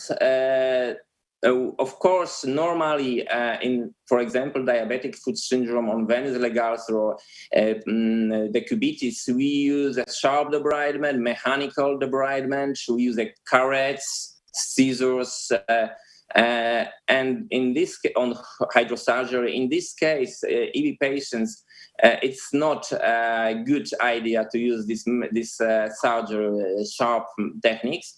But of course, we use mechanical debridement using DEBRISoft. According to guidelines, it's a good product for debridement. We use saline, we use lidocaine with gel with lidocaine, put it on the wound 10 minutes before debridement, and it is possible to avoid the biofilm or necrotic tissue. But very important is also autolytic debridement. We have a lot of patients, also old patients with dry necrotic tissue in the wounds. So it's very often. So we use a lot of gel in this group of patients because there is painless. This is maybe not so fast. The debridement process is not so fast, but it's painless and it's easy to conduct by parents. And maggot therapy is also very popular in Poland, very popular in wound care centers. And it's also is possible to use in EB patients, but I have no experience with this technique in these patients, of course. And in next lecture of our time strategy, infection control, inflammation, we use a lot of products to cleanse the wound. When there is a sign of infection, we try to use a product with part of antimicrobial substance like Granudas, Noctenil, Prontosan. When there is no sign of infection, we use a saline or ginger solution. In case of infection, we also use antiseptics. After cleansing the wound, after debride the wound with, for example, wound pads, we use a soak fast with antiseptics. In case of Octanicept, it's 5 minutes. In case of Brownol, it's 15 minutes. And after it, we cleanse the wound with saline and next protect the wound bed with some dressing. We have two products from Smith and antimicrobial products from Smith and Nephew. Iodosorb is very good iodine, Cadexomer iodine antimicrobial dressings. It's really non-toxic. Sometimes we know that silver has some toxic for the cytotoxic influence, but Iodosorb is really safe. There is one contraindication in case of problem with thyroid problems. And Iodosorb is also good for autolytic debridement because he takes a lot of water and change the gel. And when we remove this Iodosorb after 3 days, the wound bed is more covered by granulation tissue, is less necrotic tissue inside. And antibiotics, we try to avoid this product in case of EB patients, but sometimes in a really spreading infection, we have to. Okay, let's look at the guidelines. We can analyze at the beginning. We can analyze the guidelines for infected and critically colonized wounds. There are a few products, and there are also Iodosorb for exuding wounds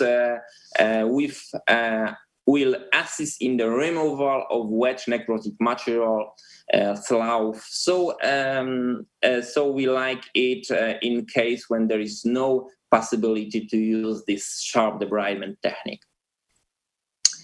And the next lecture of our time strategy is moisture balance.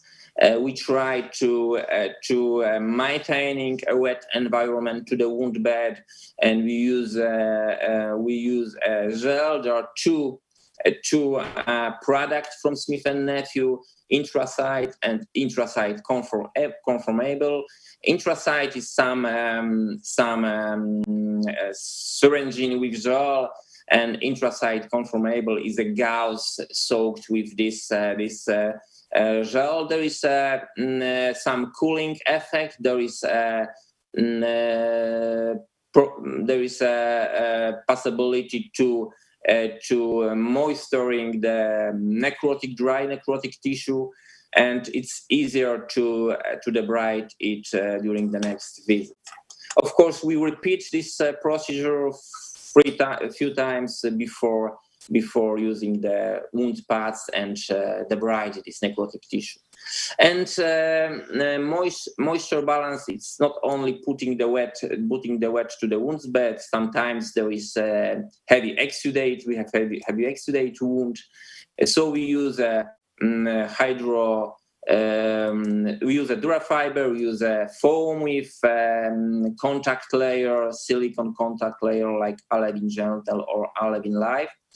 And sometimes in the phase of epithelialization, we also use a very thin foam for promoting this epithelialization, for promoting this wet environment, which is good situation for the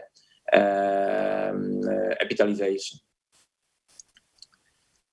And a few pictures of our patients. You can observe the necrotic tissue, dry necrotic tissue, and very thin epithelium on this right feet. We use also Intrasite Conformable here and here. And next, for example, foam or like Alevin non-adhesive or something like this.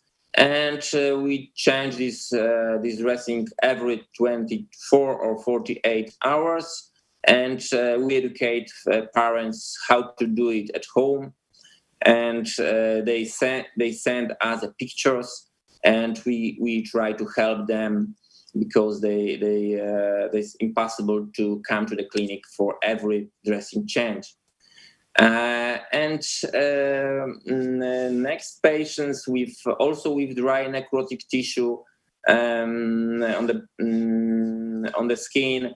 So it was a few years of story of this wound, and we need a few dressing changes for moisturing this wound.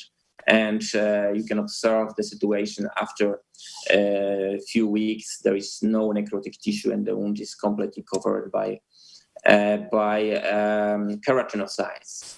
And the last point of the time strategy, epithelial advancement. We try to remove the hyperkeratosis. Of course, in EB patients, we don't use scissors, we don't use a scalpel, we use urea foam to moisturing this dry hyperkeratosis. And we also protect the peri-wound skin before this heavy exudate. We use a Secura. This is skin protector, or some creams like barrier creams like ProShield Plus. In this phase of healing process, we use a foam, thin foam like Alevin Gentle Light, or normal capacity like Alevin Gentle, and also sometimes atraumatic meshes like, for example, Mepical. And this is all types of Smith & Nephew dressings used in EB patients. Of course, there is more than 100 products from Smith & Nephew in our clinic, but not all of them are useful for EB patients. This is a very specific group. We need a gentle product. We need a product with silicone. We need an antimicrobial product from time to time. We need a gels and some product for protect the peri-wound skin and protect the skin before the silicone foil. And a few words about each type of EB. Simplex EB. In guidelines, we have bordered foam dressings, and I agree with these guidelines. We try to use a bordered dressings. Of course, a lot of nurses, a lot of doctors, and also patients afraid this kind of dressing, but in EB simplex and dystrophic, we try to use this product because it's there is a better comfort of life, but better possibility to live in community. So we try to use Alevin Gentle Border, Alevin Life, and also use this product to protect the blister sites after cutting the blister.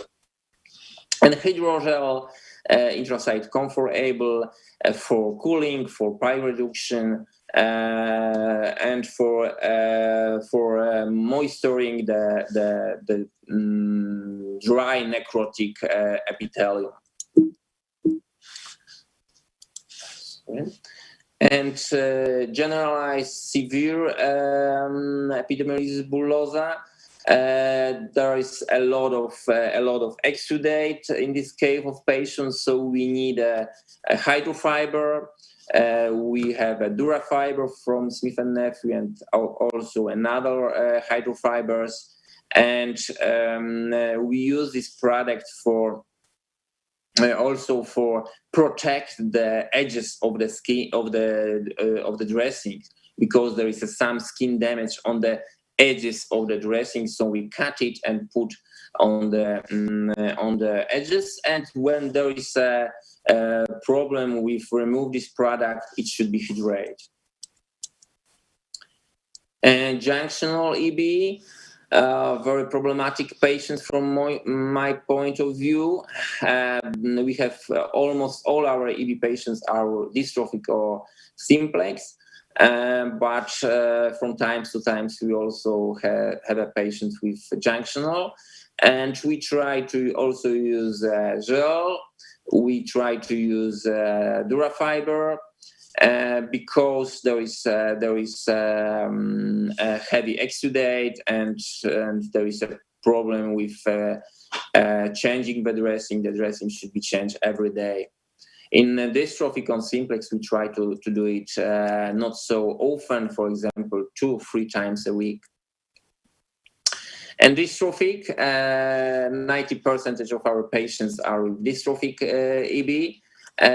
We use a foam in this group of patients, foam with contact layer. From Smith & Nephew, we have Alevin Gentle, or an Alevin Gentle Border, or Gentle Border Light, or Alevin Life. So we have a few possibilities. And in this group patients, we try to use a smart silicone medical adhesive remover for remove this product safely for the patients and to avoid the skin damage. And we know this product very well because we have also stoma patients, and it's very useful and really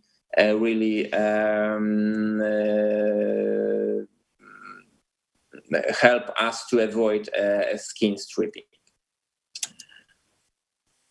And in newborns, it's very special group of EB patients. We try to organize EB nurse or EB doctor for every newborns, EB newborns in Poland. So I know almost all patients with EB in Poland. Because the parents who were educated in our clinic, or the kids was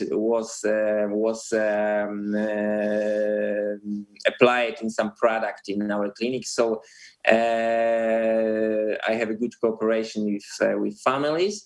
And in this group, we also use hydrogel, or like intrasite conformable.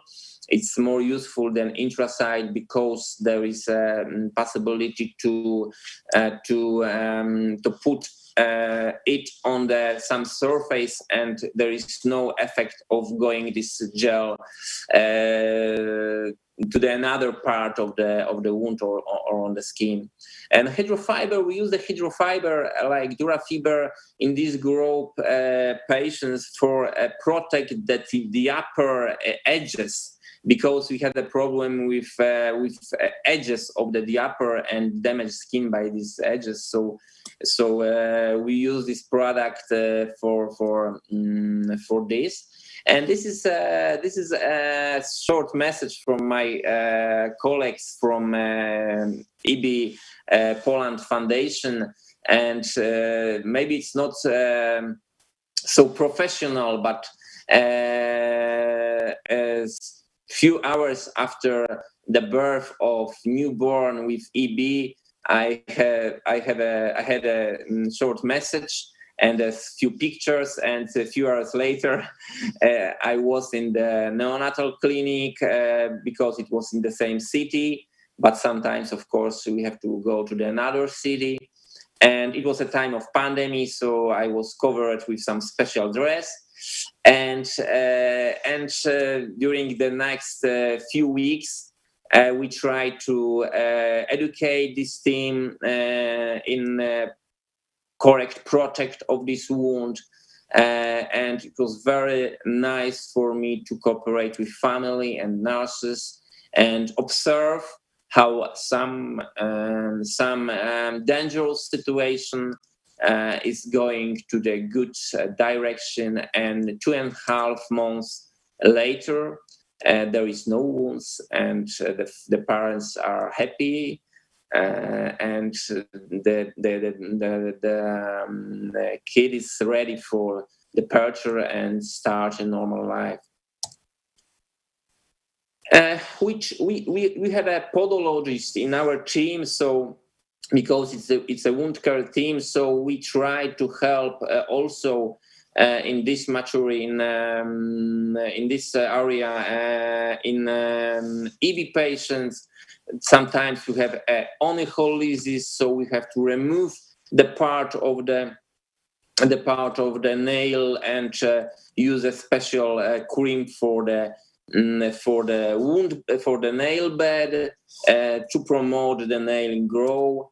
And another situation, there was I know this kid very well, but he never was in our clinic, so we only use the telemedicine for help them. And look, it was only 7 days from the very painful problem on the face, and 7 days after, when we use a gel, hydrogel and foam, this problem was resolved, and there was no pain because there was no dry necrotic. And another patient, there is infection, there is there is an infection, there is a lot of necrotic tissue. There was no good education in resolve this problem, this necrotic tissue. So we try to do it. Of course, it's impossible to do it during one visit. So we educate the families in using of hydrogel, using iodosorb, because it's also infected tissue and a lot of biofilm. And step by step prepare this wound for closing. I told you about the upper and using Durafiber to protect the edges of the upper. This is a very nice technique, and it helps us to avoid a problem in this area. And sometimes we use a product for protect the skin before repeated injuries. For example, in this girl, there was a lot of problem on the back, and after closing this wound, few weeks later there was the same because there was damage of this tissue during the night.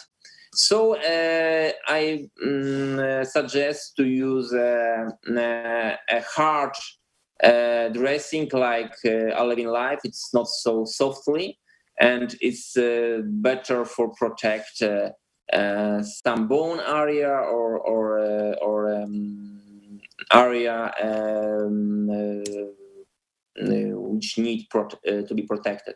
And Simplex EB, very pretty young girl, but there was no using any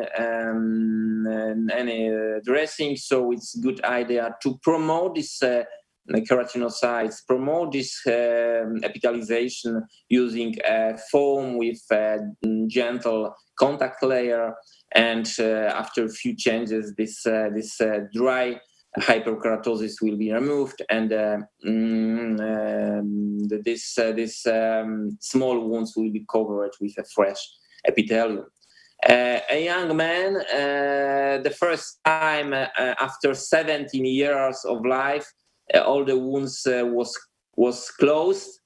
So I remember this man very good, and we use a bordered dressing in this case because there was a lot of wounds, but each of them was separately. So it was a good idea to use a border dressing.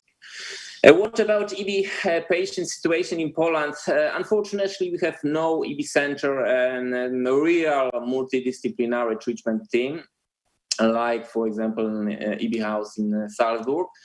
Unfortunately, we have no registry of EB patients, so we don't know exactly how many patients, how many problems, and how much money we need for resolve all these problems.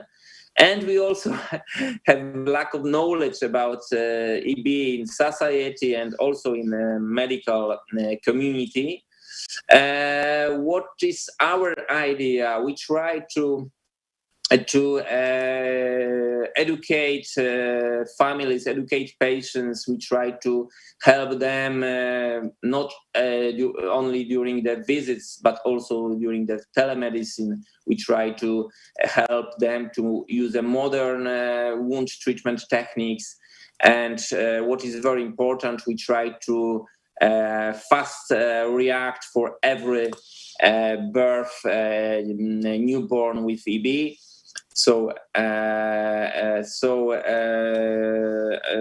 I never know when will be the next break in my work, and I have to go to another hospital. And what is very nice from my point of view, and our patients also, from 2019 we have a new benefit for EB patients. So from this time, every product useful for protect our patients, not only dressing, also needle, gloves, nutritions, dressings, everything, stockinets is free of charge. So the financial impact of this benefit was 12 million Polish zloty per year. So it's not so many. It's not so much money for this problematic growth, but at this moment we really have a good situation for them. Thank you for your attention.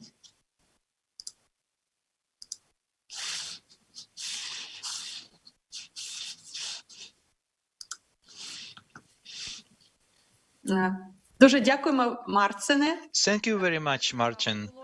It was very interesting. Thank you for this satellite symposium. I'm sure that there are many types of products and medical products that our patients never have seen, never have tried to use.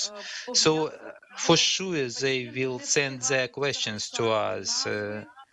about dressing, because the patients don't have time to copy the names of products you demonstrated, and also in the presentations the font is too small. So I propose we shall collect questions from all our patients and we'll send them to you, questions regarding your products, to disseminate this information among them. Some patients have experience of using some of your products, but we have you described many other products our patients don't know, which are well used for EB patients having wounds. We are very thankful to you. We shall send those questions to you, and we will be thankful for future cooperation. We wish you good evening, good night, and I thank all the participants of our conference, all of our wonderful speakers who shared their experience and showed very brilliant presentations and images, absolutely everything for our patients and physicians in Ukraine. This was a unique experience. No one conference was held in Ukraine before, like this one ours, eventually even in the neighboring countries. So it was very useful, and I will be thankful to you for your feedbacks and comments to be sent to the email of our organization. This is where I want to thank everybody once more, and I want to tell you that this is the second practical and scientific operation dedicated to 10 years anniversary of the public organization Dermatologists for Ukraine and DEBRA Ukraine Center. These 2 days we have been with you and also speakers from 9 countries, but we ask patients not to disconnect, because not to go offline, because right now we have a separate event, a webinar on the rights of orphan patients. It is a very important topic, because the patients, besides medical care, they need provision and access to treatment. And the most professional specialists are on the rights of orphan patients are the Public Association Orphan Disease of Ukraine. So the first floor I'll give to Tatiana Kulesha, the chair of board of this association. She will share her experience of working in Ukraine and cooperation with DEBRA Ukraine, because our patient, our organization belongs to this association as well. Tanya, please, you have the floor.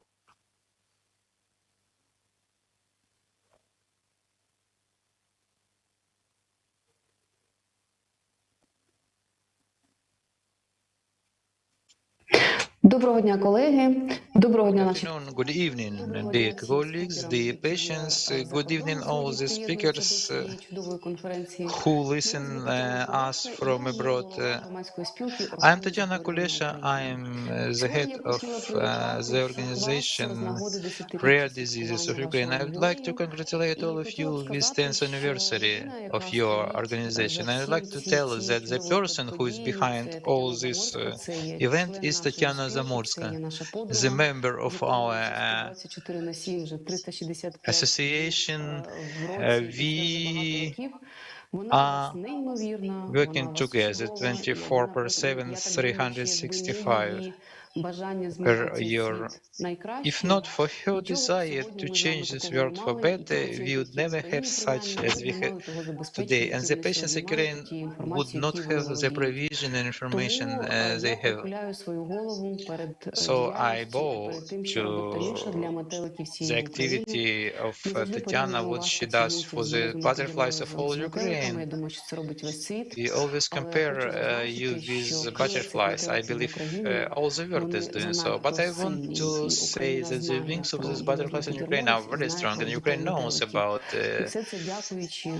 epidermolysis bullosa and about butterfly children. All that thanks to the efforts of Tatiana Zamorska and of those patients who supported and make the wave of flight of this butterflies in Ukraine very strong.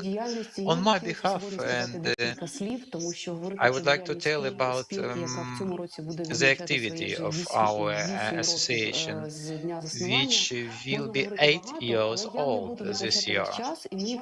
I can talk a lot, but I will not take much of your time. I would say the most important features. What we created in Ukraine to provide for the patients and to make so the state would hear to us and make certain steps.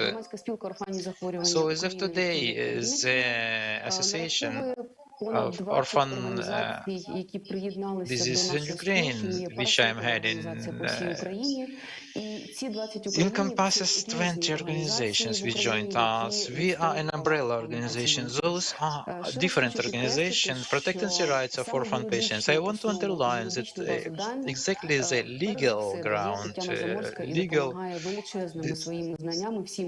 database is given by Tatiana Zamorska, and she helps with her knowledge to all the patients of our association, not only to the butterfly children, but also maybe our association. Since 2014, we are members of big European organization, EuroOrders, and all our developments, all the steps we're doing them exclusively using these developments we have in Europe, and we're always talking about we shouldn't invent new bicycle. This has to be adapted, which was already created. We should adapt it for Ukrainian realities, what exists in Europe, to achieve the goals of Ukrainian rare diseases patients. The main achievement achieved in 2014, a law was adopted which obliges the state to provide products, treatments, financing for our patients with rare diseases continuously and uninterruptedly.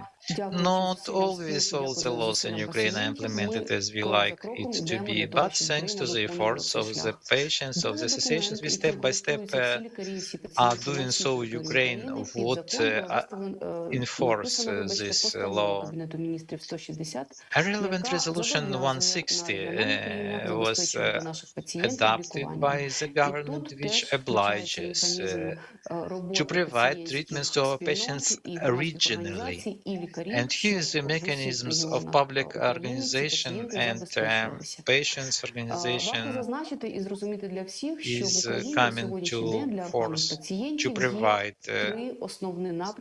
treatments, products, and services with those patients. There are three main sourcing, three main directions of financing. The first one, public procurement of Ministry of Health, the main one. Next, regional programs, which according to the resolution 160 have to be created in all the regions. And the third area, city programs, meaning affordable drugs and free of charge receipts. And unfortunately, there is another way when the patients buy the treatments, the drugs from their own pocket.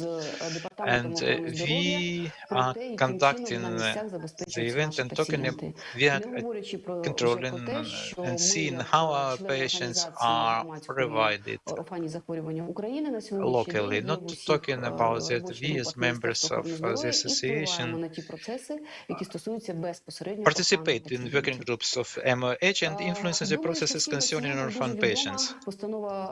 We know about the decree of Cabinet of Ministers number 333, or the National Essential Drug List, that was adopted, unfortunately, in 2009, and that was against all our requests to include the drugs for orphan patients, and in particular that was about BE, but they didn't listen to us at that time, and together with other public organizations, we were fighting in order to make changes to the essential drug list. And now for our orphan patients, drugs can be procured for our patients, but with prerequisites of having regional programs.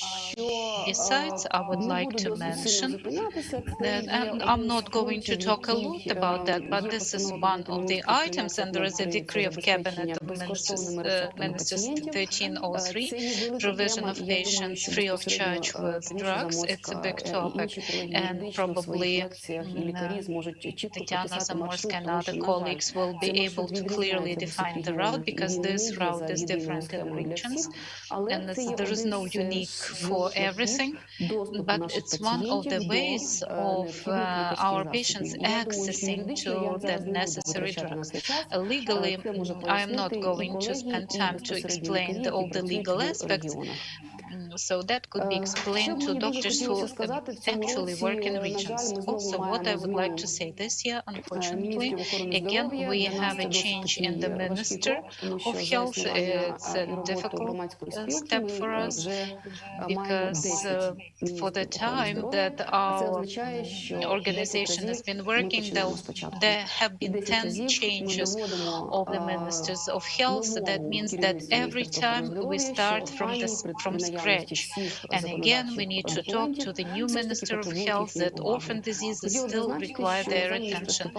I would like to say that Mr. Stepanov did really give very good step in improving access to treatment for our patients.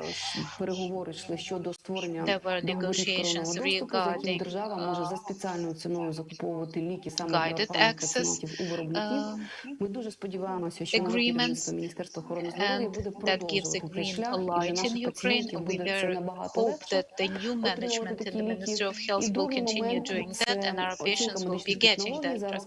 And then the medical technologies assessment, MTA, is very much discussed. So that means that all drugs that are coming to our market are already on our market, need to be assessed through MTA, and we have to prove that such medications or products can be used in Ukraine. We are, as public organization, and also our partners, DEBRA Ukraine, participate in all meetings with the government, and one of the steps, and there was a development of the concept by the Ministry of Health for patients with rare diseases. And we and Tatiana Zamorska, with her huge knowledge of the legal basis and practical knowledge, we put a lot of effort in the development of that concept, and on the 28th of April this year it was approved. And now we hope that even if the management changes, it will not influence this concept and its implementation in Ukraine. In the beginning of my presentation, I already mentioned about our activity over the 8 years. We can say a lot, and this is the result of the results that we have been working for 8 years, is everything that we do for our patients. But also the maybe most visible event, as community we saw that European countries, to support the orphan diseases patients, they enlight their very famous buildings, is just to make people aware of the problem of orphan diseases, and not just people, but the managers, different levels. And for example, in the Emirates, we saw a wonderful enlightenment, and the Colosseum was enlightened, and just to support children with orphan diseases. And New York as well did the same for the highest buildings. This year, we decided that we also need to do a kind of a flash mob or such a step in Ukraine. That was a very notable event. 6 places we planned for that were the first for the enlightenment, the most famous buildings. You can see how that happened in Kiev.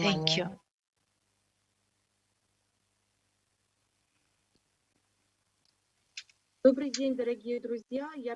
Hello, dear friends. I'm happy to welcome you on this day. and such a significant day, I would like to introduce myself. My name is Larisa Voloshina. I'm the president of all Ukrainian Association of Taking Care of Patients with Cystic Fibrosis, and also I'm a member of the board of Orphan Diseases in Ukraine organization. On this wonderful day, first of all, I would like to thank Tatiana Zamorska personally, because she is at the head of all this work, who dedicated all her life to this issue, to provide comfortable life and to provide everything that's needed to our little butterflies. And I'm very grateful that this woman, this person, has done everything possible that can be done in our country in quite difficult conditions in order to be number one, to understand that you are not alone, that you would know that you have a basis, foundation, a support, a very clever person, strong person with a legal background that takes care of you and fights for your rights. And she is doing that not only for her own son, but for all of you. And that was Tatiana who developed and implemented the package of care for EB on the level of Ministry of Health. So in our conditions, when we see that people at the ministry are changing all the time, I would like to ask everyone to help our patient as much as possible in your organizations or you personally, in order for them to have everything that they need to feel sure and needed people in this life. I'm sure that you will do your best, because as an association of EB in Ukraine, you are an example for many of us, because they're very decent people in your organization, decent parents. They never quarrel.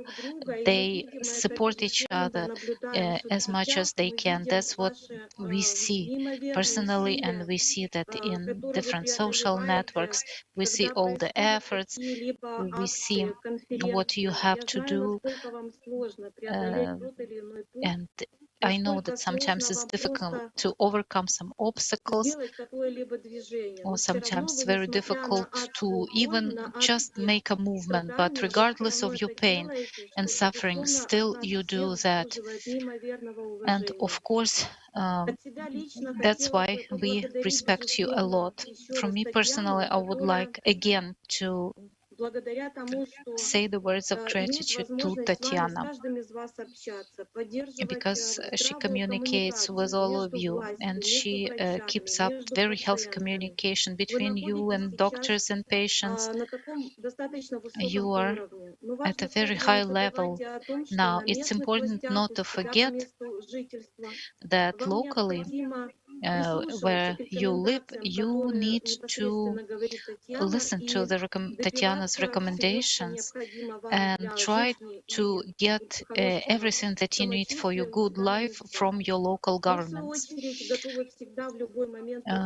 We are always ready to support you if you need our help and help you in your not an easy life. So at the end of my welcome speech, I would like to wish you all stability, good health. So number one, good health, and then stability, comfort, and all the best in your families, in your relationships. I wish you all to have just positive people in your life in different situations, and less toxic people who probably make your life unbearable. So again, all the best to you. you and your butterfly wings symbolizing your disease. I wish them always be strong, flexible, to overcome any difficulties, for you to reach any of your goals for your health and life. Wish you all success and happiness. Tatiana, thank you for this unique opportunity to address everyone and talk to you virtually, but still that's wonderful. Thank you.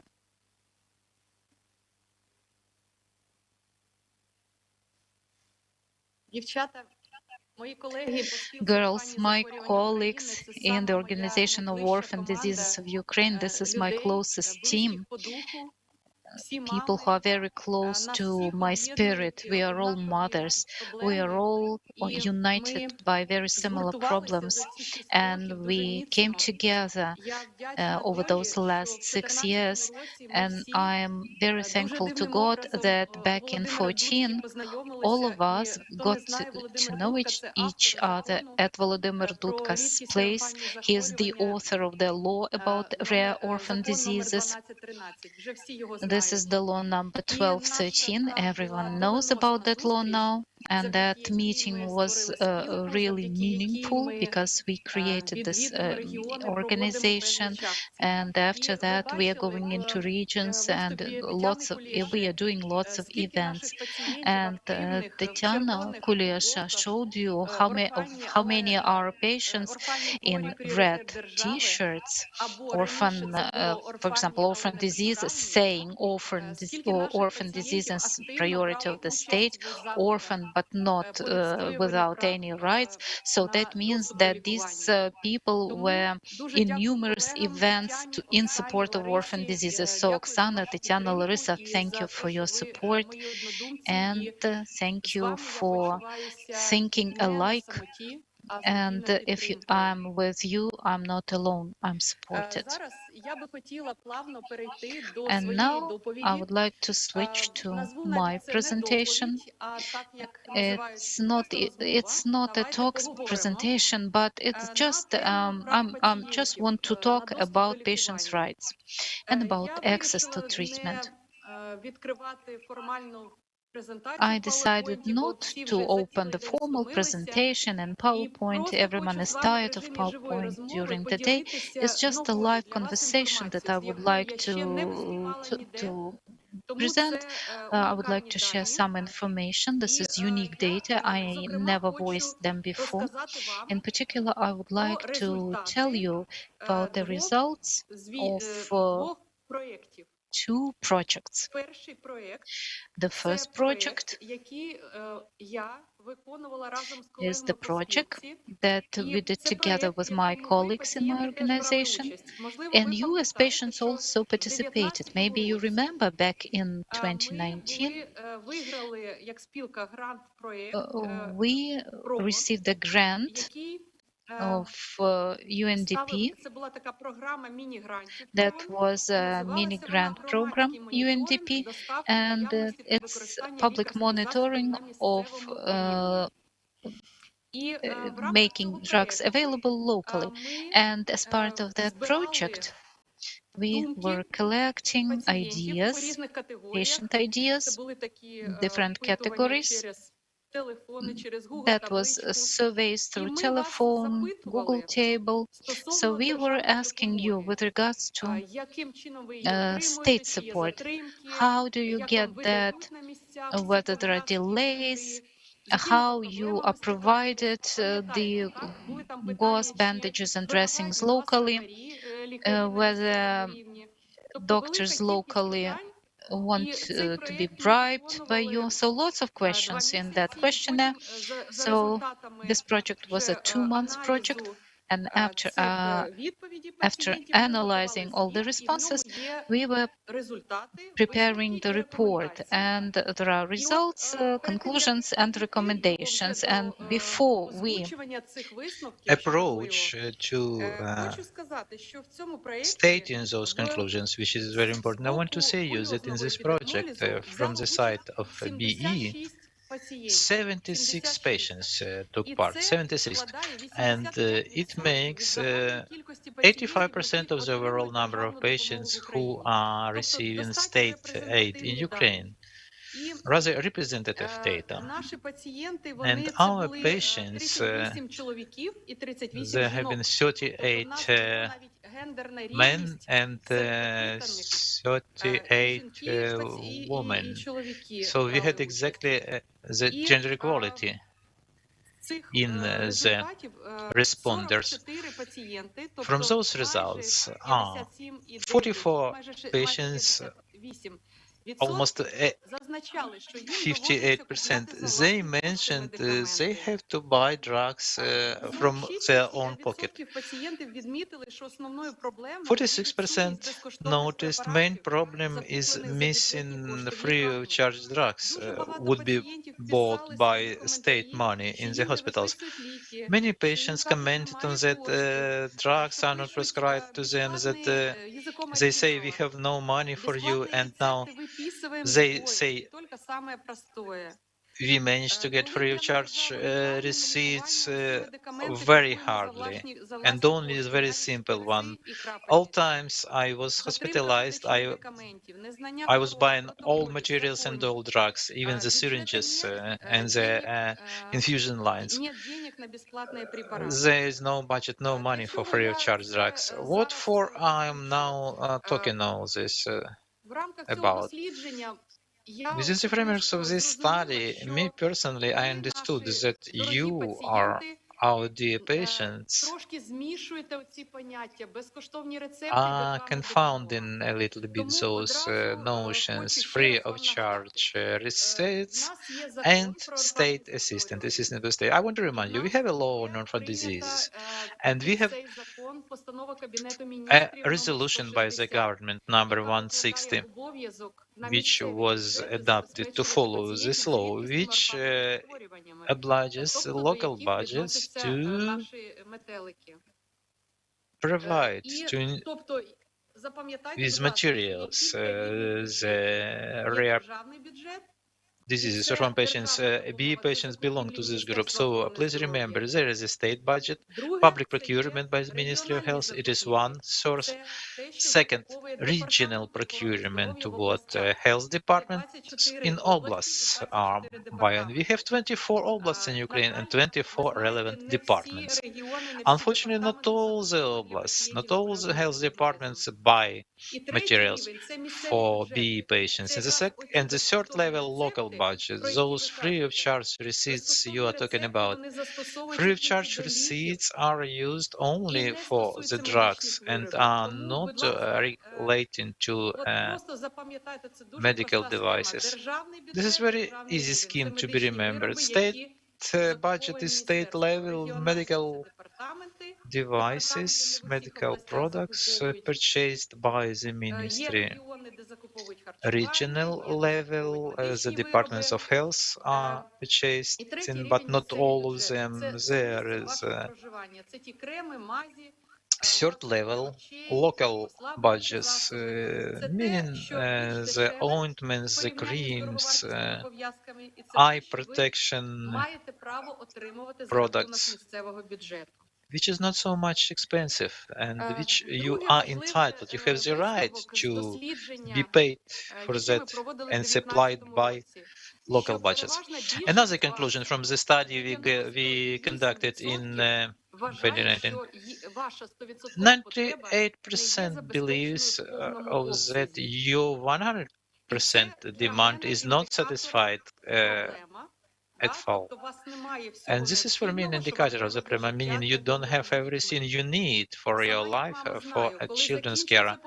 As a mother know when the dressings have exhausted, depleted, I see there's less of them. I have just 1 month or 1 week supply of dressings.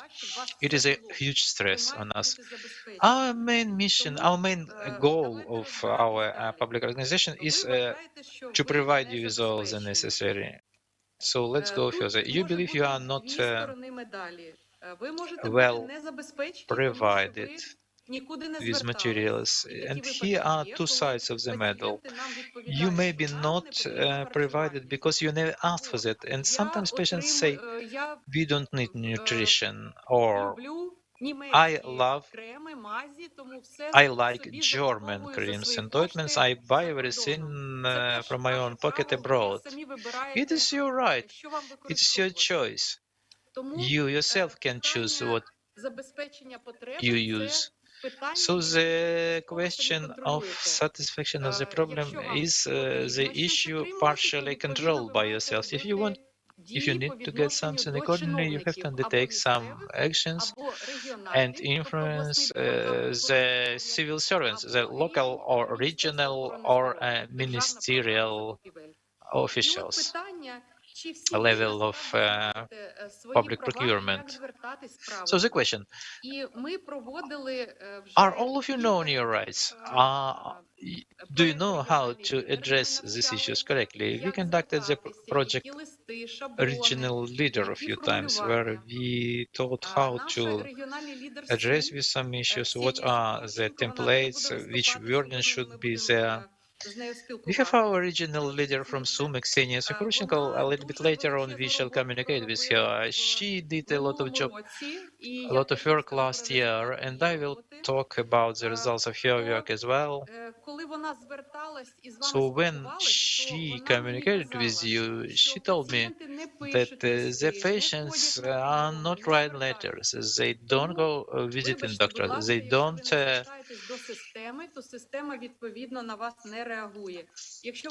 go and they don't ask anything from the system. So I'm sorry if you don't ask the system will not react, will not respond. If you just applying with oral requests, nobody fixes it. No, the system doesn't answer you. They answer you. We have no money, and that is all. And you swallow it quietly and don't interact with that. I'm different.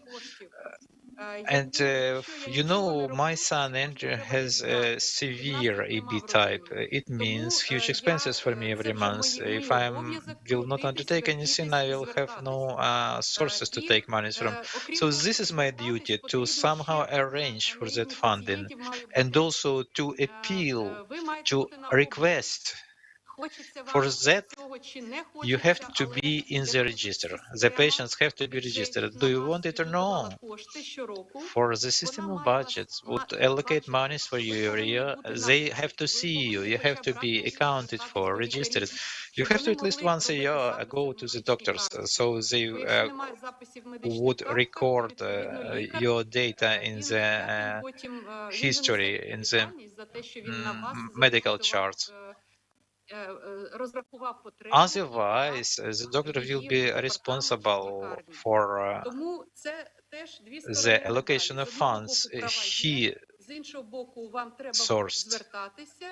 So these are two sides of the medal. On one side, there are rights you can use. On the other side, you have to make your request and to communicate with the doctors. Obviously, EB is very rare. There are sometimes with ultra rare for Ukraine. So you understand, you don't expect from the doctors to understand your disease. So respect them. You need some actions from the doctors or from the officials only they can do. For example, to submit explanation of your needs, to sign some consultation conclusion unit. This is the issue of your interpersonal relations, which couldn't be regulated by any legal act. Build up good relations, friendly relations, and the doctors also will have good attitude to you and will do everything possible within the frameworks of their duties.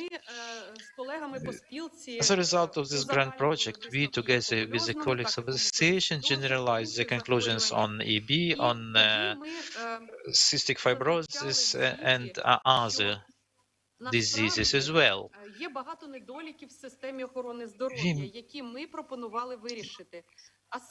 we noticed in the report that there are really many gaps, many drawbacks which should be solved. There are no efficient communication of the regions with the expert center, with the office of BE. There is no national register of orphan patients, and there is no electronic system which allows to see exactly the flow, the movement of the drugs. You do know that the public procurements are delayed a lot.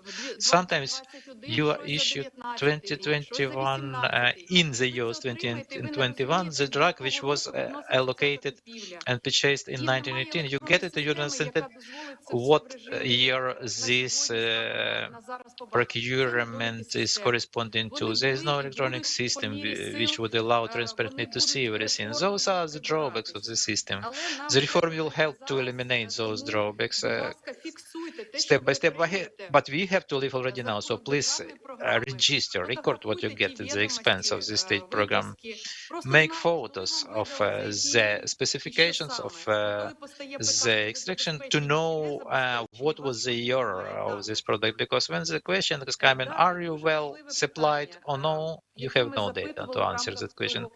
Next very important question we asked within the framework of this project: there is such an authority like a commission on orphan diseases, like commissions on orphan diseases, which have to be created under Oblast State Administration or city administration. This is the requirement of the bylaws on that such commissions should be created. But in the conclusions we mentioned they have been already created in many regions, very formally on paper. And 77% of Oblast said, yes, we do have such commissions, but in the prevailing majority of patients don't know about their existence. So I'll tell for you now, commissions have been created under Oblast State administrations. You patients have the right to send your letters with description of your demands stating, I'm a patient, this is my need, this is the conclusion of the consultator. And those commissions are obliged to consider, to review your request. They are obliged to call for a doctor who provided medical conclusions for you, or to get his proposal from him regarding whether should it be purchased by the patient or not. The commission are people who bear responsibility. Please, you have to know about the existence. You can send a letter and ask in your oblast where the relevant commission was created, who makes part of that commission, how can you come and visit them, and how can you submit your need list. This is how you can solve problems with free of charge receipts locally. That what regards this report. Next, last year from July to December, Ksenia Sifurchenko did very professional job on civil monitoring of how the nutrition products, therapeutic nutrition products are supplied to our patient. She sent a lot of letter on your behalf, being as a representative of our organization, to know about supplies of nutrition for each oblast, and she prepared a very good report. I have extracted from it, and it describes all the oblast. Due to shortage of time, I just want to selectively show what is the situation for these supplies of special nutrition products. Dnipropetrovsk Oblast, refusal in provision of nutritional supplies, grounded on that it's not treatment of pathological phenomenon. The local entities are buying, are purchasing drugs according to the national list. What it means? The patients in Dnipropetrovsk Oblast are not supplied with nutrition and with drugs because the nutrition is missing in the protocol of BE treatment, and the drugs are not included in national list, essential drugs list. The guideline doesn't show nutrition products. Yes, it's our gap, our narrow place, but there are oblasts like Kyiv Oblast who are purchasing nutrition products for our patients, although the guideline is the same for them. Not always is so black and white. There are grounds to buy nutrition even when they miss in the guideline, in the protocol, because it is indicated not only for BE patients but also for oncologic patients and other ones, because they have significant body weight deficiency and they have large degree malnutrition. And the list is referring to us. Everybody already knows that it has no relation to orphan patients, including epidermolysis bullosa.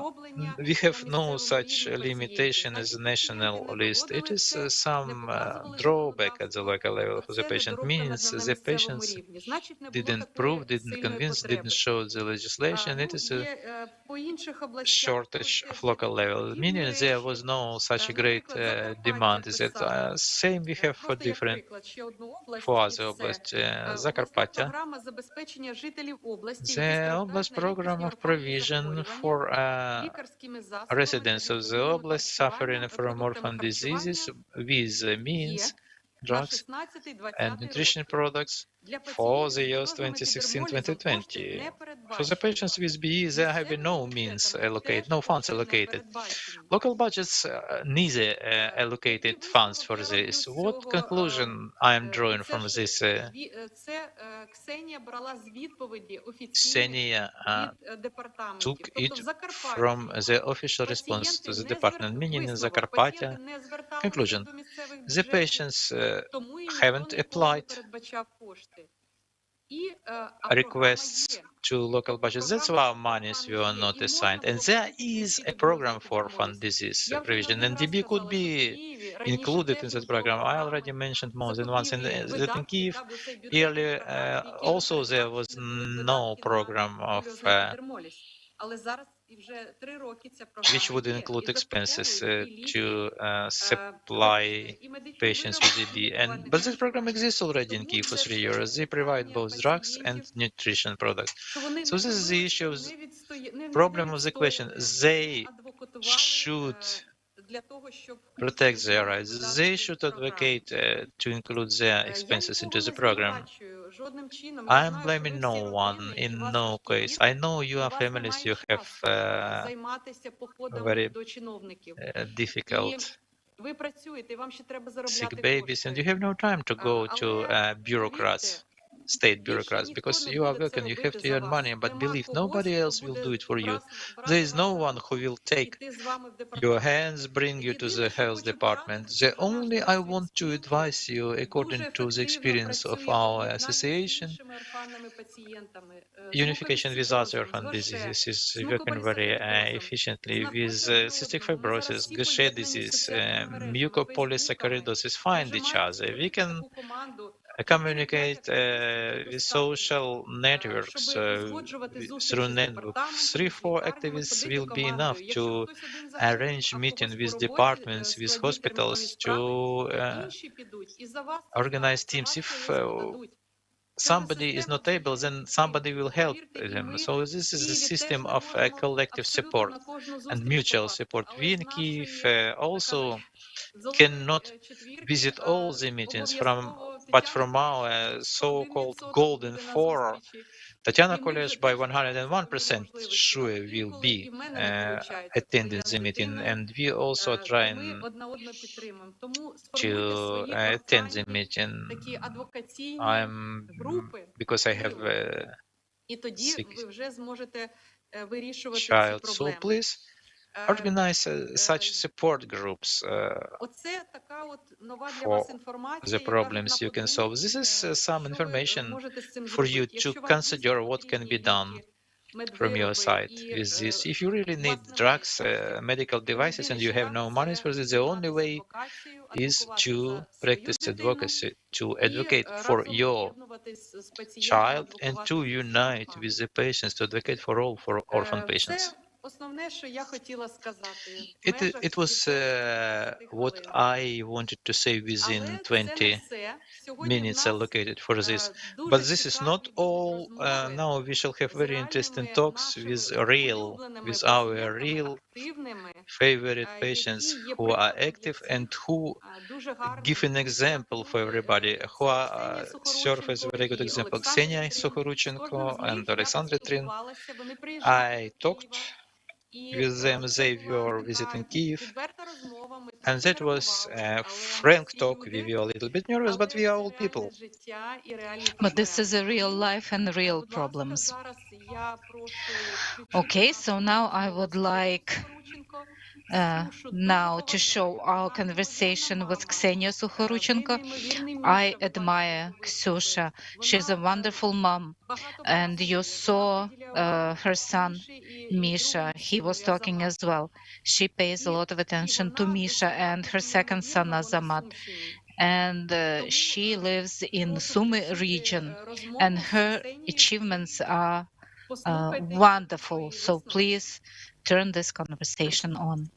Сьогодні з нами Ксенія Сухорученко. Today, Ksenia Sukhoruchenko is with us. Ksusha is the mother of a wonderful child, Misha Sukhoruchenko, who is already 11 years old. I know Ksusha for about 10 years, and since our organization was established, and we met because we wanted to help our children and other families with such children. You are not just a wonderful mom, but you are a public person. You are very actively involved in everything we do in DEBRA Ukraine and the Dermatology to Children organization. How you can do that, and what are your challenges being a mother and the person who is always busy. In fact, it is really quite complicated because having a child with this type of disease, it's very complicated, and we know that changing dressing takes up to 2 hours, and you have to provide care and medications timely. I also started to work because of course I wanted to be close to my child and be together, be close to him while he is at school. But actually, life is more complicated because I need to both work and take care of my child. So I had to leave him alone at home at times, but always I need to find some positive things in that. Like that means that my child is going to become an adult person more quickly. And he used to send me photos by Viber, like I had something to eat. This is how I ate. This is how I did this and that. So that's how we lived. So I did what I had to do, and I made sure that he was okay. But emotionally, this is quite a burden because when we get down to work, we really want to work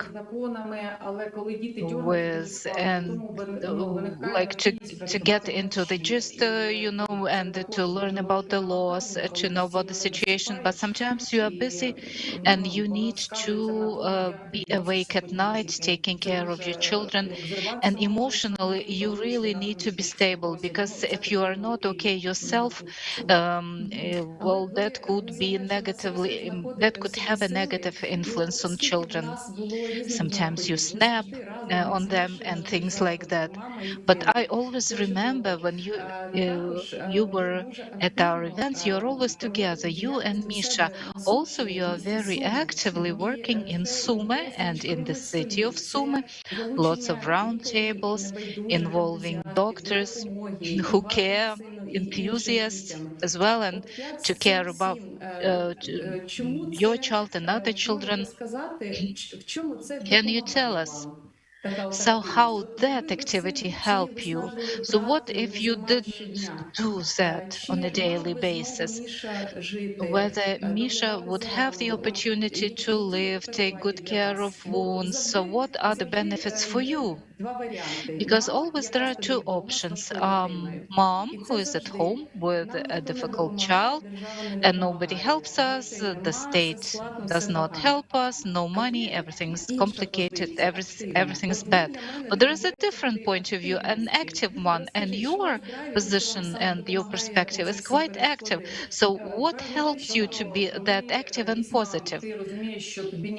When you understand that there is no way out, you need to do everything possible to get medications, otherwise your child is nowhere to have good dressing and not good medications. So that makes you being active. And by the way, I was helped by other parents. So when the first couple of years, I was actually trying to solve these issues and I was visiting different organizations. So when you really find good response from officials, from doctors, that makes you really positive. It's just that they really have experience in treating such orphan disease children. But when we communicate well and we explain well and we try to explain our perspective, not from the point of view of push. We're not pushing, we're not pressing. We have to communicate as equals just to show people how we can communicate. And it's a lot of drive in the fact when you see that you are well understood and when everything that you do is to the benefit of our patients. We did a lot of events, charity events, roundtables, and now the officials, MPs and officials and doctors, they like to come to such events. And we now talk not only about epidermolysis bullosa, but other orphan diseases. And we found such patients with other orphan diseases. So that's probably the biggest joy and satisfaction when you see that you really can help to people, to other people who wouldn't be able to do it on their own. Because there are people who are afraid to stand out, to approach someone. When I had this experience talking to a lot of families having children with different rare diseases, well, when I explained to them what path you have to tread, like what I have come through, so what are the steps, and they're all really complicated, people are not ready to do that. And that was strange to me because, well, we were able to do that. That means that you will be able to do that as well. Please, you have to approach, to ask, to talk. But unfortunately, there are some families who are not ready to spend their time doing that and trying to get achievements on their own. And that is a frustration. I remember when we organized first events and you were one of the first leaders in a group of our patients and the doctors. I remember how difficult it was in the very beginning for everyone because we had to learn the legislation, different decrees of cabinet of ministers with the whole regulatory documents. But later on, it was really a pleasure for me to see uh, when you started to implement the knowledge, how it works, where it works, and what needs to be done for it to work. Families with children, EB children, and other orphan disease children. So that was like a miracle to me. Always a pleasure to see, to compare how the situation, how it was some time ago and now.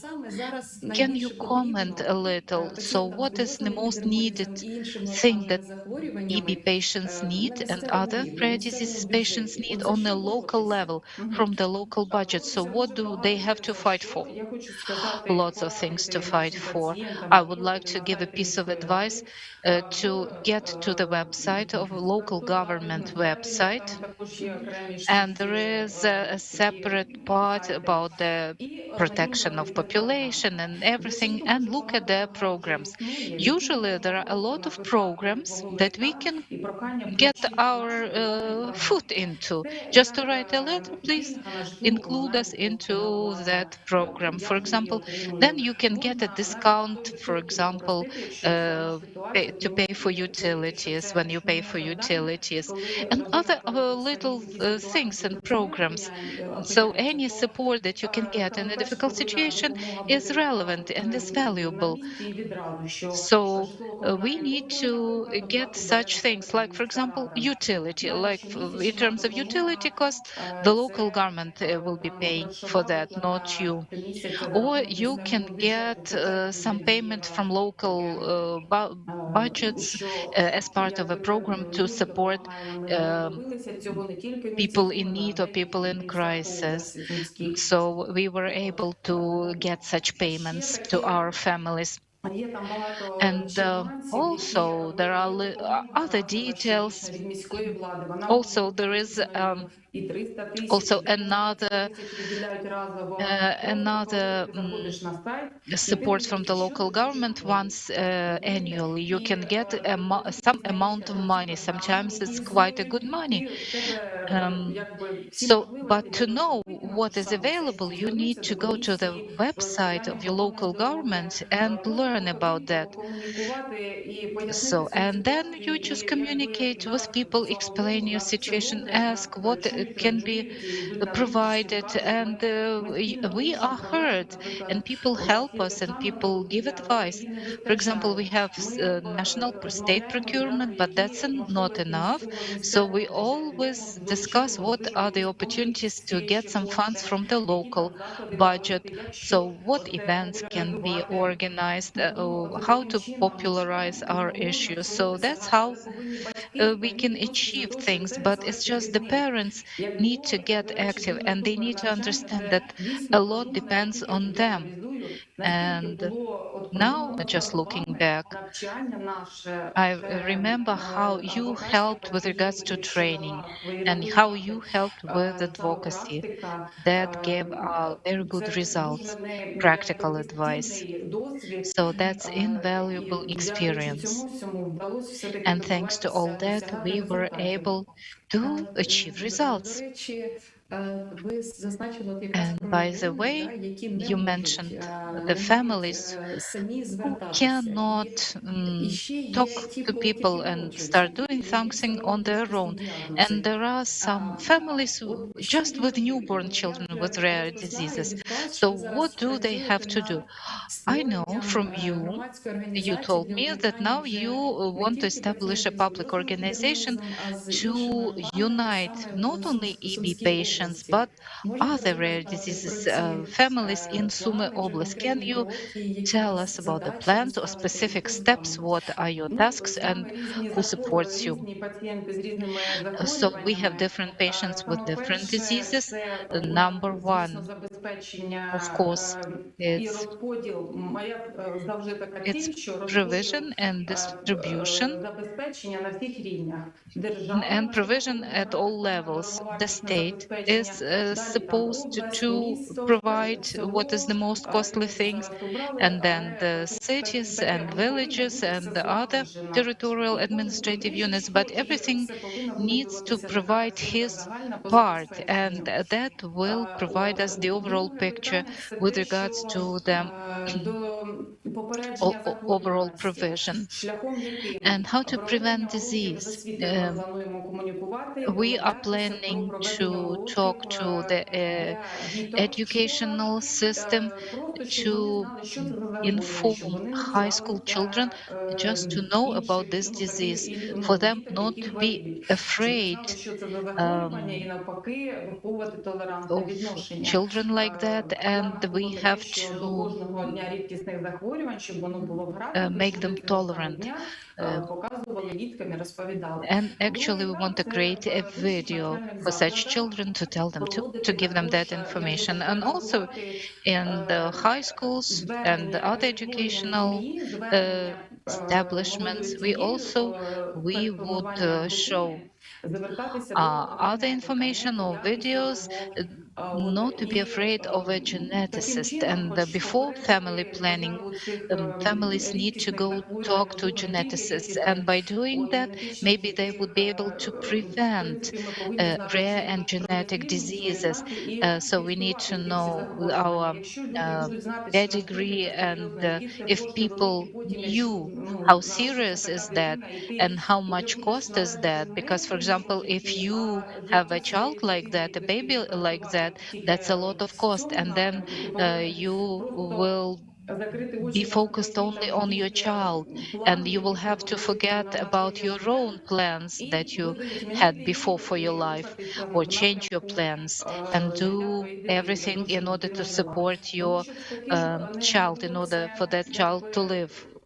На голову сніг, то я вважаю, треба доносити цю інформацію, популяризувати, Not to have that виявляти situation появи цих like an unexpected situation to you. We need to talk about that, висвітлювати, що show є, що videos, насправді and хворі, тоді люди це будуть знати, show banners розуміти. to Мені people. здається, People буде will see the усвідомлення здоров'я information, страшної hear the проблеми, information, і дійсно, можливо, understand, попередження have a more цього understanding of that problem, захворюваності на and рідкісні thus захворювання. maybe І it'll help дуже to важливий prevent in аспект, те, що some зараз cases ви such rare працюєте дуже над diseases. тим, це створення So I know that фарм-центрів, you are тому що working on я creating, дійсно establishing мало стикаюся з orphan таким, disease але коли centers. лікарі Yes, дають, doctors буде окремо face центр, such який children, but if відповідно there is a буде specific specialized здійснено center фінансуватися, for то orphan фінансово diseases будуть that's going звертатися. Так, to ми have a кожному specific повинні funding, пояснити, не of кожен course лікар приймає that's going допит, to коли be пацієнт easy, приходить, because not получає all його, і doctors зачасту йде непорозуміння, perceive it very і well when a дадуть patient comes and тоді starts to пацієнта educate маршрутний him and провідати tell him what to лікаря do. і навпаки. Тому ми повинні якось це So we все-таки really зробити need більш to make it таким, more якби взаєморозумілим для всіх. friendly to everyone and understandable. And by the way, a very important topic, it's relationship with doctors. In fact, and actually we saw that there are lots of doctors that are ready to help you, to support you, and ready to listen to you, Тому що you and other тільки parents, родина і мама, і тато знають because it's найкраще only the своїх дітей і family, знають, mother як з and ними father, they know розмовляти. their І тут children треба дійсно знайти тих best of лікарів, all, and how to які take care of them. зможуть це So here прийняти, it's що ви important можете to більше find знати про such свою хворобу, doctors ніж вони, who бо ви з нею would живете, по суті, perceive 24 your години. knowledge and І hear тому and я listen знаю, to що you, вас на because you Сумщині really вже can вас know дуже more about this поважають, disease знають і than they мер міста know. Суми, і I якщо know вам that тільки you are департамент known in організований, your і region, лікарі. and the Я mayor of the дуже city радію, and коли бачу many і в doctors and соціальних different мережах, officials, скільки they know інтерв'ю you, and даєте, скільки I заходів always happy to see проводите. how many Яка лікарська interviews підтримка. you are І giving and how створення many орфанних events центрів – це якраз you are найкраще, що holding. And creating може бути зроблене, бо orphan це вже буде centers системна is робота the лікарів. best thing that can І be done, більше because that потрібна means we will create the whole a real співпраця з system, пацієнтами. and that І means a ви вже better пройшли cooperation with величезний шлях, patients. зробили цю всю And you роботу. І я already уявляю, от went ви a long 11 way. років You тому, did a коли lot. So народився I can Міша, imagine 11 і years що ago when було. Misha І was тепер born, зараз, коли how навіть you дитина were doing, народжується, and але now. вже So звернувшись до now вас, when the вони baby отримують is чіткі born with this алгоритми, куди disease, but звертатись, де yeah, they лікарі, know де who to літературу go to, почитати, яку what's the допомогу отримати. algorithm of Весь цей action, what комплекс to read, what питань, type of як care вам, як to не receive, розгубитись, де вас where to можна receive that знайти. От care. So розкажіть, where you can be в яких found. ви So соцмережах, maybe tell ВКонтакті, us в where you are соцсеті, от present, вже some пацієнти будуть до вас social звертатись. media, and patients will approach you. Такого зараз ніякої офіційної сторінки такої немає. I don't have an official wave Звикли до того, що page я просто in на своїй Facebook. сторінці I'm on викладаю все. Facebook. У мене немає, я ж говорю, I ніякого have a окремого page. I сайту, don't сторінки. have a special І от website. люди It's just a знаходять. Люди Facebook знаходять нас page. по And банерах. also we Вони, до can be речі, found зреагували. В нас, on як ще організація information є on відкрита, ще banners. немає наших не реквізитів, нічого. Але ми We are телефонуємо just in the і process of телефонуємо creating активно organization. We це don't have намагання. any І specific вийшла contacts yet, політика but there is педіатричного a діалогу. phone Допомагає that реклама we placed телебачення on the banner, and we already received calls з різних телеканалів. from Вони people, поширюють and інформацію у also себе на different сайтах. TV and radio І channels, дякуючи and they цьому, spread the ми бачили один informations. They одного, коли я проводила spread the заходи, word, якісь and певні, thanks to то that, всі I створювались was такі supported колективи, що when я I was holding holding some events. So people were approaching us to support us because of that information that we are spreading. We're spreading the word about ourselves. So that's how we do it. Wonderful. So how do you find time to be a mother, to be with your son? Because you're so busy, you're working, you're involved in this public organization, but he loves you a lot. He's also very active. So how do you manage? And how you overcome these difficulties? And how do you fight burnout? That's true. A very relevant, good question. And here I would like to say, it's true. I still cannot cope with that. Still, I have a problem. I am not almighty, and we have a relevant conflict now with my son because he wants me to pay more attention to him, but unfortunately I can't do it. I have to explain him that we shall not be having goes rollers, dresses, etc. But he doesn't understand it. We are planning to go together with him somewhere, but he tries to pay attention, to draw my attention to him, not in the due ways, not in the necessary ways. So I have to adjust myself to find some talks, some clues to him. He says, I don't want to become adult. I want you to always hug me. This is the issue. Adolescent period, but he looks at you, he knows how you spend your day, what for are you doing it, what results do you achieve. I am sure that he also will move at the correct direction. Eventually, he will become the advocate of the patients. Ksenia, what you would wish the families now in Ukraine and also other people who have children with rare disease, what should they be concentrated on? The provision, both with medicines. You understand there will be no such provision, no life will be there. Anyway, we have to prioritize the issues. We have to fight, notwithstanding everything. Sometimes there's burnout, a very huge burnout, and it is very difficult, but we have to cope with that. I do it by reading the books like Go, where it is the most dark. So I chose this way. I have to impregnate myself with the goals, with the objectives to build up next steps in the stair I'm scaling up towards my objective. So I'm sure I have all answers to all these problems in my head. I just have to become quiet, to read some relevant books or to listen to some famous persons who achieved good results after encountering same kind of problems I encounter. Everybody meets such difficulties, but they move ahead. To achieve your objectives, you have to move ahead with little steps, but the objective will be achieved. If you stop, it will be a great regression. You have to cope with yourself to understand clearly your objective and only to move ahead. Thank you. I thank you on behalf of all the patients, on behalf of the SUME patients. You obviously